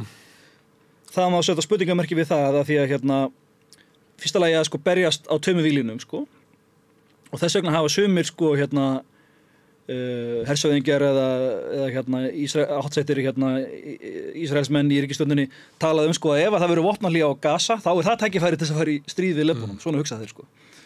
Og þeir náttúrulega sko eru alltaf með sko Íran á heilanum, og vissulega eru náttúrulega Hezbollah eru náttúrulega bandamenn Íran, og margir vilja meina þessu einhvers konar leppur þeirra sko, þeir fá sín vopn frá Hezbollah, og þeir viljast, það er eins og þeir vilja bara fara í stríð í Íran sko, og líta náttúrulega og það tengist því sko að vilja fara í stríði Hezbollah, og þá er náttúrulega spurning hvort að þeir vilja þá draga Bandaríkin inn í stríði sko, af því að þeir fara í stríði Hezbollah þá myndi það kannski draga Íran inn, og þá myndi við draga Bandaríkin í stríði við Íran, skiluru. Það er einhver svona hugmyndir kannski sko. Þessar hugmyndir eru augljósar í Úkraínu, þar sem það eru hagsmunir í úkraínskra stjórnvalda að draga NATO og Bandaríkin inn í stríðið, vegna þess að Úkraína getur ekki eitt staði í stríðinu og upplifir að þessu að tapa því. Á það sama við Ísrael, að Ísraels stjórnvöld lítið á það sem hagsmunir sína að draga Bandaríkin inn í stríðið í Miðausturlöndum. Já, þetta er bara mjög svipað dæmi, að því að þau get ekki sko til dæmis sigrað Íran í stríði sjálf, en þau gætu það ef þau myndu fá Bandaríkin með sér, gætu við verðum reyndar óaugnarlega svo tilhugsun að hugsa hvernig er þið stríð á milli sko Bandaríkjanna, Ísrael og Íran sko. En skilur við, Ísrael gæti það ekki eitt, en kannski með að hjálpa Bandaríkjanna sko. Já, og þá er það einhverjir menn inn í Ísrael sem að meta þessi svo að það sé öryggisógn Ísrael sé Íran, og það verði ekki öryggi í Ísrael fyrir en að Íran verða stjórnarskiptiðar eða Íran hætti að fóðra Hezbollah og Húta og Hamas og eitthvað fleira, þannig að það verður aldrei friður í Ísrael fyrir en að við náum að knésetja Íran. Og þess vegna sé það, þó að það geti leitt til stríð sem að þér finnst vera óógnarlegt að sjá fram á, að þá meta menn í Ísrael að það sé bara svo leið sem að við þurfum að fara. Já, af því að þá myndið fá Bandaríkin til þess að heyja stríði fyrir sig, skilur það er sem að stýsti þess að það er óvitalega þess að Bandaríkin sástu hvernig innrásin þeirra fór í Írak Íran er miklu stærra og öflugra land með miklu öflugri her og með fullt af eldflaugum og þeir getur örugglega lagt Ísrael í rúst þeir með svo mikið eldflaugum og náttúrulega Hezbollah líka það talaði Hezbollah séu með 50-100.000 eldflaugar og það eru miklu stærri og öflugri eldflaugar heldur en Hamas eru með sem eru bara eitthvað rakettur Þetta eru alveg eldflaugar sem þeir hafa fengið frá Íran og Íran eru mjög framalega í hanna eldflaugar ásamt Rússum og hafa náttúrulega verið í samstarfi örugglega hvað það var þar Og dróna sem hafa verið fluttið til Úkraínu. Já, En ef ég að reyna að hugsa sem út frá hvernig menn skilgreina öryggishagsmuni Ísrael þá geti þessi maður sem ég að ímynda mér svara þér og sagt eins og við erum hvað sem undir linnulausum árásum frá Hezbollah og það annarkvort þurfum við að búa við það að eiga von á árásum Hamas eins og voru í október, linnulausum loftárásum frá í Líbanon, frá Hezbollah, sem eru fjármagnaðar og að undirlagi Íran, þannig að þessu linnir ekki fyrr en að okkur tekst að brjóta niður Íran og það getum við ekki gert nema með aðstoð Bandaríkjanna, þannig að við höfum ríka hagsmuni því að draga Bandaríkjamenn inn í þessi átök. Já, þetta náttúrulega stefna og hugsun harðlínumanna að því að þetta ekki raunhæft markmið eins og segir, vonin einhvern veginn að láta Bandaríkin fara í stríð í Íran fyrir sig en ég meina auðvitað raunhæfari lausn bara semjum frið og reyna að sættast við Íran skilur, auðvitað væri það raunhæfari og betri lausn Þeir skilgreina það að það sé engin friður allir friðarsamningar við Hamas og Hezbollah þeir mun ekki halda Þetta bara sama, við getum bara flutt okkur til Eystrasaltslandana. Þar eru menn sem að skilgreina öryggishagsmuni sína svo að það verði aldrei öryggi í okkar löndum fyrir en að Rússland verður svo veikt að það stafi ekki ógna því og eina leiðin til þess að það verði að það að NATO og Bandaríkin drægist inn í Úkraínustríðið og brjóti niður Rússland þannig að það hætti að ógna okkur. Já, þetta eru sjónarmið bara fólk sem í ríkisstjórnum í þessu löndum. Já, Kaja Kallas sem er forsætisráðherra Íslands, hún kallaði nýlega eftir því að Rússland yrði bara sigrað og brotið niður í smærri ríki og á friðarástefnunni í Sviss sem ákveðið friðarástefna, Duda, forseti Póllands, hann talaði þar á svipunótum og þeir tala decolonization of Russia. Þá vil ég meina Rússland sé nýlenduveldi og samanstandi af einhverju 200 þjóðabrotum og það sem eiga við með decolonization þá að brjótað upp skiluru í smærri ríki En ég meina, hvað því, áttar þetta fólk sé ekki á því að Rússland með stærsta kjarnavopnaforða í heiminum? Hvernig ætlar að fara að því að gjörsigra Rússland og brjóta það niður? Ég ekki að segja að þetta sé byrjaði að fallast á rök þessa fólks, en málið það að stríð eru háð vegna ólíks mats á öryggishagsmunum ríkja. Já. Og það öryggishagsmunir harðlínumenn í Ísrael meta öryggishagsmuni Ísraels þannig að líklega það óumflýjanlegt að fara í stríð við Íran. Það getum við ekki en það getum við hugsanlega með því að Bandaríkin taki þátt í. Herðu, það er pæling í tengslu við þetta Við minnir að Noam Chomsky hafi sagt það. Kannski minnast að það minnstu að það nú voru ykkur fréttir að hann hafi látið svo kom það í ljós að það var ekki rétt að konan hans staðfesti að hann En hann nú langt leiddur þannig það getur orðið rétt bara áður en við sendum þáttir út.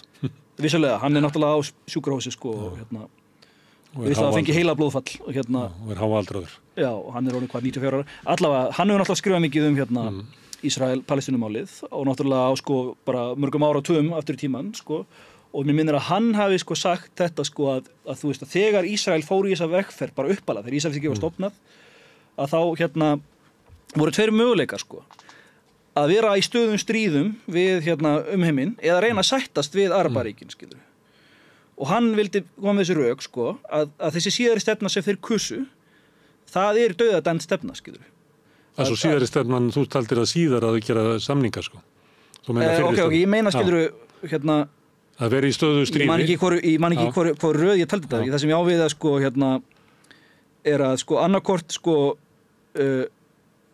sættaði sig við Arabaheiminn og lifa í sátt og samlyndi við nágrannaríkin eða þeir vilja stækka sitt landsvæði, búa til Greater Israel og eins og þeir gerðu í stríðinu 67 og hafa hertekið Vesturbakkan og Gaza og náttúrulega hörtu Sínaskagan tvísvar í Suez-deilunni 56 og líka í stríðinu 67, skilur annarkvort taka þá stefnu eða reyna að sko bara byggja friðsæðið samskipti og sættast við Araparíkin og mér minnar að röksemdafærslan hjá Chomsky hafi verið svo að þeir völdu þessa stefnu, skilur þessa herskáu stefnu og hún dauðadæmd. Hitt, og þetta það sem hann var í Ísrael á sínum tíma, Chomsky, hann gyðingur, hann var þarna á kibbutz í Ísrael sko, og það voru upphaflega, fólk kannski búið að glemma því núna, það voru vinstrisinnaðir menn í Ísrael, þeir voru áhrifamiklar í upphafi sko, þeir voru einhvers konar sósíalistar sko, og jafnvel kommunistar, og það var alltaf hugmyndin þessu kibbutz, þetta er alltaf svona kommunur sko, og þá var hugmyndin að Ísrael yrði eins og sko Júgóslavía, yrði bara svona fjölþjóðlegt ríki, en ekki svona sko ethnostate, svona supremacist apartheid ríki, skilur. Þetta er það sem hann ávið, þú getur annarkvort farið leiðin að vera apartheid ríki sem að vill sko hertaka og leggja undir sig Arabalöndin í kring, skilur, eða þessi svæði sem að náttúrulega palestínumenn búa á, sko. Eða að fara friðsumuleiðina og náttúrulega Chomsky segir að það hefði náttúrulega verið vænlegri kostur, en núna er náttúrulega spurning, er það ekki orðið seint? Þeir eru náttúrulega á þessari vegferð, sko.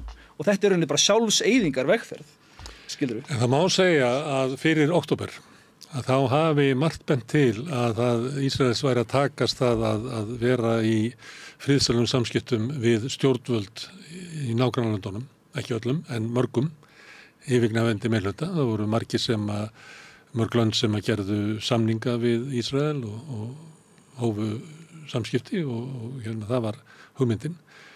Í þeirri von og trausti að stjórnvöld í þessu löndum mundu raunverulega hætta stuðningi við palestínumenn og frelsisbaráttu þeirra. Og það sem að síðan gerist í október þegar að Hamas gerir hérna árás á Ísrael, að þá breytist sko þessi staða, það sem kemur í ljós að stjórnvöld í Araparíkjunum get ekki haldið áfram óbreyttri stefnu vegna stuðnings almennings í þessum löndum við málstað Palestínu. Þannig að mörg stjórnvöld í löndunum í kring voru til í að fórna málstað palestínumanna fyrir friðsamleg samskipti við Ísrael. Sko þetta er rétt sem þú segir og þetta er það sem að Norman Finkelstein hefur meðal svellaðum að þannig að rétt bara fyrir sko 7. október þá er eins og heimurinn hefur bara gleymt palestínumönnunum og Gaza sko að því að Ísraelsmenn voru að sættast við Araparíkin og voru að fara normalisera samskipti við Sádi-Arabíu og öll þessi ríki sko og þá hefur heimurinn bara gleymt Gaza og bara leyft Ísrael hægt og rólega að sko leggja þá undir sig. En sko og það er spurning sko, þetta er svona what if history, hvað hefði gerst ef að 7. október hefði aldrei gerst sko. En það sem að gerðist var að 7. október gerðist og hvað gerðu Ísraelsmenn?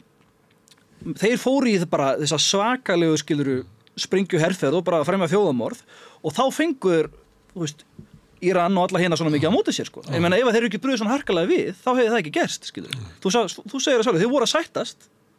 Þannig ef þeir hefði ekki brugðið svona harkalega við, þá hefði þeir kannski bara geta sæst, skiluru. Ef þeir eru ekki farið, það er út af þessu þjóðamorði sem þeir eru að fremja, skiluru, á Gaza, sem að verður til þess að Hezbollah, Hútar með stuðningi í Íran eru að streitast á móti, skiluru. Okay. Þetta er kallað access of resistance í Miðausturlöndunum, skiluru. Ef við erum með hvað ef, þessi hörðu viðbrögð Ísraelsmanna sem hafa vakið ógeð náttúrulega meðal almennings í Arabalöndunum og náttúrulega langt út fyrir það, voru viðbröðin var veik staða Netanyahu heima fyrir hluti af því hversu harkalega var brugðist við? Sko, já, eins og sé, það er náttúrulega sko oft talað um það að þetta sé bara einhvers konar persónulegt politískt projekt hjá Netanyahu, skilur að halda völdum, skilur. Að þess vegna vill að framlíka stríð, það er oft talað um það. Og fara jaft harkalega í það eins og raun hefur orðið á.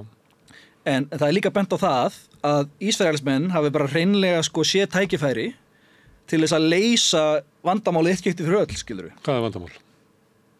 Vandamálið að þetta er apartheid ríki með að því þeir vilja skilur þeir vilja sko endanlega innlima Gaza og Vesturbakkan og skapa Greater Israel, skilur.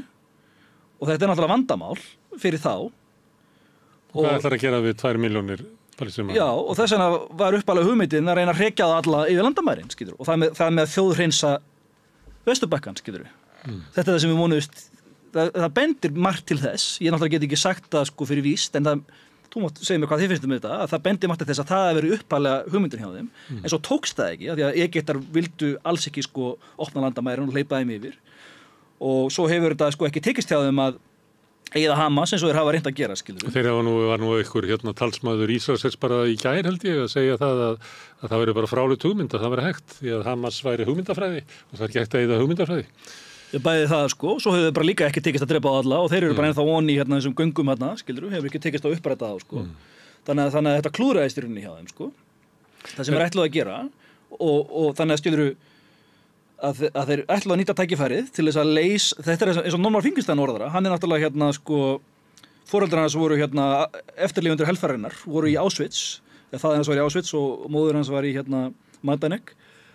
Hann orðaði þetta sem svo að Ísraelsmenn sáu tækifærið til þess að innleiða loka lausnina, skilur á Palestínu vandamálinu. Já, notaði það orð. Norman Finkelstein, ég tekka fram sko að hann hans foreldrar eru eftirlifendur helfararinnar, þannig að hann hefur allavega innistæðu til að segja. Hann má nota þetta. Þetta er það sem hann segir, sko. Okay,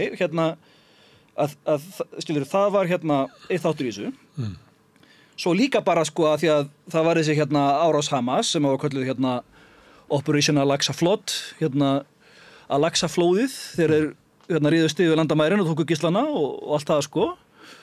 Og að skilur að það var bara svo mikið reiði í ísraelsku samfélagi. Það var alltaf líka svo mikið sko gert úr þessu manstu þarna upphaflega að það var talað sko nauðganir og afhöfðu börn og allt þetta sem að síðan hefur sko verið dregið efa.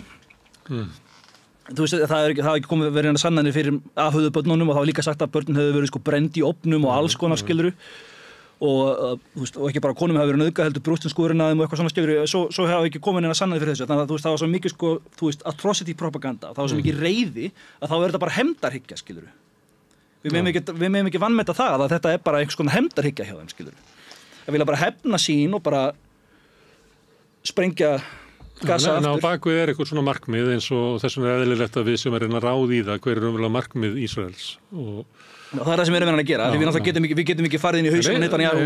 Þetta skiptir máli vegna þess að hér eru við með stjórnvöld sem að þrástafast á því að Ísraels hafi rétt, ekki bara rétt heldur skyldu til þess að verja sig, en vörnin, eins og menn skilgreinana, getur verið að hrekja palestínumenn á hafi út eða yfir landamærin og að yfirtaka Gaza og búa til ríki þar sem að Ísraelsmenn stjórna öllu og palestínumenn hafa engan rétt. Það getur verið sko að í hugum margra í Ísrael að verja sig, getur þýtt það. Hér er alltaf verið að tala þetta, en íslensk stjórnvöld hafa aldrei skilgreint það í hverju felst þetta, í hverju er vörn palestínumannafólkin, Ísraelsmannafólkin og meðal annars hefur nú verið forsætisráðherra sagt að það sé eiginlega eðlilegar árásir á flóttamannabúðir. Já, eins og þetta er svo absúrt sko, að þú veist að það er vörn að varpa sprengju á flóttamannabúðir, skilurðu. Já. Og drepa sko konur og börn í massavís, skilurðu. 99% af öllum mannfallinu, þú veist, þetta er alltaf bara absúrt. Já, þess vegna erum við að tala þetta vegna þess að við erum að reyna að draga það fram hvað felst í þessum orðum. Hvernig Ísraelsmenn líta á þetta, hvernig Bandaríkjamenn líta á þetta því að Íslensk stjórnvöld koma svolítið upp með það að veita svona eitthvað stuðning við aðgerðir Ísraelsmanna með mjög óljósum hætti hvað í því felst en að þeir hafi verið sjálfdæmi það með hvað hætti þeir leita þú sér hefnda eða verja sig eða hvað sem er. Ég held að þessi sambland þessu tvennu sko að eða í rauninni þrennu, það er náttúrulega þetta að Netanyahu vill bara framleggja átökin endalega sko til þess að halda sér sjálfum við völd af því að hann er í vondum málum leið átökin enda. Þannig að þetta er auðvitað þáttur í þessu sko. Hinn þátturinn er það sem að Norman Finkelstein talaði að þeir vild uppalega planið var bara beinleis að þjóðhreinsa Gaza og sáu tækifæri til þess að leysa vandamálið skipti fyrir öll, leysa skilurðu the Palestinian question, eitt skipti fyrir öll, mjög lokalaust. Og svo er þriðja að þetta er bara einhvers konar hefndarhyggja, að þeir eru bara, þú veist, og þetta getur verið allt í senn. Ég er að segja, þetta er allt þetta, ég vil meina að þetta sé allt þetta þrennt samanlagt. Og þá eftir að koma í ljós sko hvaða þráður af þessu mun ná fram að ganga. Já, hvað við þingst, ég get ekki svarað því, skilur. Það er bara saga mun leiða í ljós. Herðu, ég ætla að bæta við einu af því að við höfum svolítið verið að tala Úkraínu líka og samanburð.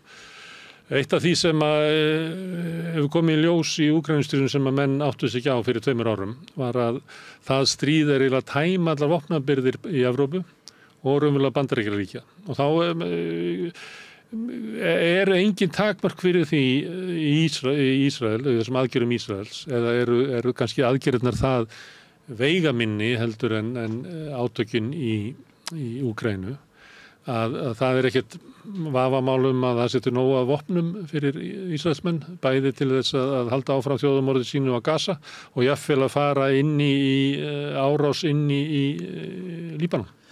Sko, það vafamál að því að Úkraínustríðið svona stórt conventional war, skotgrafa hernaður, það þarf gríða mikið magn af sérstaklega skotað fyrir stórskotalið, af því það skotið bara fleiri þúsund þannig kúlum á dag og það ekki sama það sem að Ísraelsmenn hafa verið að gera Gaza, þó þeir hafi varpað það talið að sé á við 3 Hiroshima kjarnorkusprengjur, öllum sprengjunum sem það var varpað á Gaza og náttúrulega gríðlegt magn, en þeir koma til með að þurfa ennþá meira ef að þeir fara í stríð við Hezbollah. Já, þá þetta náttúrulega her, því að þeir ekki að ráða, þetta ekki stríð á Gaza, þetta bara einn her, og síðan eru bara almenni borgarar og... Já, það kannski rétt að taka það fram að þú veist, fólk áttast ekki að því að Gaza ekki ríki, Hamas liðar og Al-Qassam hersveitendar, þetta ekki her, þetta eru skæruliðar, þetta getur ímyndað á ykkur í seinni heimsstyrjöldinni. Þetta svo borgarskjörur, þetta eins og franska andspyrnurhreyfingin. Já, andspyrnurhreyfingin, partisans á austurvígstöðum, þetta meira þannig, að Ísraelsmennirnir ráði við svæðinu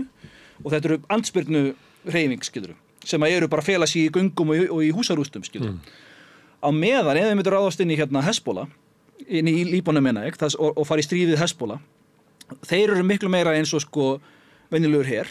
Þetta eru skærulegar hreyfingar, en þeir eru mjög vel vopnum búnir og þeir eru búnir að vera að grafa sig og byggja varnarlínur þarna í á landamærunum að Ísrael og náttúrulega Ísrael réðist inn í Líbanon 2006, þannig að það fordæmi fyrir sig. Þannig að þeir hafa verið að undirbúa sig allan tíma og þá eru þetta miklu meira svona svo Úkraínustríðið. Þetta eru bara skotgrafa hernaður og með miklum varnarlínum og þá þurfa þeir miklu meira magna skotfærum.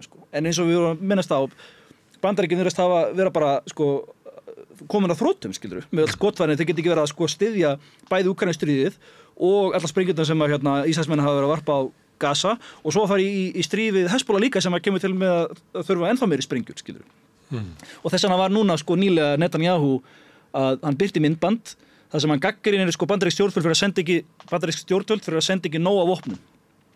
Og við heyrum þetta líka hjá harðlunumönnum í Bandaríkjunum, þingmönnum að Bandaríkjaþingi, að þeir eru stöðugt að gagnrýna bæjarstjórnina fyrir að senda ekki nóg af vopnum.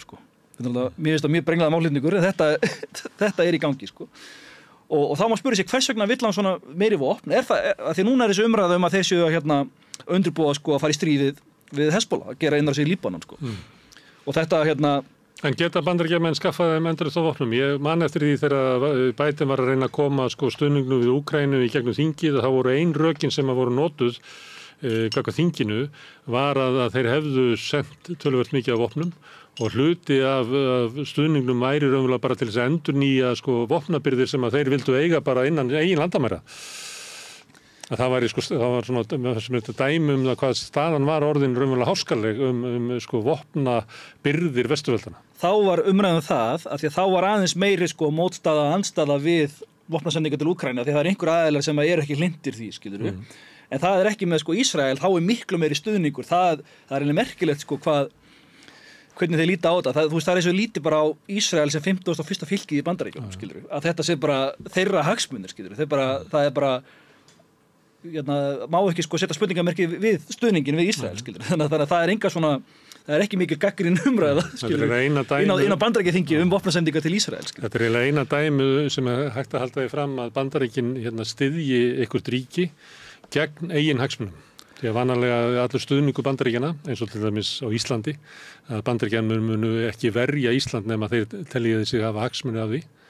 En Ísrael eiginlega eina dæmi þar sem hægt eiginlega að segja að Bandaríkjamenn styðji stjórnvöld þar og megi eiginlega halda því fram að það sé gegn eigin hagsmunum. Já, ég hef verið að hlusta á John Mearsheimer, professor, hann kemur oft í viðtöl nýlega upp á síðkastið og hann hefur einmitt sagt þetta er rökin hans að þessi mikli stuðningur Bandaríkjanna og Ísrael, það ekki, það þjónar ekki hagsmunum Bandaríkjanna. Og hann segir að þetta mjög sérstakt dæmi að Bandaríkin að fara gegn eigin hagsmunum með stuðningi sinni við Ísrael og hann gengur svolítið langt að segja að þetta heldur ekki þjónar heldur ekki hagsmuni Ísraels af því að ég er sammálanur, þú veist, þetta ekki gott plan í þeim, skilur. Eins og ég var að tala þetta svakalega herskáa plan. Þeir eru bara að leiða sjálfa sér til glötunar með þessu. Þegar Messheimr svona realisti, þess vegna ég alltaf að koma með til þín að skilgreina öryggishagsmunina út frá því hvernig fólk í viðkomandi löndum gerir það. Já. Og það, Eystrasaltslöndin geta skilgreint öryggishagsmuni sína með þeim hætti að þú telur það ekki vera til góðs, en það bara skiptir ykkur máli í átökunum. Það skiptir máli hvernig stjórnvöld og öfl í viðkomandi löndum skilgreina öryggishagsmunina. Já, það þarf ekki að vera lógist séð á ofan. Já, þú skilgreina öryggishagsmunina þarna, en svo sérðu þú veist, hver eru afleiðingar, til hvers leiðir það? Og tökum aftur dæmi Eystrasaltsríkjunum. Ef þú segir að það sé alveg, þau talið það nauðsynlegt að sigra Rússland. Ég er ekki að segja það, ég er að segja bara vitnið það sem þau segja sjálf. Ef þeir segja það, skilurðu, stjórnmálamenn, fólkið í Eystrasaltsríkjunum, ég meina, það bara ávísun á allsherjarstríð og jafnvel kjarnorkustyrjöld við Rússland. Og ég myndi segja á móti, nei, ég held að þjónið þínum hagsmunum ekki að fara í allsherjarstríð sem gjör rústa samfélaginu og jafnvel leiða til kjarnorkustyrjölda sem eru grandöllum heiminum, skilurðu. Já. Þú veist, ég kem bara með því rök á móti, þetta er ekki, skilurðu, í hagsmunum neinna, skilurðu. En ástæða fyrir að ég er að stilla þessu svona upp er það að íslensk stjórnvöld, að þau öfugt við það sem að þú myndi gera, væri að fara til Eystrasaltslandana og segja, þetta er ekki mat ykkar á hvernig þið metið öryggishagsmuni ykkar, að það geti kallað yfir tortímingu fyrir ykkur og Evrópu. Við erum með stjórnvöld hér á Íslandi sem að segja að eins og Eystrasaltslöndin skilgreina öryggishagsmuni sína, þannig munum við og skilgreina okkar öryggishagsmuni. Utanríkisráðherrann á Íslandi segir einfallega að eins og Úkraínumenn og Pólverjar og Eystrasaltslöndin skilgreina öryggishagsmuni sína að okkur ber að styðja þau til þess að byggja upp sínar varnir út frá því hvernig þau skilgreina öryggishagsmuni sína. Og eins og ég benti á í öðrum þætti daginn að þetta er sama rökvillan og þegar að Bandaríkjamenn segja að öryggishagsmunir Ísrael séu þeir sömu og þeirra eigin, vegna þess að það er ekki þannig. Öryggishagsmunir Íslands eru ekki þeir sömu og Úkraínu, Eystrasaltsríkjanna, og öryggishagsmunir Bandaríkjanna eru ekki þeir sömu að því að hvað eru þeir að gjalda fyrir stuðning sinn við Ísrael í yfirstandandi þjóðarmorði? Þeir eru þetta að gjalda fyrir að þriðji heimurinn er að snúast alfarið gegn Bandaríkjunum, skilur. Þau vilja fá meirihluta heimsins með sér í lið, skilur. 80% af öllum íbúum heimsins, þú veist, Afríkuríki, Suður-Ameríku, Asíu. En núna eru allir að fjarlægast, skilur, Bandaríkin einmitt út af stuðningi þeirra við þetta, skilur. Þegar það sjá þetta allir, þetta er bara þjóðarmorð í beinni. Og það sjá allir stuðning Bandaríkjanna við þetta. Og það getur ekki þjónað þeirra hagsmunum á heimsvísu. Það á ekki við íslensk stjórnvöld. Hvað sem íslensk stjórnvöld? Nei, það er ekki, íslensk stjórnvöld sjá það ekki. Að átökin í Gaza geti haft þessar afleiðingar. Mér finnst íslensk stjórnvöld bara skilyrðislaust hlýða stjórnvöldum í Bandaríkjunum. Já, þau náttúrulega eru sem að skilyrðislaust hlýða stjórnvöldum í Ísrael.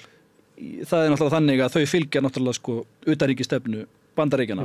Nánast bara í einu öllu eða ekki. Þannig að þau hafa ekki mikla sjálfstæða utanríkisstefnu nema að vera að reyna að fara ennþá lengra jafnvel, skilur. Eins og hafa frumkvæði því að loka sendiráðin í Rússlandi og eitthvað svona, skilur. Þetta í mótmæli í Georgíu og Já, nema að hafa frumkvæði því að fara að ganga ennþá lengra, skilur. Herðu Tjörfi, við skulum slá botnin í þetta núna, en planið okkur er að þú komir hérna reglulega og hafir svona smá yfirlit yfir heimsmálin og kannski fyrst og fremst það sem eru þessi átök og svo skrifar líka fréttir inn á vefinn okkar, hvert fólk til þess að fylgjast með því. En takk fyrir í kvöld.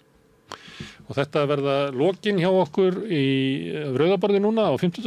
og kannski svona á vikudagskrána okkar. Rauðaborðið á morgun er klukkan 4 á föstudegi, þá förum við yfir fréttir vikunar með góðu fólki. Ég þakka Tjörfa og öllum gestunum sem hefur hingað komið og Birni Þorláks fyrir viðtalið sem hann tók, Pétri og Laufeyju fyrir að taka upp og senda út og ykkur fyrir að hlusta. Minn ykkur á að þið eru galdurinn sem að býr til samstöðina með því að hlusta og breyta þessu samtali okkar í fjölmiðlun. Þið getur líka verið virkir þáttakutum með því að benda vinum og vandamönnum á efni sem að ykkur líkar og til að vera áhugavert. Þannig hefur samstöðin byggst upp á góðri afspurn.